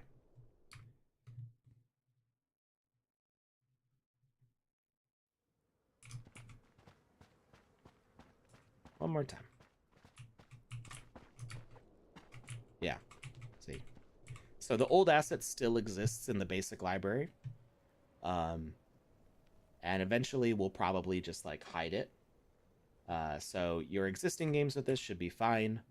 But if you want, you can go and select the updated one, which will be a lot nicer.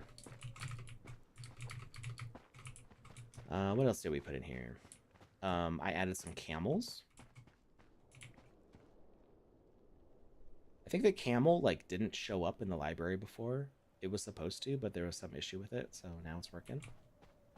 And it's got a little watering hole. And oh yeah, there's another little cave. And my favorite part,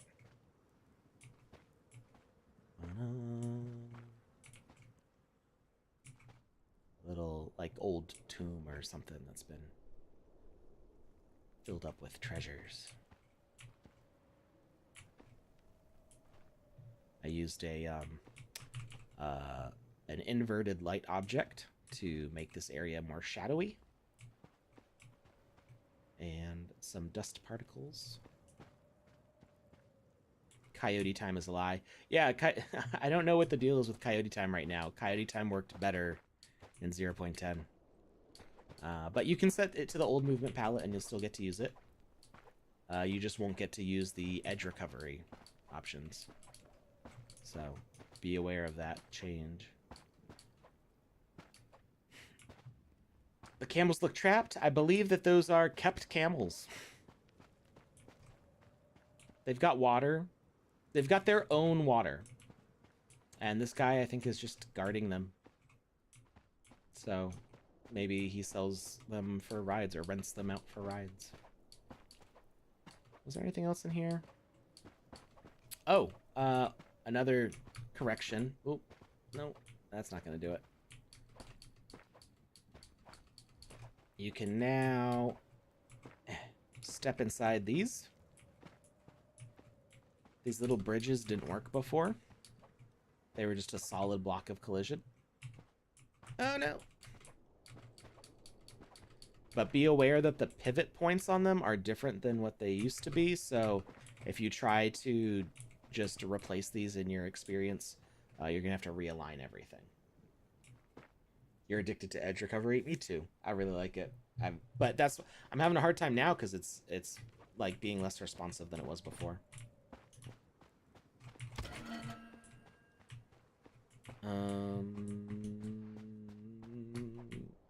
And there's a little mouse thing that's running around. It's cute. Little desert mouse.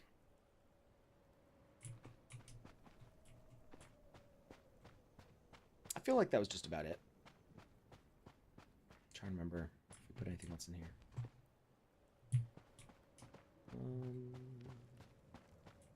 But yeah, this was another really, really pretty one. So thanks to Balaj for putting this one together.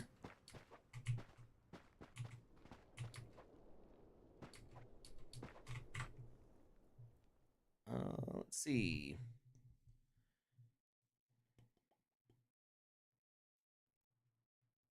So tag game template, trivia game template, idle clicker template. I'll let you guys figure that stuff out, reading that on your own. Rules connections. Yes. So let's go to something that has rules in it. Solid Block of Collision is a great album name.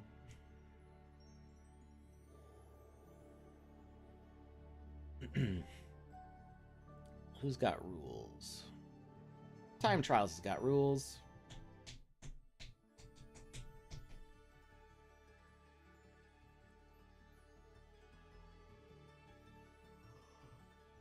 Oh, sorry.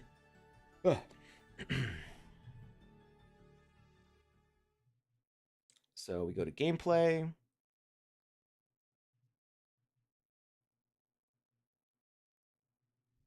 Zoom out a bit.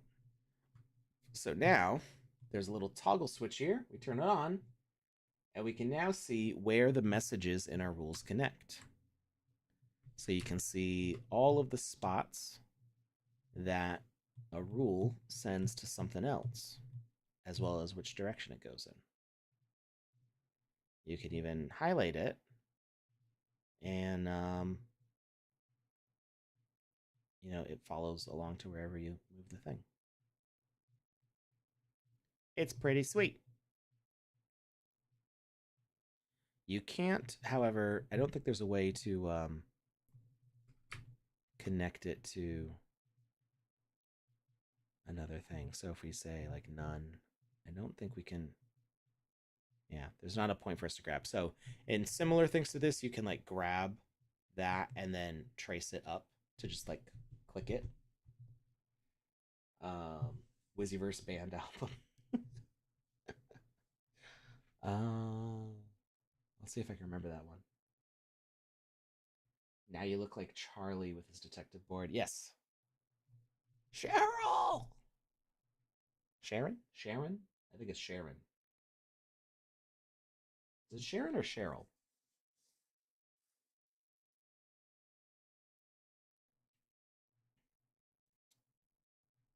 Um, you've got copy and paste here, which, I mean, we could do that before, but I think the key here is not so much copying and pasting here, but I believe we can do it on behaviors now as well. So we can go to our hierarchy panel. Maybe? I feel like there's a copy and paste in here now. Ah, here it is. So when you've got another logic over here that doesn't have that logic that you want, you can click on one and you can right click on here and click copy. And now you can click, well, I guess you can't do it there. Maybe if I set it to none. No. Paste. What? Okay, it lets me copy, but it doesn't let me paste. Oh, maybe you need to have, maybe it needs to be the same one already.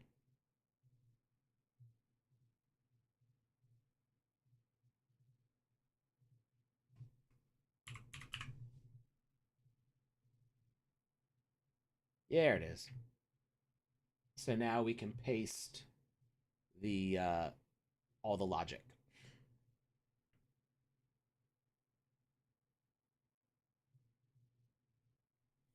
But it's just per thing. So we can copy the defeat, and then we can add a defeat component, and then we can paste the defeat right in there. Pretty sweet.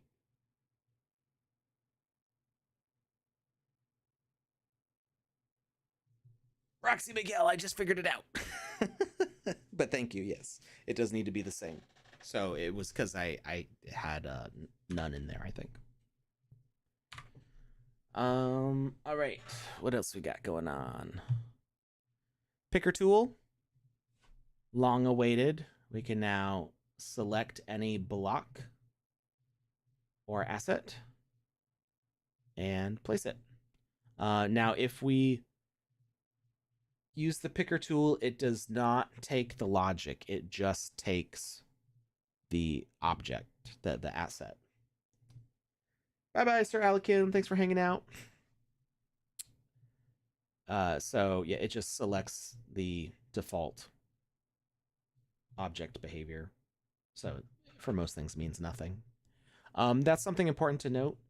The dynamic libraries, or the asset kits, there are default behaviors on these characters. So, like NPCs have the citizen behavior, enemies have predator behaviors, things like that. Doors have door behaviors. I tried to pick things that made the most sense and not get too over specific. Now, it's not possible for me to customize the values on these, so something like the Bizarre Lantern having the light means it is like a spotlight, which is kind of weird. So you have to switch it to, oh, I guess it is a point light. It's just below the ground. Ah, it's too low. So you have to adjust these things. So like the light is coming actually from a point that's in the ground slightly. So you have to adjust it up. You go like 0.1, and then it's like up where the light actually is, and then adjust your various values. Wolves have asset spawner behaviors. That should have been fixed. Yep, they're predators now. So we went through and we fixed a lot of them. Basically everything in the asset kits should be correct now. Like we went through with and like tested every single one. The NPCs, we might gradually add more animations to them, but it's going to be a slow process updating all these characters. And it wasn't a top priority to make sure like these really old ones had all the new animations. So it is going to be a step-by-step thing. But yeah, we want to make sure that the desert buildings had the correct collisions, and all the things that used animation, like doors, we wanted to make sure that they worked correctly by default with the door behavior. There were a few NPCs that had that were like updated or corrected. Specifically, City has some NPCs that have been like missing in action for a very long time. We've got Jack Jones, Lisa, Lydia, Marianne. I think those are the only ones. Yeah, and there's also Maximilian in there. So several of these NPCs, I think Lisa worked before, and then it was like Lydia, Marianne, and Jack Jones like just didn't show up in the Game Maker. So we fixed it. Oh, we had an ad. I missed the thing. I'm sorry. Hopefully nobody missed anything important. So anyway, these NPCs are back from the beyond. They need some updates. Like they got the old style hands, which I never really liked. These weird little fisty things. And they are missing a lot of the new animations. So we'll probably go through and update those, but it's going to be a little bit of a slower process getting those up to date. But they should be much more versatile soon. Look at this cute little pigeon. He's a fat little guy. He's so cute. I like the pigeon. I know there's some collisions on which one is it? I think it's the town hall. The town hall has some weird collisions that I want to fix. I just haven't gotten to it yet. Like the steps don't work quite right. The stuff on the roof is kind of weird. So there's some more improvements coming. But in general, they should be all set with the behaviors. We went back and forth many times. Oh yeah, there's a crow too. We went back and forth many times getting these all fixed up.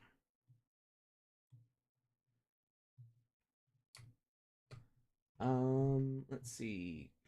Bert Z says, a question may have been asked, but I'm just back from work. I've heard ETH assets are to be moved to Poly. Is this correct? And if so, do we need?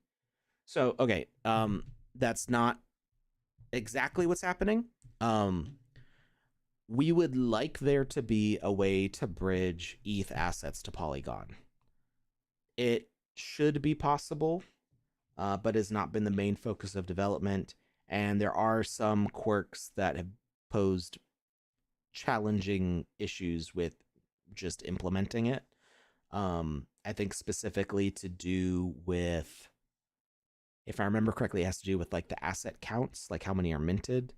Once you bridge them, if they're not all bridged at the same time, you end up with different quantities, some on ETH, some on Polygon, and it becomes difficult to like make those talk together so that way the count is correct. There might be other factors in there.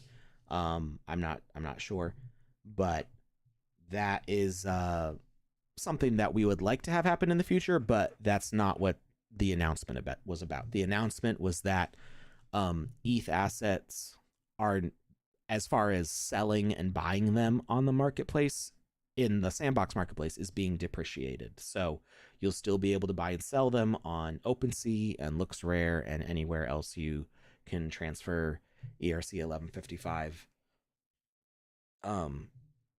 layer 1 tokens like Sandbox assets. The reason that we're doing this is that there's not a lot of layer 1 marketplace volume right now in the Sandbox. There's not a lot of people buying and selling layer 1 assets, and you can't mint layer 1 assets anymore. So one of the issues that comes up is that anytime we want to make an update or a bug fix to the layer 2 marketplace, we have to include fixes also for the layer 1 marketplace, which is basically dead weight. That there's nothing new happening on layer 1 in the Sandbox, so continuing to support it just drags down what we can do for layer 2. So layer 1 assets will still be searchable on the marketplace, so you'll still be able to see them on your profiles and in collections, and you'll be able to find them, and they'll just have a look for this on OpenSea link, and you'll see the asset ID, which you can put into any marketplace.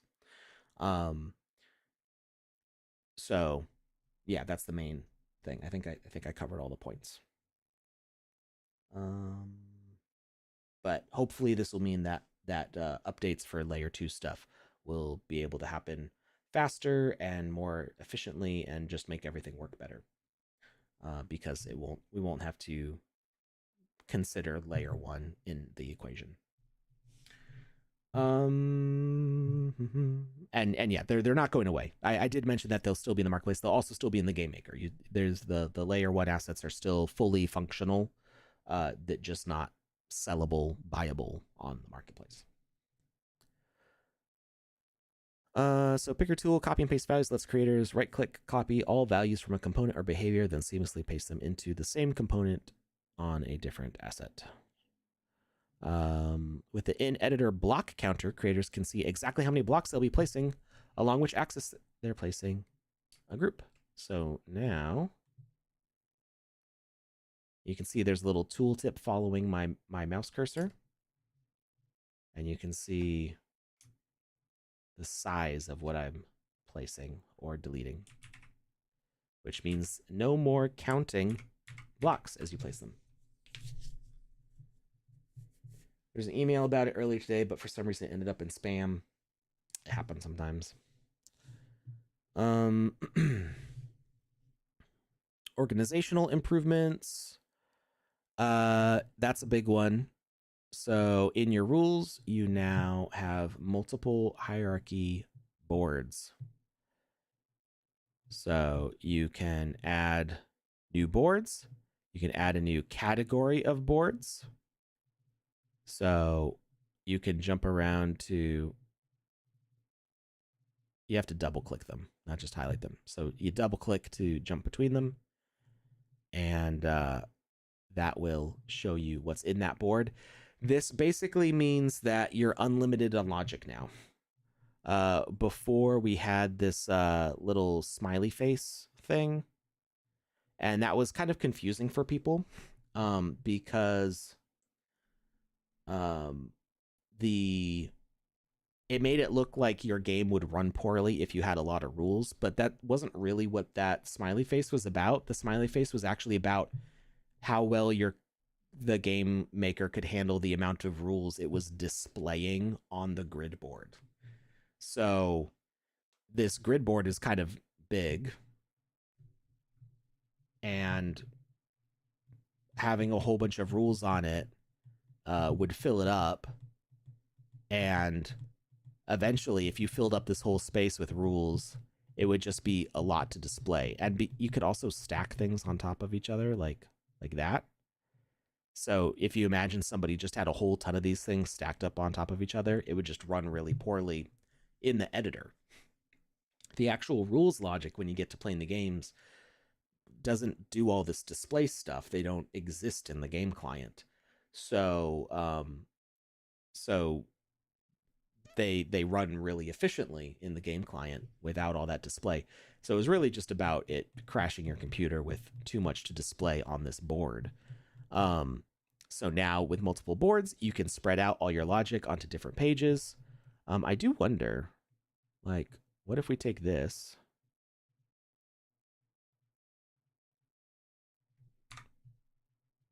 What if we copy and we paste it over here? And it doesn't show any connections to anything. Interesting. So your connections display will only really work on the same board. But generally you'd want related items to be on the same board anyway. So now if you have, say, like a boss fight that uses specific logic in the rule system, you can have a board dedicated specifically to each boss fight. So only that one boss on that one board. And then you can make the category and you can rename it to bosses or whatever.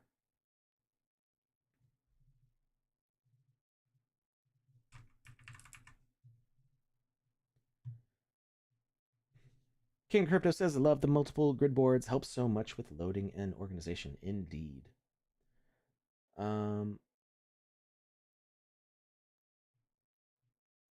Whose ears are burning? Tom Voxel's ears must have been burning. We'll seek it out.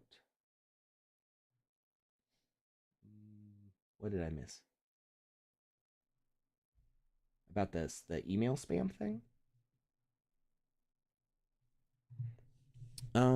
Let's see. Multiple grid boards. Actor count gives creators a clear view of the number of actors and logic assets in their scene directly from the hierarchy panel, allowing them to create pages for interface rules, quests, logic, scorpus systems, or whatever they need. Where is that? There we go.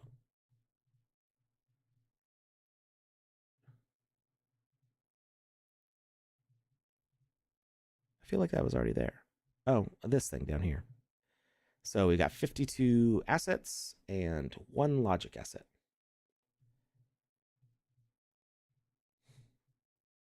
So you could kind of already do that with the the validator. Click run on there, and well, I guess that doesn't work anymore. Where'd our validators go? Oh, there we go. Number of actors, stuff like that, within acceptable parameters.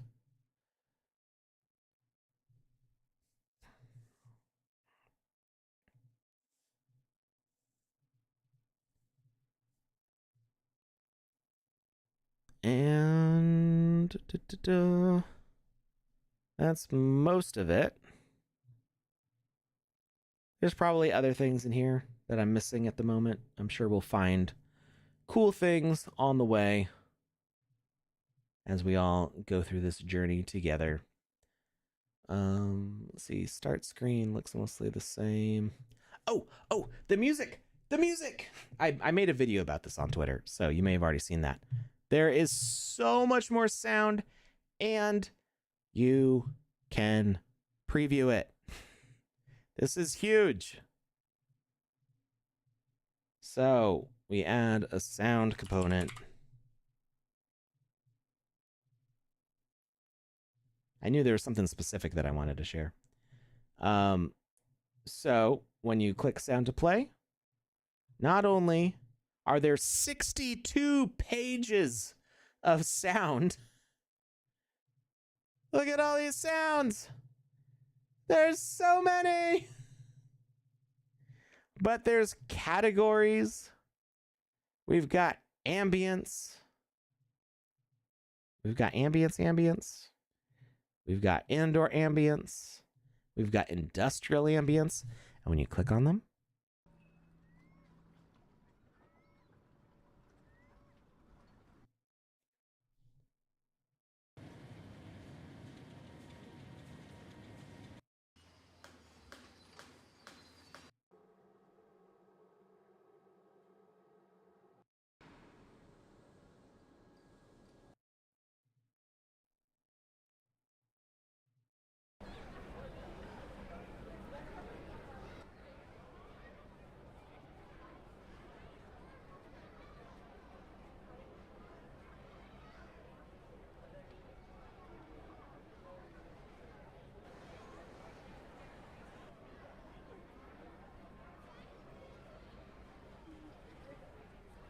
I think I'm selecting too many. It's getting mad at me. Oh, it got stuck. There we go.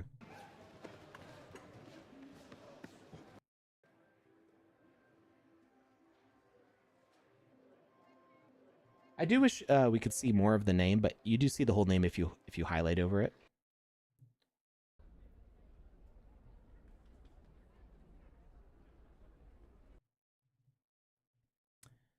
So we got ambiences, we got animals, cinematic, whooshes. You want a frog? I'll let you hear a frog.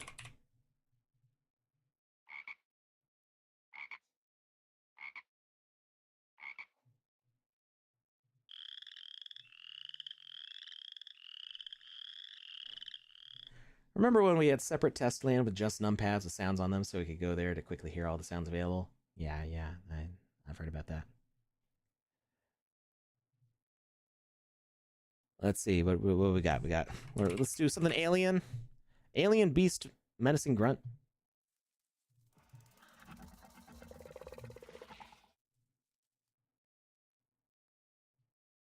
Alien monster small talking.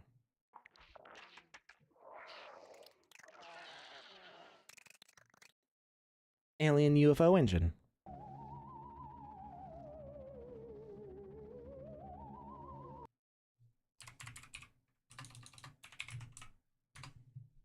A boat engine.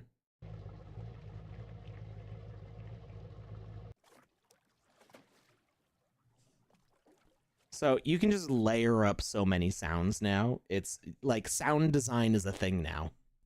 Like serious sound design. There's just so many cool options, and there's more music than there was before too. We got environmental, horror, gore. Sword swinging squelch. Ew. Heavy smash body splatter. Somebody just got crushed to death. Slimy creature spawn. You. Destruction. Entertainment. Ooh, arcade sounds.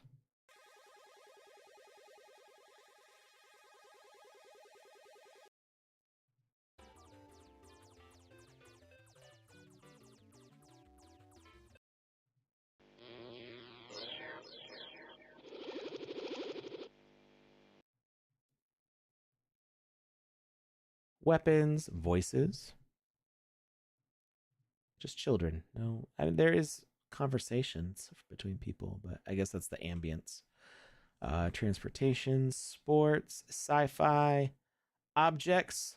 You just want to hear what wood sounds like. That sounds like wood. That also sounds like wood. Like wood with the dog barking.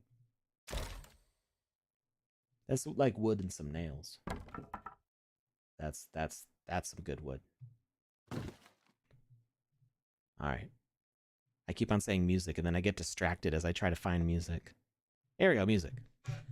3 pages of music. There's so much more music.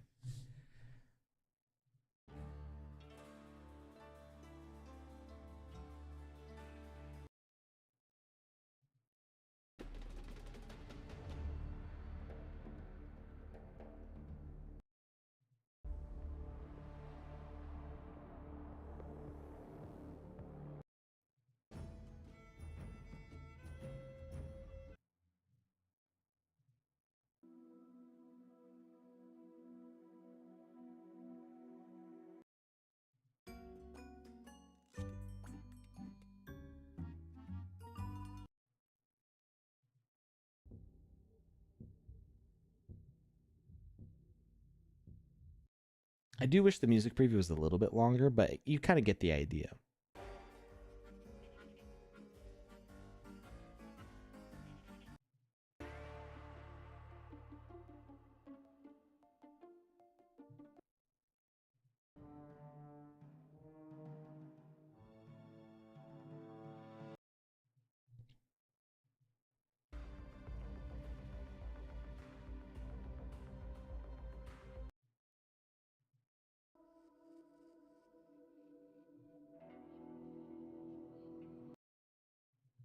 I think if you go to select ambience, it'll play more. Oh, so the select music and ambience is still pretty limited.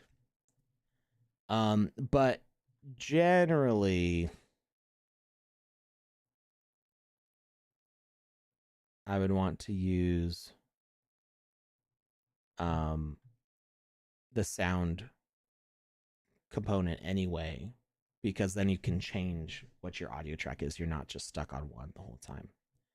Whispers of the Crypt, was that even in there? I don't remember seeing that. Oh, I guess it was.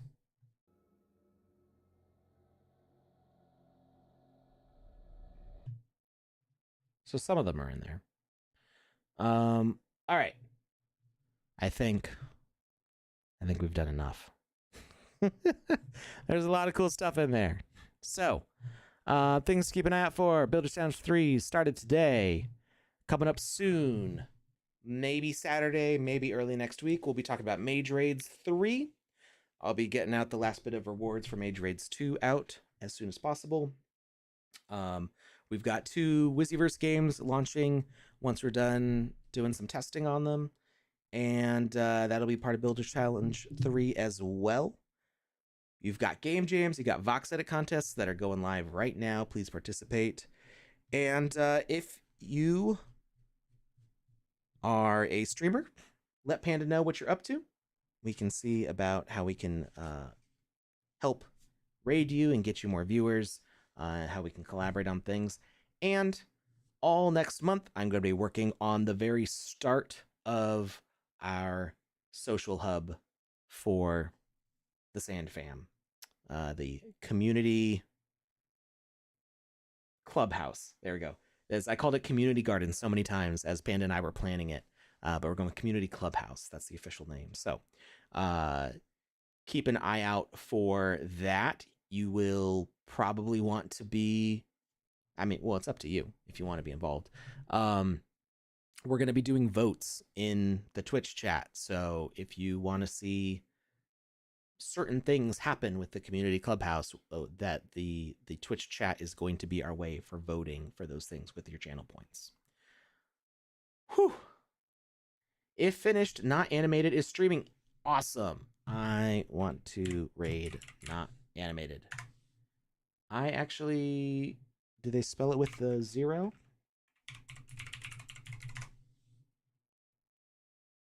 They do. We're following them anyway. Sweet. All right.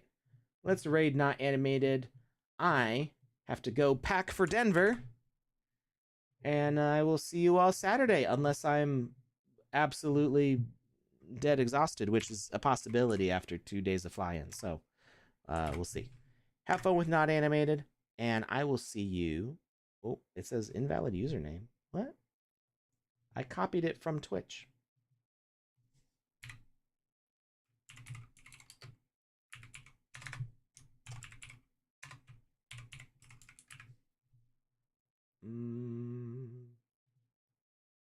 Why? Oh, that's weird. Okay. It was like spelled differently. It's still saying invalid username. What is going on? Raid has been created. Okay. All right. We got it. Thank you, everybody. I will see you next time.